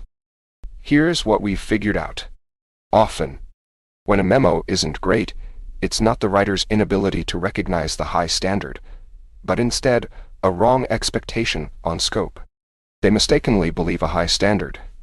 6-page memo can be written in 1 or 2 days or even a few hours when really it might take a week or more. They're trying to perfect a handstand in just 2 weeks, and we're not coaching them right. The great memos are written and rewritten, shared with colleagues who are asked to improve the work, set aside for a couple of days, and then edited again with a fresh mind. They simply can't be done in a day or two. The key point here is that you can improve results through the simple act of teaching scope. That a great memo probably should take a week or more. Skill. Beyond recognizing the standard and having realistic expectations on scope, how about skill? Surely to write a world-class memo, you have to be an extremely skilled writer. Is it another required element? In my view, not so much, at least not for the individual in the context of teams. The football coach doesn't need to be able to throw, and a film director doesn't need to be able to act. But they both do need to recognize high standards for those things, and teach realistic expectations on scope. Even in the example of writing a 6-page memo, that's teamwork. Someone on the team needs to have the skill, but it doesn't have to be you. As a side note, by tradition at Amazon, authors' names never appear on the memos. The memo is from the whole team. Benefits of high standards. Building a culture of high standards is well worth the effort. And there are many benefits. Naturally, and most obviously, you're going to build better products and services for customers. This would be reason enough. Perhaps a little less obvious, people are drawn to high standards. They help with recruiting and retention. More subtle. A culture of high standards is protective of all the invisible but crucial work that goes on in every company. I'm talking about the work that no one sees. The work that gets done when no one is watching. In a high standards culture, doing that work well is its own reward. It's part of what it means to be a professional. And finally, high standards are fun. Once you've tasted high standards, there's no going back. So, before elements of high standards as we see it, they are teachable. They are domain-specific. You must recognize them. And you must explicitly coach realistic scope. For us, these work at all levels of detail. Everything from writing memos to whole new, clean sheet business initiatives. We hope they help you too. Insist on the highest standards. Leaders have relentlessly high standards. Many people may think these standards are unreasonably high. From the Amazon leadership principles, recent milestones, the high standards our leaders strive for have served us well. And while I certainly can't do a handstand myself, I'm extremely proud to share some of the milestones we hit last year, each of which represents the fruition of many years of collective effort. We take none of them for granted. Prime, 13 years post-launch. We have exceeded 100 million paid Prime members globally. In 2017, Amazon shipped more than 5 billion items with Prime worldwide, and more new members joined Prime than in any previous year. Both worldwide and in the US, members in the US now receive unlimited free 2-day shipping on over 100 million different items.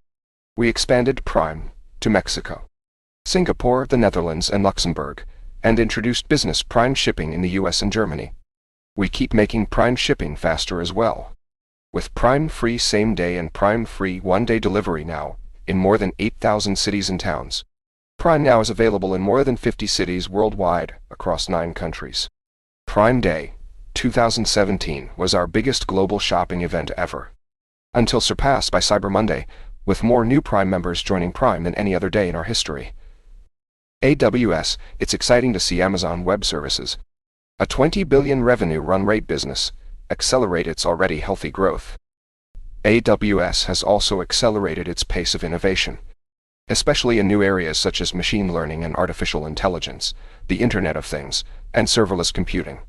In 2017, AWS announced more than 1,400 significant services and features, including Amazon SageMaker, which radically changes the accessibility and ease of use for everyday developers to build sophisticated machine learning models. Tens of thousands of customers are also using a broad range of AWS machine learning services, with active users increasing more than 250% in the last year, spurred by the broad adoption of Amazon SageMaker. And, in November, we held our 6th reInvent conference with more than 40,000 attendees and over 60,000 streaming participants. Marketplace, in 2017.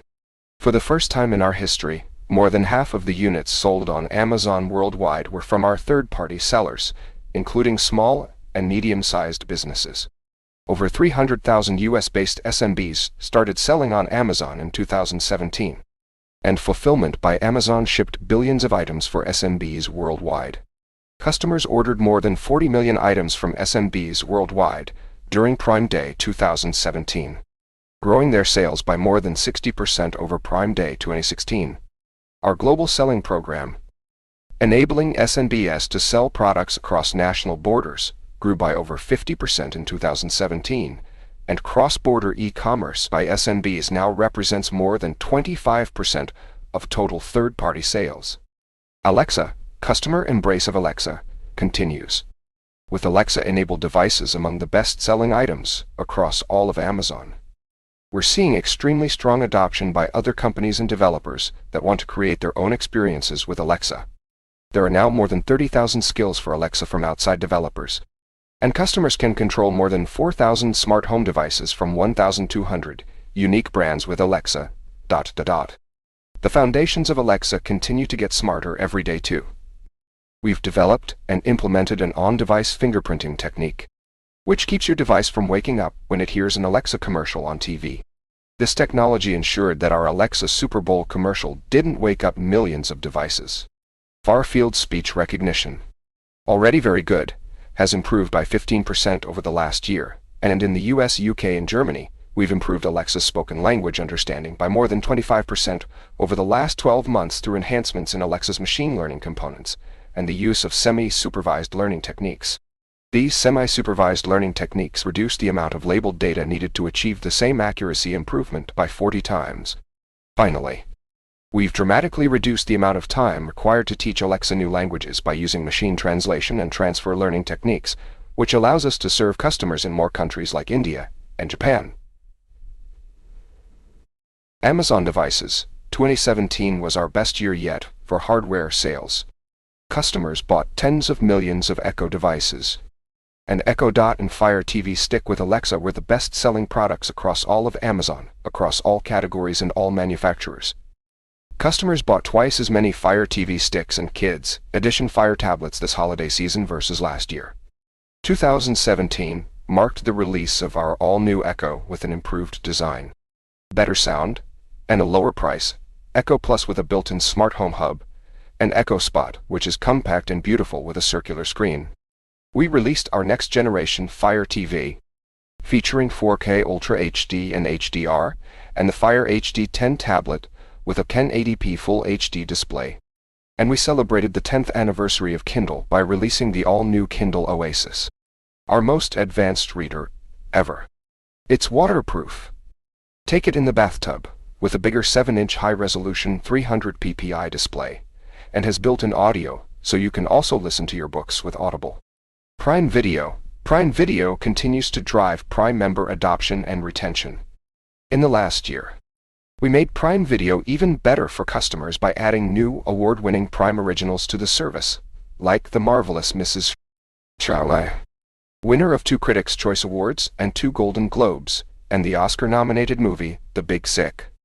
We've expanded our slate of programming across the globe, launching new seasons of Bosch and Sneaky Pete from the US, The Grand Tour from the UK, and You Are Wanted from Germany, while adding new Santosha shows from Japan, along with Breathe and the award-winning Inside Edge from India.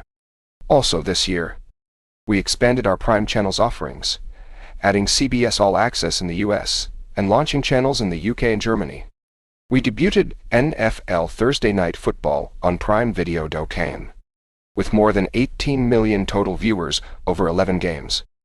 In 2017, Prime Video Direct secured subscription video rights for more than 3,000 feature films and committed over $18 million in royalties to independent filmmakers and other rights holders.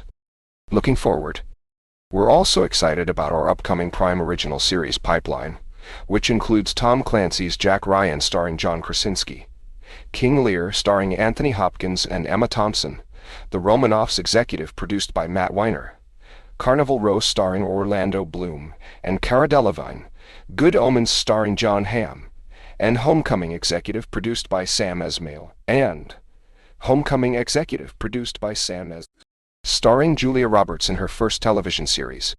We acquired the global television rights for a multi-season production of The Lord of the Rings, as well as Cortez, a miniseries based on the epic saga of Hernan Cortez from executive producer Steven Spielberg, starring Javier Bardem, and we look forward to beginning work on those shows this year. Amazon Music continues to grow fast, and now has tens of millions of paid customers. Amazon Music Unlimited, our on-demand, ad-free offering, expanded to more than 30 new countries in 2017, and membership has more than doubled over the past 6 months. Fashion. Amazon has become the destination for tens of millions of customers to shop for fashion. In 2017, we introduced our first fashion-oriented Prime benefit, Prime Wardrobe, a new service that brings the fitting room directly to the homes of Prime members so they can try on the latest styles before they buy. We introduced Nike and UGG on Amazon, along with new celebrity collections by Drew Barrymore and Dwyane Wade, as well as dozens of new private brands like Goodthreads and Corton. We're also continuing to enable thousands of designers and artists to offer their exclusive designs and prints on demand through Merch by Amazon. We finished 2017 with the launch of our interactive shopping experience with Calvin Klein, including pop-up shops, on-site product customization, and fitting rooms with Alexa-controlled lighting, music, and more. Whole Foods. When we closed our acquisition of Whole Foods Market last year, we announced our commitment to making high-quality, natural, and organic food available for everyone, then immediately lowered prices on a selection of best-selling grocery staples, including avocados, organic brown eggs, and responsibly farmed salmon. We followed this with a second round of price reductions in November. And our Prime member exclusive promotion broke Whole Foods' all-time record for turkeys sold during the Thanksgiving season. In February, we introduced free 2-hour delivery on orders over $35 for Prime members in select cities, followed by additional cities in March and April, and plan continued expansion across the U.S. throughout this year. We also expanded the benefits of the Amazon Prime Rewards Visa card, enabling Prime members to get 5% back when shopping at Whole Foods Market. Beyond that, customers can purchase Whole Foods private label products like 365 everyday value on Amazon, purchase Echo and other Amazon devices in over 100 Whole Foods stores, and pick up or return Amazon packages at Amazon lockers in hundreds of Whole Foods stores. We've also begun the technical work needed to recognize Prime members at the point of sale, and look forward to offering more Prime benefits to Whole Foods shoppers once that work is completed. Amazon Go. Amazon Go, a new kind of store with no checkout required, opened to the public in January in Seattle. Since opening, we've been thrilled to hear many customers refer to their shopping experience as magical. What makes the magic possible is a custom-built combination of computer vision, sensor fusion, and deep learning, which come together to create just walk-out shopping. With JWO, customers are able to grab their favorite breakfast, lunch, dinner, snack, and grocery essentials more conveniently than ever before. Some of our top-selling items are not surprising. Caffeinated beverages and water are popular. But our customers also love the chicken banh mi sandwich, chocolate chip cookies, cut fruit, gummy bears, and our Amazon meal kits. Treasure Truck expanded from a single truck in Seattle to a fleet of 35 trucks across 25 U.S. cities and 12 U.K. cities. Our bubble-blowing, music-pumping trucks fulfilled hundreds of thousands of orders, from porterhouse steaks to the latest Nintendo releases. Throughout the year, Treasure Truck also partnered with local communities to lift spirits and help those in need, including donating and delivering hundreds of car seats, thousands of toys, tens of thousands of socks, and many other essentials to community members needing relief, from those displaced by Hurricane Harvey, to the homeless, to kids needing holiday cheer. India. Amazon is the fastest-growing marketplace in India, and the most visited site on both desktop and mobile, according to Comscore and SimilarWeb. The Amazon mobile shopping app was also the most downloaded shopping app in India in 2017, according to App Annie. Prime added more members in India in its first year than any previous geography in Amazon's history. Prime selection in India now includes more than 40 million local products from third-party sellers. And Prime Video is investing in India original video content in a big way, including 2 recent premieres and over a dozen new shows in production. Sustainability: we are committed to minimizing carbon emissions by optimizing our transportation network, improving product packaging, and enhancing energy efficiency in our operations, and we have a long-term goal to power our global infrastructure using 100% renewable energy. We recently launched Amazon Wind Farm Texas.org, our largest wind farm yet, which generates more than 1 million megawatt-hours of clean energy annually from over 100 turbines. We have plans to host solar energy systems at 50 fulfillment centers by 2020, and have launched 24 wind and solar projects across the U.S., with more than 29 additional projects to come. Together, Amazon's renewable energy projects now produce enough clean energy to power over 330,000 homes annually. In 2017, we celebrated the 10-year anniversary of frustration-free packaging, the first of a suite of sustainable packaging initiatives that have eliminated more than 244,000 tons of packaging materials over the past 10 years. In addition, in 2017 alone, our program significantly reduced packaging waste, eliminating the equivalent of 305 million shipping boxes. And across the world, Amazon is contracting with our service providers to launch our first low-pollution last-mile fleet. Already today, a portion of our European delivery fleet is comprised of low-pollution electric and natural gas vans and cars, and we have over 40 electric scooters and e-cargo bikes that complete local urban deliveries. Empowering small business, millions of small and medium-sized businesses worldwide now sell their products through Amazon to reach new customers around the globe. SMBs selling on Amazon come from every state in the U.S. and from more than 130 different countries around the world. More than 140,000 SMBs surpassed $100,000 in sales on Amazon in 2017. And over 1,000 independent authors surpassed $100,000 in royalties in 2017 through Kindle Direct Publishing. Investment and job creation. Since 2011, we have invested over $150 billion worldwide in our fulfillment networks, transportation capabilities, and technology infrastructure, including AWS data centers. Amazon has created over 1.7 million direct and indirect jobs around the world. In 2017 alone, we directly created more than 130,000 new Amazon jobs, not including acquisitions, bringing our global employee base to over 560,000. Our new jobs cover a wide range of professions, from artificial intelligence scientists to packaging specialists to fulfillment center associates. In addition to these direct hires, we estimate that Amazon Marketplace has created 900,000 more jobs worldwide, and that Amazon's investments have created an additional 260,000 jobs in areas like construction, logistics, and other professional services. Career Choice. One employee program we're particularly proud of is Amazon Career Choice, for hourly associates with more than 1 year of tenure. We prepay 95% of tuition, fees, and textbooks, up to $12,000, for certificates and associate degrees in high-demand occupations such as aircraft mechanics, computer-aided design, machine tool technologies, medical lab technologies, and nursing. We fund education in areas that are in high demand and do so regardless of whether those skills are relevant to a career at Amazon. Globally, more than 16,000 associates, including more than 12,000 in the U.S., have joined Career Choice since the program launched in 2012. Career Choice is live in 10 countries and expanding to South Africa, Costa Rica, and Slovakia later this year.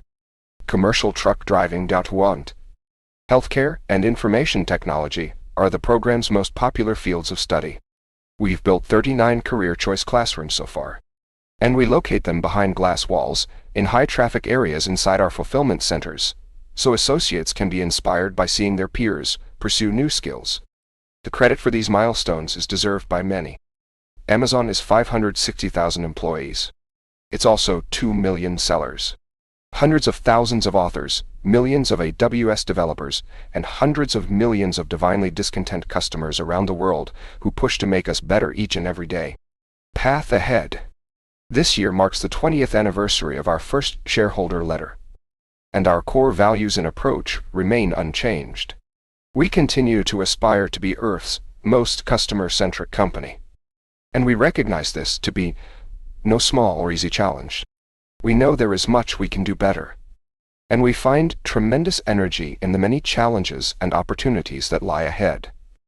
A huge thank you to each and every customer for allowing us to serve you, to our shareholders for your support, and to all our employees worldwide for your ingenuity, your passion, and your high standards. As always, I attach a copy of our original 1997 letter. It remains Day 1. Sincerely, Jeffrey P. Bezos, Founder and Chief Executive Officer, Amazon.com, Inc. To our shareowners, something strange and remarkable has happened over the last 20 years. Take a look at these numbers. 1999, 3%. 2003, 2001, 6%. 2002, 17%. 22%. 2004, 25%. 2005, 28%. 28%. 29%. 29%.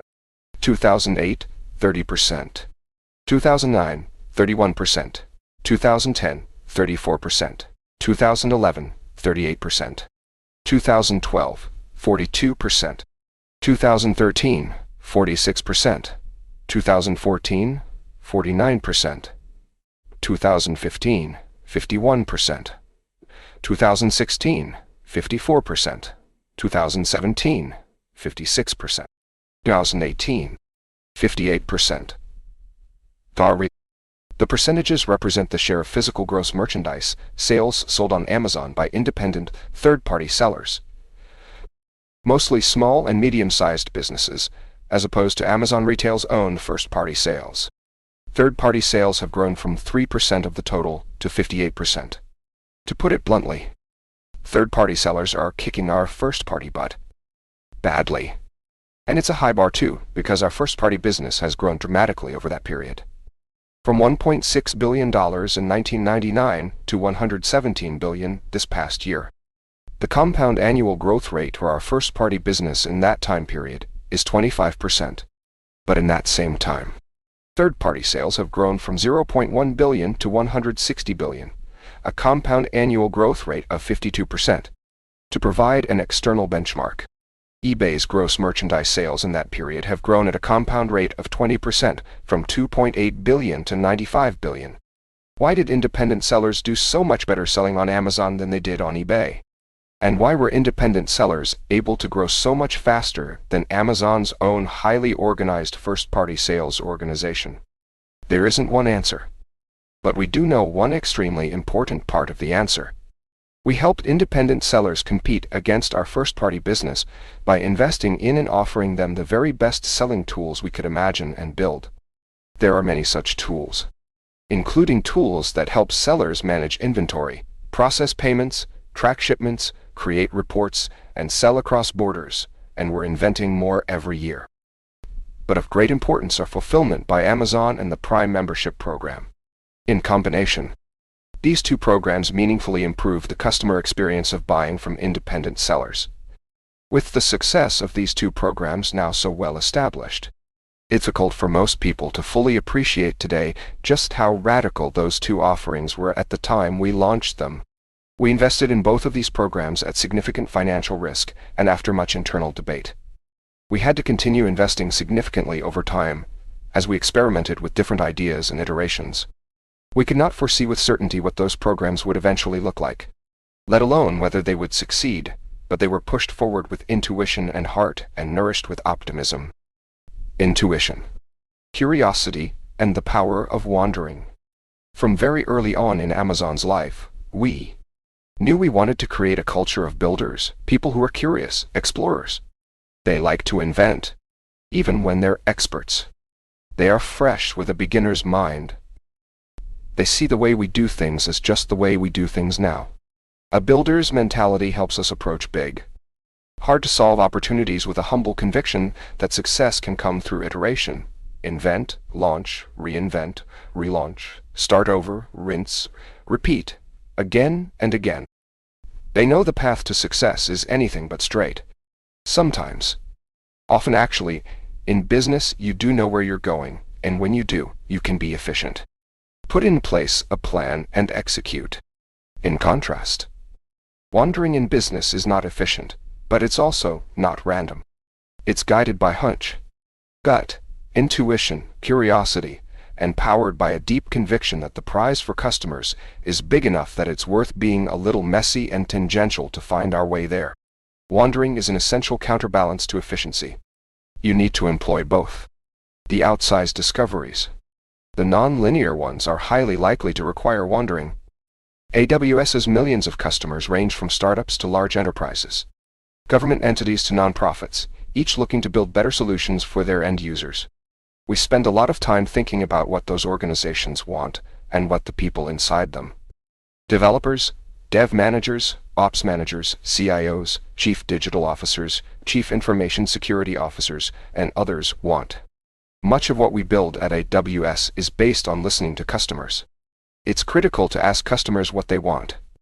Listen carefully to their answers, and figure out a plan to provide it thoughtfully and quickly. Speed matters in business. No business could thrive without that kind of customer obsession. But it's also not enough. The biggest needle movers will be things that customers don't know to ask for. We must invent on their behalf. We have to tap into our own inner imagination about what's possible. AWS itself, as a whole, is an example. No one asked for AWS. No one. Turns out the world was in fact ready and hungry for an offering like AWS, but didn't know it. We had a hunch, followed our curiosity, took the necessary financial risks, and began building, reworking, experimenting, and iterating countless times as we proceeded. Within AWS, that same pattern has recurred many times.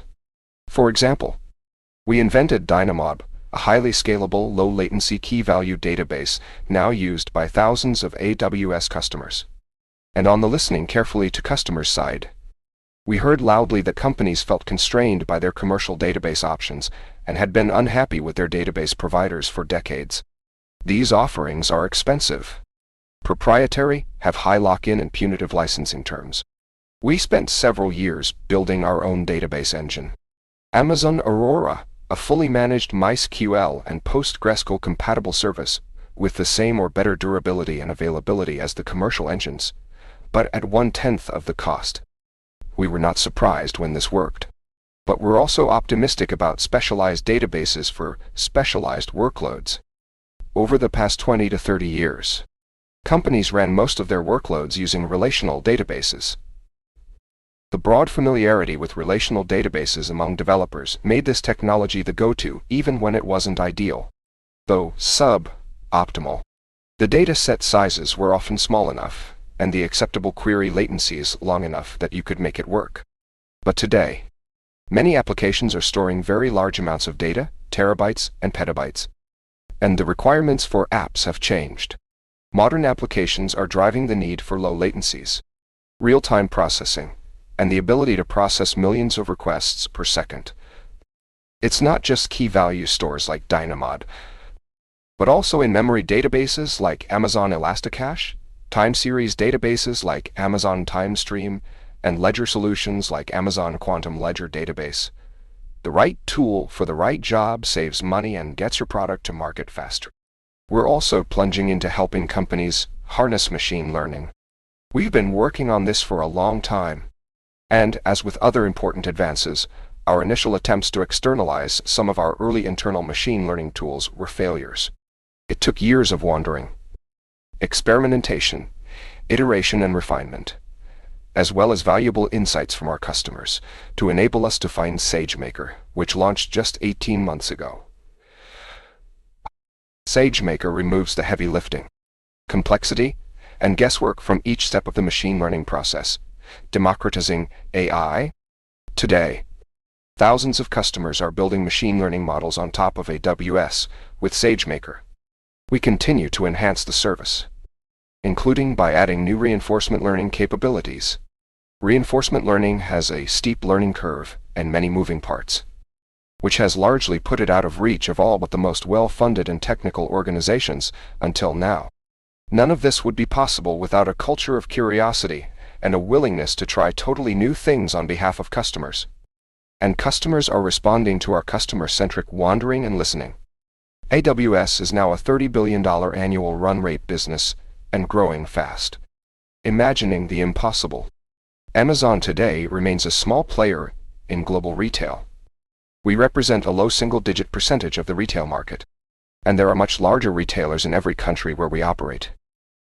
And that's largely because nearly 90% of retail remains offline, in brick and mortar stores. For many years, we considered how we might serve customers in physical stores, but felt we needed first to invent something that would really delight customers in that environment. With Amazon Go, we had a clear vision. Get rid of the worst thing about physical retail: checkout lines. No one likes to wait in line. Instead, we imagined a store where you could walk in, pick up what you wanted, and leave. Getting there was hard. Technically hard. It required the efforts of hundreds of smart, dedicated computer scientists and engineers around the world. We had to design and build our own proprietary cameras and shelves, and invent new computer vision algorithms, including the ability to stitch together imagery from hundreds of cooperating cameras. And we had to do it in a way where the technology worked so well that it simply receded into the background. Invisible. The reward has been the response from customers, who've described the experience of shopping at Amazon Go as magical. We now have 10 stores in Chicago, San Francisco, and Seattle, and are excited about the future. Failure needs to scale too. As a company grows, everything needs to scale, including the size of your failed experiments. If the size of your failures isn't growing, you're not going to be inventing at a size that can actually move the needle. Amazon will be experimenting at the right scale for a company of our size if we occasionally have multi-billion-dollar failures. Of course, we won't undertake such experiments cavalierly. We will work hard to make them good bets. But not all good bets will ultimately pay out. This kind of large-scale risk-taking is part of the service we as a large company can provide to our customers and to society. The good news for shareholders is that a single big winning bet can more than cover the cost of many losers. Development of the Fire Phone and Echo was started around the same time. While the Fire Phone was a failure, we were able to take our learnings, as well as the developers, and accelerate our efforts in building Echo and Alexa. The vision for Echo and Alexa was inspired by the Star Trek computer. The idea also had origins in two other arenas where we'd been building and wandering for years: machine learning and the cloud. From Amazon's early days, machine learning was an essential part of our product recommendations, and AWS gave us a front-row seat to the capabilities of the cloud. After many years of development, Echo debuted in 2014, powered by Alexa, who lives in the AWS cloud. No customer was asking for Echo. This was definitely us wondering. Market research doesn't help. If you had gone to a customer in 2013 and said, "Would you like a black, always-on cylinder in your kitchen, about the size of a Pringles can, that you can talk to and ask questions, that also turns on your lights and plays music?" I guarantee you they'd have looked at you strangely and said, "No, thank you." Since that first-generation Echo, customers have purchased more than 100 million Alexa-enabled devices. Last year, we improved Alexa's ability to understand requests and answer questions by more than 20%, while adding billions of facts to make Alexa more knowledgeable than ever. Developers doubled the number of Alexa skills to over 80,000. And customers spoke to Alexa tens of billions more times in 2018 compared to 2017. The number of devices with Alexa built-in more than doubled in 2018.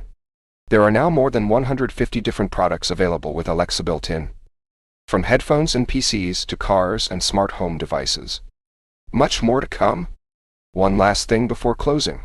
As I said in the first shareholder letter more than 20 years ago, our focus is on hiring and retaining versatile and talented employees who can think like owners. Achieving that requires investing in our employees. And, as with so many other things at Amazon, we use not just analysis but also intuition and heart to find our way forward. Last year, we raised our minimum wage to $15 an hour for all full-time, part-time, temporary, and seasonal employees across the U.S. This wage hike benefited more than 250,000 Amazon employees, as well as over 100,000 seasonal employees who worked at Amazon sites across the country last holiday. We strongly believe that this will benefit our business as we invest in our employees. But that is not what drove the decision. We had always offered competitive wages, but we decided it was time to lead, to offer wages that went beyond competitive. We did it because it seemed like the right thing to do. Today I challenge our top retail competitors. You know who you are, to match our employee benefits and our $15 minimum wage. Do it? Better yet, go to $16 and throw the gauntlet back at us. It's a kind of competition that will benefit everyone. Many of the other programs we have introduced for our employees came as much from the heart as the head. I've mentioned before the Career Choice program, which pays up to 95% of tuition and fees towards a certificate or diploma in qualified fields of study, leading to in-demand careers for our associates, even if those careers take them away from Amazon. More than 16,000 employees have now taken advantage of the program, which continues to grow. Similarly, our Career Skills program trains hourly associates in critical job skills like resume writing, how to communicate effectively, and computer basics. In October of last year, in continuation of these commitments, we signed the President's Pledge to America's Workers and announced we will be upskilling 50,000 U.S. employees through our range of innovative training programs. Our investments are not limited to our current employees or even to the present. To train tomorrow's workforce, we have pledged $50 million, including through our recently announced Amazon Future Engineer program, to support STEM and CS education around the country for elementary, high school, and university students, with a particular focus on attracting more girls and minorities to these professions. We also continue to take advantage of the incredible talents of our veterans. We are well on our way to meeting our pledge to hire 25,000 veterans and military spouses by 2021, and through the Amazon Technical Veterans Apprenticeship Program, we are providing veterans on-the-job training in fields like cloud computing. A huge thank you to our customers for allowing us to serve you while always challenging us to do even better. To our shareholders for your continuing support, and to all our employees worldwide for your hard work and pioneering spirit. Teams all across Amazon are listening to customers and wandering on their behalf. As always, I attach a copy of our original 1997 letter. It remains, Day 1. Sincerely, Jeffrey P. Bezos, Founder and Chief Executive Officer, Amazon.com, Inc. Oik. To our shareowners, one thing we've learned from the COVID-19 crisis is how important Amazon has become to our customers. We want you to know we take this responsibility seriously, and we're proud of the work our teams are doing to help customers through this difficult time. Amazonians are working around the clock to get necessary supplies delivered directly to the doorsteps of people who need them. The demand we are seeing for essential products has been and remains high, but unlike a predictable holiday surge, this spike occurred with little warning, creating major challenges for our suppliers and delivery network. We quickly prioritized the stocking and delivery of essential household staples, medical supplies, and other critical products. Our Whole Foods Market stores have remained open, providing fresh food and other vital goods for customers. We are taking steps to help those most vulnerable to the virus, setting aside the first hour of shopping at Whole Foods each day for seniors. We have temporarily closed Amazon Books, Amazon 4-Star, and Amazon pop-up stores because they don't sell essential products, and we offered associates from those closed stores the opportunity to continue working in other parts of Amazon. Crucially, while providing these essential services, we are focused on the safety of our employees and contractors around the world. We are deeply grateful for their heroic work, and are committed to their health and well-being. Consulting closely with medical experts and health authorities, we've made over 150 significant process changes in our operations network and Whole Foods Market stores to help teams stay healthy. And we conduct daily audits of the measures we've put into place. We've distributed face masks and implemented temperature checks at sites around the world to help protect employees and support staff. We regularly sanitize door handles, stairway handrails, lockers, elevator buttons, and touchscreens, and disinfectant wipes and hand sanitizer are standard across our network. We've also introduced extensive social distancing measures to help protect our associates. We have eliminated stand-up meetings during shifts, moved information sharing to bulletin boards, staggered break times, and spread out chairs in break rooms. While training new hires is challenging with new distancing requirements, we continue to ensure that every new employee gets 6 hours of safety training. We've shifted training protocols so we don't have employees gathering in one spot. And we've adjusted our hiring processes to allow for social distancing. A next step in protecting our employees might be regular testing of all Amazonians, including those showing no symptoms. Regular testing on a global scale across all industries would both help keep people safe and help get the economy back up and running. For this to work, we as a society would need vastly more testing capacity than is currently available. If every person could be tested regularly, it would make a huge difference in how we fight this virus. Those who test positive could be quarantined and cared for, and everyone who tests negative could re-enter the economy with confidence. We've begun the work of building incremental testing capacity. A team of Amazonians, from research scientists and program managers to procurement specialists and software engineers, moved from their normal day jobs onto a dedicated team to work on this initiative. We have begun assembling the equipment we need to build our first lab and hope to start testing small numbers of our frontline employees soon. We are not sure how far we will get in the relevant time frame, but we think it's worth trying, and we stand ready to share anything we learn while we explore longer-term solutions. We are also committed to helping support employees now. We increased our minimum wage through the end of April by $2 per hour in the US, $2 per hour in Canada, £2 per hour in the UK, and €2 per hour in many European countries. And we are paying associates double our regular rate for any overtime worked, a minimum of $34 an hour, an increase from time and a half. These wage increases will cost more than $500 million. Just through the end of April, and likely more than that over time. While we recognize this is expensive, we believe it's the right thing to do under the circumstances. We also established the Amazon Relief Fund, with an initial $25 million in funding to support our independent delivery service partners and their drivers, Amazon Flex participants, and temporary employees under financial distress. In March, we opened 100,000 new positions across our fulfillment and delivery network.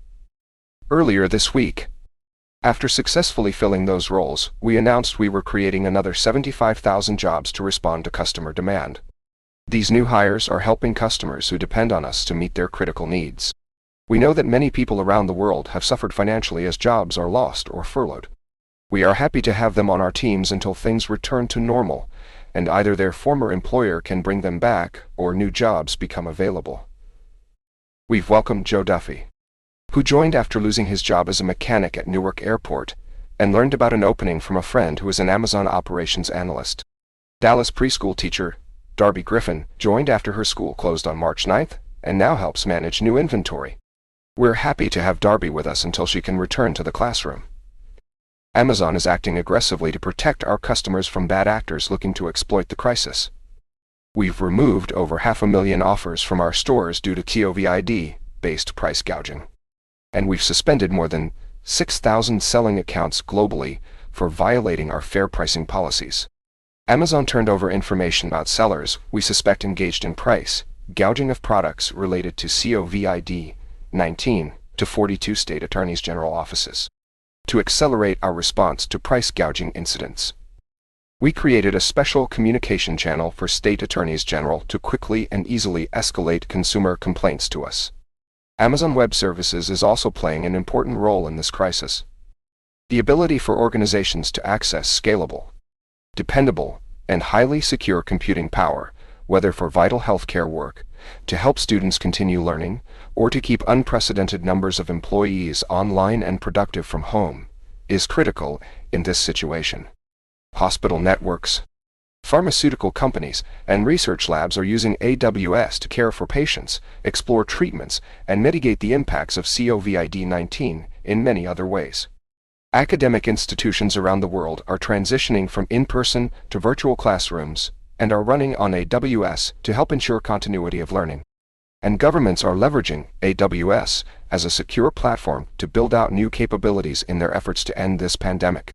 We are collaborating with the World Health Organization, supplying advanced cloud technologies and technical expertise to track the virus, understand the outbreak, and better contain its spread. WHO is leveraging our cloud to build large-scale data lakes, aggregate epidemiological country data, rapidly translate medical training videos into different languages, and help global healthcare workers better treat patients. We are separately making a public AWS COVID-19 data lake available as a centralized repository for up-to-date and curated information related to the spread and characteristics of the virus and its associated illness, so experts can access and analyze the latest data in their battle against the disease. We also launched the AWS Diagnostic Development Initiative, a program to support customers working to bring more accurate diagnostic solutions to market for COVID-19. Better diagnostics help accelerate treatment and containment of this pandemic. We committed $20 million to accelerate this work and help our customers harness the cloud to tackle this challenge. While the program was established in response to COVID-19, we also are looking toward the future, and we will fund diagnostic research projects that have the potential to blunt future infectious disease outbreaks. Customers around the world have leveraged the cloud to scale up services and stand up responses to COVID-19. We joined the New York City COVID-19 Rapid Response Coalition to develop a conversational agent to enable at-risk and elderly New Yorkers to receive accurate, timely information about medical and other important needs. In response to a request from the Los Angeles Unified School District to transition 700,000 students to remote learning, AWS helped establish a call center to field IT questions, provide remote support, and enable staff to answer calls. We are providing cloud services to the CDC to help thousands of public health practitioners and clinicians gather data related to COVID-19 and inform response efforts. In the UK, AWS provides the cloud computing infrastructure for a project that analyzes hospital occupancy levels, emergency room capacity, and patient wait times to help the country's National Health Service decide where best to allocate resources. In Canada, OTN, one of the world's largest virtual care networks, is scaling its AWS-powered video service to accommodate a 4,000% spike in demand to support citizens as the pandemic continues. In Brazil, AWS will provide the São Paulo state government with cloud computing infrastructure to guarantee online classes to 1 million students in public schools across the state. Following CDC guidance, our Alexa Health team built an experience that lets U.S. customers check their risk level for COVID-19 at home. Customers can ask, "Alexa, what do I do if I think I have COVID-19?" Or, "Alexa, what do I do if I think I have coronavirus?" Alexa then asks a series of questions about the person's symptoms and possible exposure. Based on those responses, Alexa then provides CDC-sourced guidance. We created a similar service in Japan, based on guidance from the Japanese Ministry of Health, Labor, and Welfare. We're making it easy for customers to use Amazon.com or Alexa to donate directly to charities on the front lines of the COVID-19 crisis, including Feeding America, the American Red Cross, and Save the Children. Echo users have the option to say, "Alexa, make a donation to Feeding America COVID-19 Response Fund." In Seattle, we've partnered with a catering business to distribute 73,000 meals to 2,700 elderly and medically vulnerable residents in Seattle and King County during the outbreak, and we donated 8,200 laptops to help Seattle public schools students gain access to a device while classes are conducted virtually. Although these are incredibly difficult times, they are an important reminder that what we do as a company can make a big difference in people's lives. Customers count on us to be there, and we are fortunate to be able to help. With our scale and ability to innovate quickly, Amazon can make a positive impact and be an organizing force for progress. Last year, we co-founded the Climate Pledge with Christiana Figueres, the UN's former climate change chief and founder of Global Optimism, and became the first signatory to the pledge. The pledge commits Amazon to meet the goals of the Paris Agreement 10 years early and be net zero carbon by 2040. Amazon faces significant challenges in achieving this goal because we don't just move information around. We have extensive physical infrastructure and deliver more than 10 billion items worldwide a year. And we believe if Amazon can get to net zero carbon 10 years early, any company can, and we want to work together with all companies to make it a reality. To that end, we are recruiting other companies to sign the climate pledge. Signatories agree to measure and report greenhouse gas emissions regularly, implement decarbonization strategies in line with the Paris Agreement, and achieve net zero annual carbon emissions by 2040. We'll be announcing new signatories soon. We plan to meet the pledge, in part, by purchasing 100,000 electric delivery vans from Rivian, a Michigan-based producer of electric vehicles. Amazon aims to have 10,000 of Rivian's new electric vans on the road as early as 2022, and all 100,000 vehicles on the road by 2030. That's good for the environment. But the promise is even greater. This type of investment sends a signal to the marketplace to start inventing and developing new technologies that large global companies need to transition to a low-carbon economy. We've also committed to reaching 80% renewable energy by 2024 and 100% renewable energy by 2030. The team is actually pushing to get to 100% by 2025 and has a challenging but credible plan to pull that off. Globally, Amazon has 86 solar and wind projects that have the capacity to generate over 2,300 megawatts and deliver more than 6.3 million megawatt hours of energy annually, enough to power more than 580,000 U.S. homes. We've made tremendous progress cutting packaging waste. More than a decade ago, we created the Frustration-Free Packaging Program to encourage manufacturers to package their products in easy-to-open, 100% recyclable packaging that is ready to ship to customers without the need for an additional shipping box. Since 2008, this program has saved more than 810,000 tons of packaging material and eliminated the use of 1.4 billion shipping boxes. We are making these significant investments to drive our carbon footprint to zero, despite the fact that shopping online is already inherently more carbon efficient than going to the store. Amazon's sustainability scientists have spent more than 3 years developing the models, tools, and metrics to measure our carbon footprint.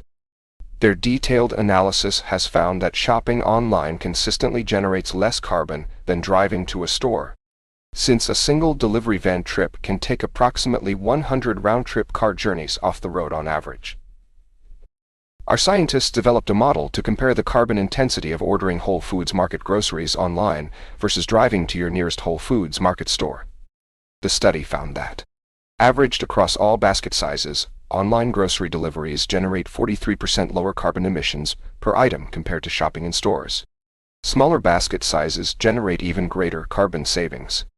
AWS is also inherently more efficient than the traditional in-house data center. That's primarily due to 2 things: higher utilization, and the fact that our servers and facilities are more efficient than what most companies can achieve running their own data centers. Typical single-company data centers operate at roughly 18% server utilization. They need that excess capacity to handle large usage spikes. AWS benefits from multi-tenant usage patterns and operates at far higher server utilization rates. In addition, AWS has been successful in increasing the energy efficiency of its facilities and equipment, for instance by using more efficient evaporative cooling in certain data centers instead of traditional air conditioning. A study by 451 Research found that AWS's infrastructure is 3.6 times more energy efficient than the median U.S. enterprise data center surveyed. Along with our use of renewable energy, these factors enable AWS to do the same tasks as traditional data centers with an 88% lower carbon footprint. And don't think we're not going to get those last 12 points. We'll make AWS 100% carbon-free through more investments in renewable energy projects. Over the last decade, no company has created more jobs than Amazon. Amazon directly employs 840,000 workers worldwide, including over 590,000 in the US, 115,000 in Europe, and 95,000 in Asia. In total, Amazon directly and indirectly supports 2 million jobs in the US, including 680,000 plus jobs created by Amazon's investments in areas like construction, logistics, and professional services, plus another 830,000 jobs created by small and medium-sized businesses selling on Amazon.com. Globally, we support nearly 4 million jobs. We are especially proud of the fact that many of these are entry-level jobs that give people their first opportunity to participate in the workforce. And Amazon's jobs come with an industry-leading $15 minimum wage and comprehensive benefits. More than 40 million Americans, many making the federal minimum wage of $7.25 an hour, earn less than the lowest-paid Amazon associate. When we raised our starting minimum wage to $15 an hour in 2018, it had an immediate and meaningful impact on the hundreds of thousands of people working in our fulfillment centers. We want other big employers to join us by raising their own minimum pay rates. And we continue to lobby for a $15 federal minimum wage. We want to improve workers' lives beyond pay. Amazon provides every full-time employee with health insurance, a 401(k) plan, 20 weeks paid maternity leave, and other benefits. These are the same benefits that Amazon's most senior executives receive. And with our rapidly changing economy, we see more clearly than ever the need for workers to evolve their skills continually to keep up with technology. That's why we're spending $700 million to provide more than 100,000 Amazonians access to training programs at their places of work in high-demand fields such as healthcare, cloud computing, and machine learning. Since 2012, we have offered Career Choice, a prepaid tuition program for fulfillment center associates looking to move into high-demand occupations. Amazon pays up to 95% of tuition and fees toward a certificate or diploma in qualified fields of study, leading to enhanced employment opportunities in high-demand jobs. Since its launch, more than 25,000 Amazonians have received training for in-demand occupations, to ensure that future generations have the skills they need to thrive in a technology-driven economy. We started a program last year called Amazon Future Engineer, which is designed to educate and train low-income and disadvantaged young people to pursue careers in computer science. We have an ambitious goal to help hundreds of thousands of students each year learn computer science and coding. Amazon Future Engineer currently funds introduction to computer science and AP computer science classes for more than 2,000 schools in underserved communities across the country. Each year, Amazon Future Engineer also gives 104-year, $40,000 college scholarships to computer science students from low-income backgrounds. Those scholarship recipients also receive guaranteed paid internships at Amazon after their first year of college. Our program in the UK funds 120 engineering apprenticeships and helps students from disadvantaged backgrounds pursue technology careers. For now, my own time and thinking continues to be focused on COVID-19 and how Amazon can help while we're in the middle of it. I am extremely grateful to my fellow Amazonians for all the grit and ingenuity they are showing as we move through this. You can count on all of us to look beyond the immediate crisis for insights and lessons and how to apply them going forward. Reflect on this from Theodore Seuss Geisel. When something bad happens, you have three choices.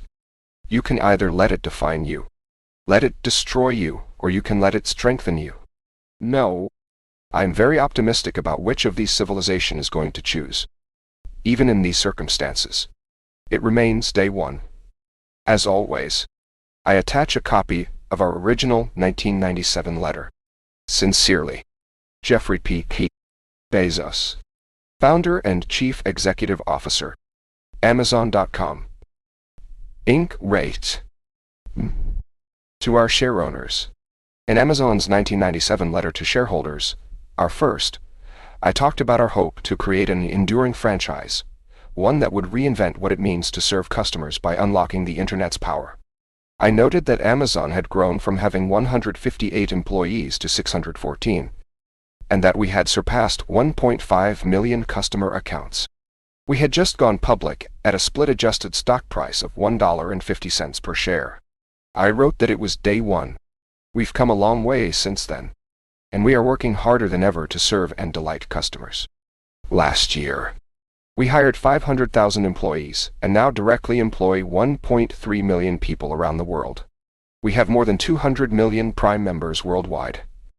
More than 1.9 million small and medium-sized businesses sell in our store, and they make up close to 60% of our retail sales. Customers have connected more than 100 million smart home devices to Alexa. Amazon Web Services serves millions of customers and ended 2020 with a $50 billion annualized run rate. In 1997, we hadn't invented Prime, Marketplace, Alexa, or AWS. They weren't even ideas then, and none was preordained. We took great risk with each one and put sweat and ingenuity into each one. Along the way, we've created $1.6 trillion of wealth for share owners. Who are they? Your chair is one, and my Amazon shares have made me wealthy. But more than 7/8 of the shares, representing $1.4 trillion of wealth creation, are owned by others. Who are they? They're pension funds, universities and 401ks, and they're Mary and Larry, who sent me this note out of the blue just as I was sitting down to write this shareholder letter. March 5th, 2021. Mr. Jeff Bezos, Executive Chairman, Amazon.com Inc., 410 Terry Avenue North, Seattle, Washington, 98109. Dear Mr. Bezos, thanks for making Amazon a great company. We thought you would like to know how it has benefited our family. Back in 1997, when you made Amazon public, our son Ryan was 12 years old and a voracious reader. For his birthday, in 1997, we bought 2 shares of your new book-selling company, which was all we could afford at the time. Within a year or so, the share split 2 for 1, then 3 for 1, then 2 for 1 again, giving him 24 shares. The shares were in our names because of his age. We meant to put it in custody for him, but we never got around to it, but he knew they were for him. Several times over the years, Ryan would want to cash in the stock, but we always said we would buy it from him, and then eventually turn around and give it back to him as a gift. It was kind of a running joke in the family. Due to the exponential growth in value, we decided to split the stock between ourselves and both of our children, Ryan and Katie. This year Ryan is buying a house and would like to sell some shares. After searching for the original certificates, we needed to convert the paper shares into digital before selling them. We noticed that the first share certificate was a very low number. I can't imagine how many more shares have been issued since that date. Included is a copy of the 10th certificate of Amazon on May 15th, 1997, 24 years ago. Those 2 shares have had a wonderful influence on our family. We all enjoyed watching Amazon's value grow year after year, and it's a story we love to tell others. Congratulations on a great career as CEO of Amazon. We can't even imagine how hard you and your team have worked to make Amazon the most successful and inventive company on the planet. Now may you have time to relax and catch up on things you want to do, like space exploration. We cannot wait to see where Amazon delivers next. Next day, to Mars.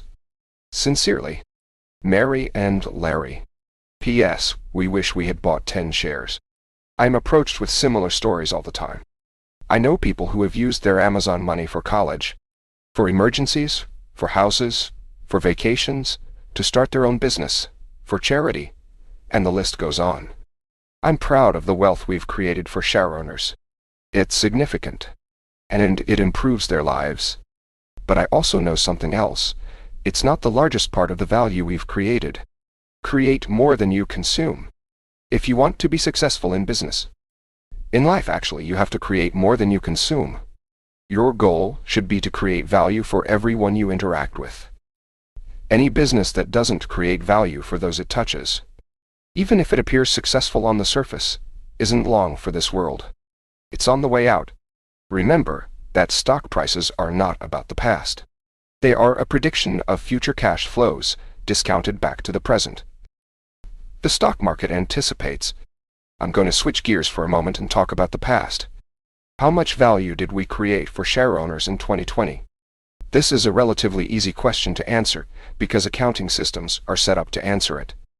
Our net income in 2020 was $21.3 billion. If, instead of being a publicly traded company with thousands of owners, Amazon were a sole proprietorship with a single owner, that's how much the owner would have earned in 2020. How about employees? This is also a reasonably easy value creation question to answer because we can look at compensation expense. What is an expense for a company is income for employees. In 2020, employees earned $80 billion plus another $11 billion to include benefits and various payroll taxes for a total of $91 billion. How about third-party sellers?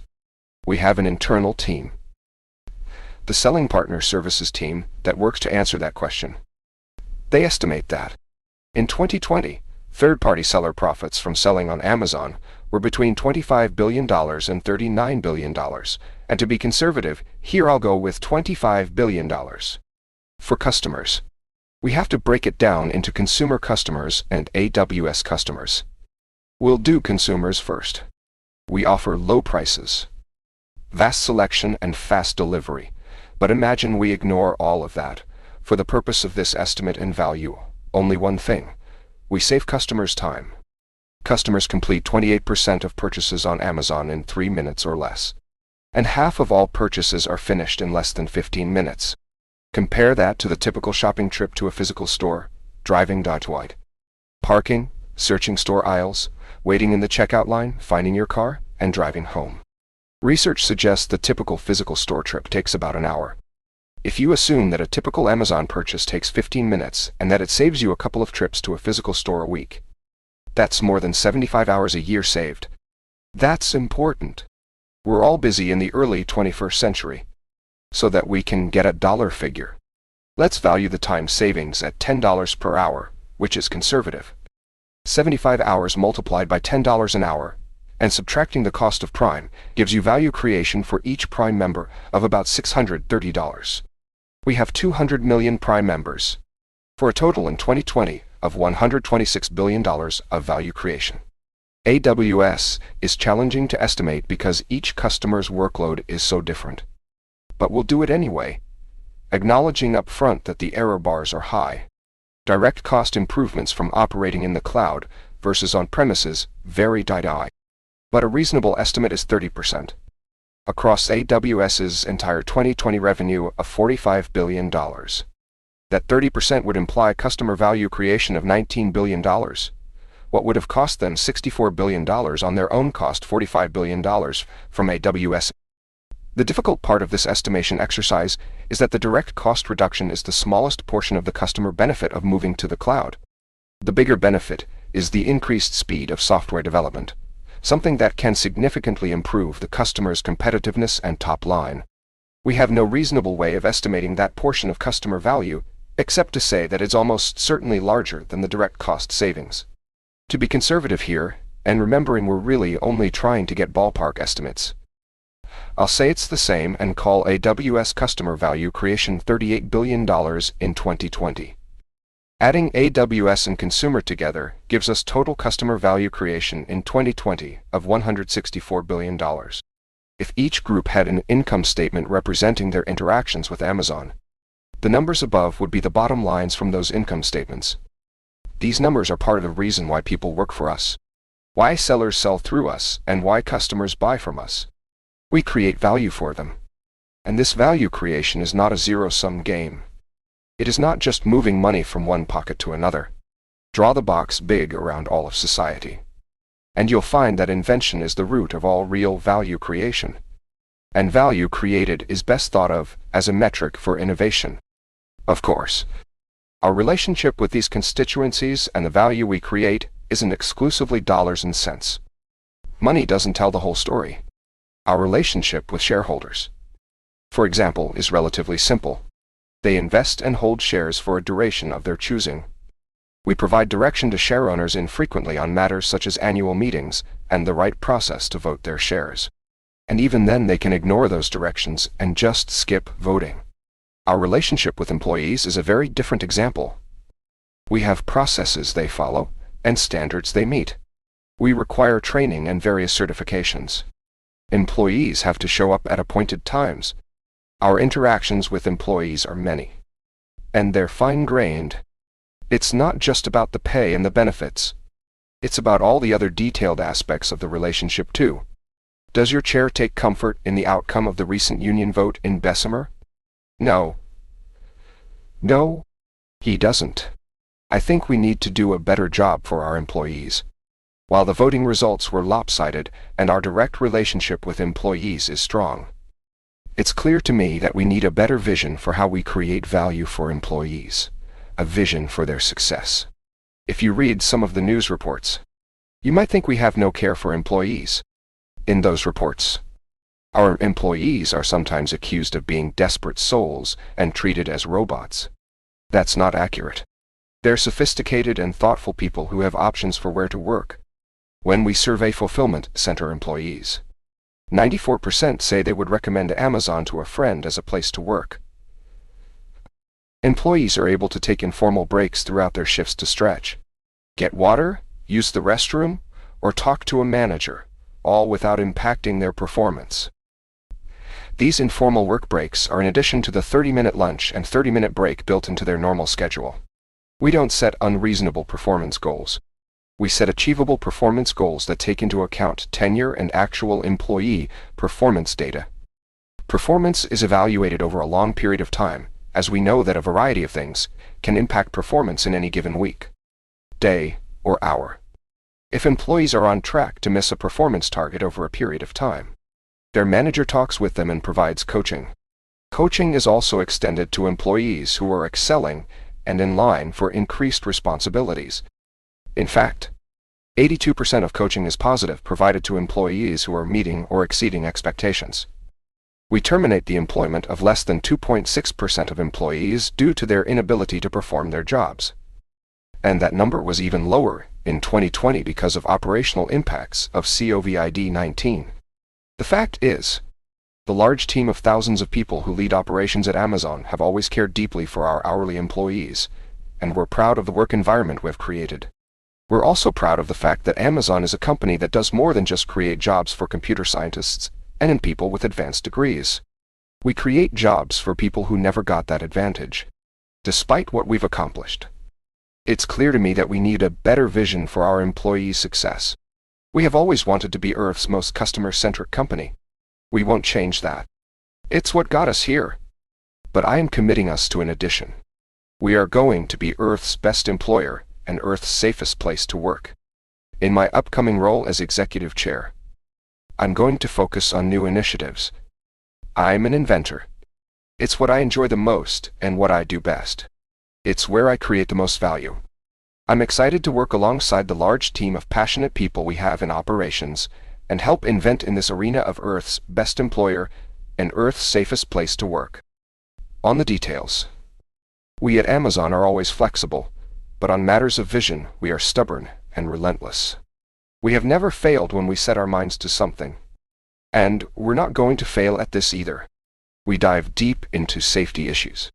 For example, about 40% of work-related injuries at Amazon are related to musculoskeletal disorders, MSDs, things like sprains or strains that can be caused by repetitive motions. MSDs are common in the type of work that we do and are more likely to occur during an employee's first 6 months. We need to invent solutions to reduce MSDs for new employees, many of whom might be working in a physical role for the first time. One such program is Working Well, which we launched to 859,000 employees at 350 sites across North America and Europe in 2020, where we coach small groups of employees on body mechanics, proactive wellness, and safety, in addition to reducing workplace injuries. These concepts have a positive impact on regular day-to-day activities outside work. We're developing new automated staffing schedules that use sophisticated algorithms to rotate employees among jobs that use different muscle tendon groups to decrease repetitive motion and help protect employees from MSD risks. This new technology is central to a job rotation program that we're rolling out throughout 2021. Our increased attention to early MSD prevention is already achieving results. From 2019 to 2020, overall MSDs decreased by 32%, and MSDs resulting in time away from work decreased by more than half. We employ 6,200 safety professionals at Amazon. They use the science of safety to solve complex problems and establish new industry best practices. In 2021, we'll invest more than $300 million into safety projects, including an initial $66 million to create technology that will help prevent collisions of forklifts and other types of industrial vehicles. When we lead, others follow. 2.5 years ago, when we set a $15 minimum wage for our hourly employees, we did so because we wanted to lead on wages, not just run with the pack, and because we believed it was the right thing to do. A recent paper by economists at the University of California, Berkeley, and Brandeis University analyzed the impact of our decision to raise our minimum starting pay to $15 per hour. Their assessment reflects what we've heard from employees, their families, and the communities they live in. Our increase in starting wage boosted local economies across the country by benefiting not only our own employees but also other workers in the same community. The study showed that our pay raise resulted in a 4.7% increase in the average hourly wage among other employers in the same labor market. And we're not done leading. If we want to be Earth's best employer, we shouldn't settle for 94% of employees saying they would recommend Amazon to a friend as a place to work. We have to aim for 100%. And we'll do that by continuing to lead on wages, on benefits, on upskilling opportunities, and in other ways that we will figure out over time. If any share owners are concerned that Earth's best employer and Earth's safest place to work might dilute our focus on Earth's most customer-centric company, let me set your mind at ease. Think of it this way. If we can operate two businesses as different as consumer e-commerce and AWS, and do both at the highest level, we can certainly do the same with these two vision statements. In fact, I'm confident they will reinforce each other. In an earlier draft of this letter, I started this section with arguments and examples designed to demonstrate that human-induced climate change is real. But, bluntly, I think we can stop saying that now. You don't have to say that photosynthesis is real, or make the case that gravity is real, or that water boils at 100 degrees Celsius at sea level. These things are simply true, as is the reality of climate change. Not long ago, most people believed that it would be good to address climate change, but they also thought it would cost a lot and would threaten jobs, competitiveness, and economic growth. We now know better. Smart action on climate change will not only stop bad things from happening, it will also make our economy more efficient, help drive technological change, and reduce risks. Combined, these can lead to more and better jobs, healthier and happier children, more productive workers, and a more prosperous future. This doesn't mean it will be easy. It won't be. The coming decade will be decisive. The economy in 2030 will need to be vastly different from what it is today. And Amazon plans to be at the heart of the change. We launched the Climate Pledge together with Global Optimism in September 2019 because we wanted to help drive this positive revolution. We need to be part of a growing team of corporations that understand the imperatives and the opportunities of the 21st century. Now, less than 2 years later, 53 companies representing almost every sector of the economy have signed the Climate Pledge. Signatories such as Best Buy, IBM, Infosys, Mercedes-Benz, Microsoft, Siemens, and Verizon have committed to achieve net zero carbon in their worldwide businesses by 2040, 10 years ahead of the Paris Agreement. The pledge also requires them to measure and report greenhouse gas emissions on a regular basis, implement decarbonization strategies through real business changes, and neutralize any remaining emissions with additional quantifiable, real, permanent, and socially beneficial offsets.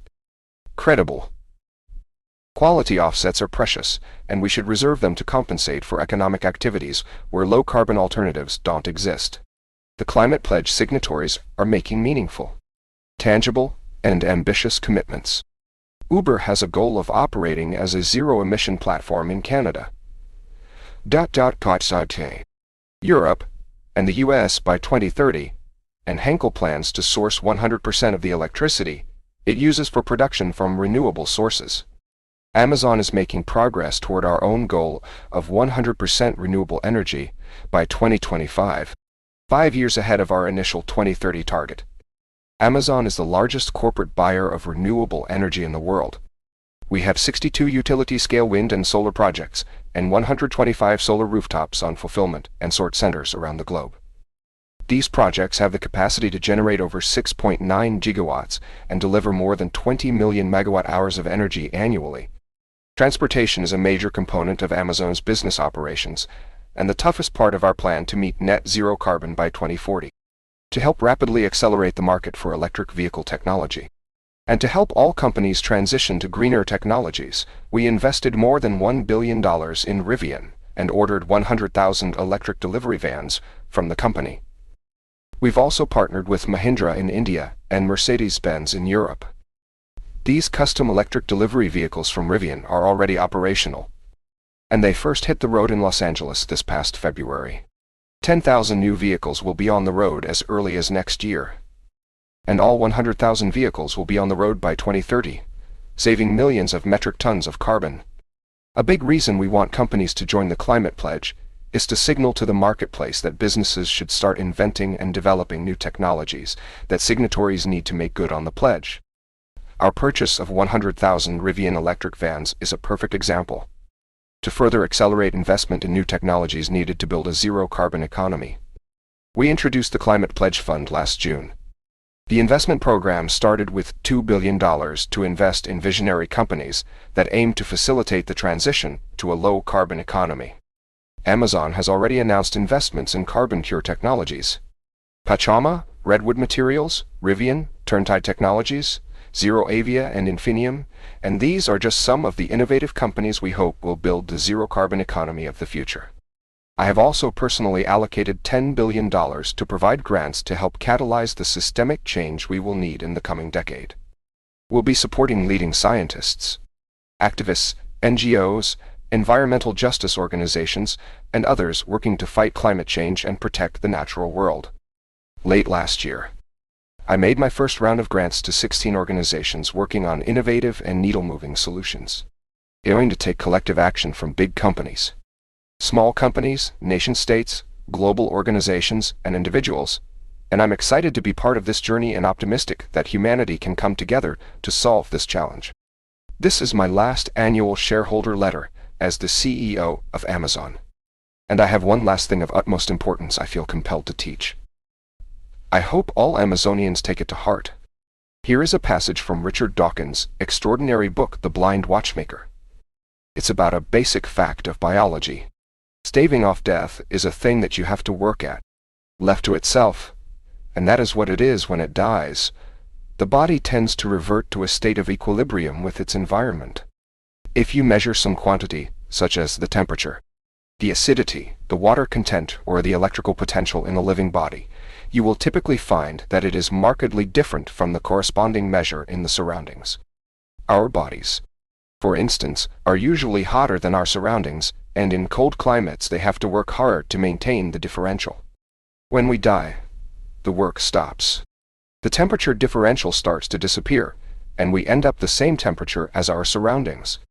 Not all animals work so hard to avoid coming into equilibrium with their surrounding temperature, but all animals do some comparable work. For instance, in a dry country, animals and plants work to maintain the fluid content of their cells, work against a natural tendency for water to flow from them into the dry outside world. If they fail, they die. More generally, if living things didn't work actively to prevent it, they would eventually merge into their surroundings and cease to exist as autonomous beings. That is what happens when they die. While the passage is not intended as a metaphor, it's nevertheless a fantastic one and very relevant to Amazon.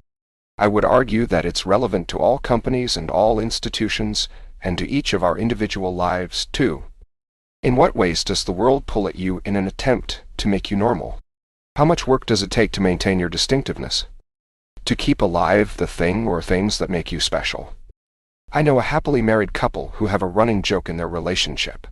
Not infrequently, the husband looks at the wife with faux distress and says to her, "Can't you just be normal?" They both smile and laugh, and, of course, the deep truth is that her distinctiveness is something he loves about her. But, at the same time, it's also true that things would often be easier, take less energy, if we were a little more normal. This phenomenon happens at all scale levels. Democracies are not normal. Tyranny is the historical norm. if we stop doing all of the continuous hard work that is needed to maintain our distinctiveness in that regard, we would quickly come into equilibrium with tyranny. We all know that distinctiveness, originality, is valuable. We are all taught to be yourself. What I'm really asking you to do is to embrace and be realistic about how much energy it takes to maintain that distinctiveness. The world wants you to be typical, in 1,000 ways. It pulls at you. Don't let it happen. You have to pay a price for your distinctiveness, and it's worth it. The fairy tale version of be yourself is that all the pain stops as soon as you allow your distinctiveness to shine. That version is misleading. Being yourself is worth it. But don't expect it to be easy or free. You'll have to put energy into it continuously. The world will always try to make Amazon more typical, to bring us into equilibrium with our environment. It will take continuous effort. But we can and must be better than that. As always, I attach our 1997 shareholder letter. It concluded with this: we at Amazon.com are grateful to our customers for their business and trust, to each other for our hard work, and to our shareholders for their support and encouragement. That hasn't changed a bit. I want to especially thank Andy Jassy for agreeing to take on the CEO role. It's a hard job with a lot of responsibility. Andy's brilliant and has the highest of high standards. I guarantee you that Andy won't let the universe make us typical.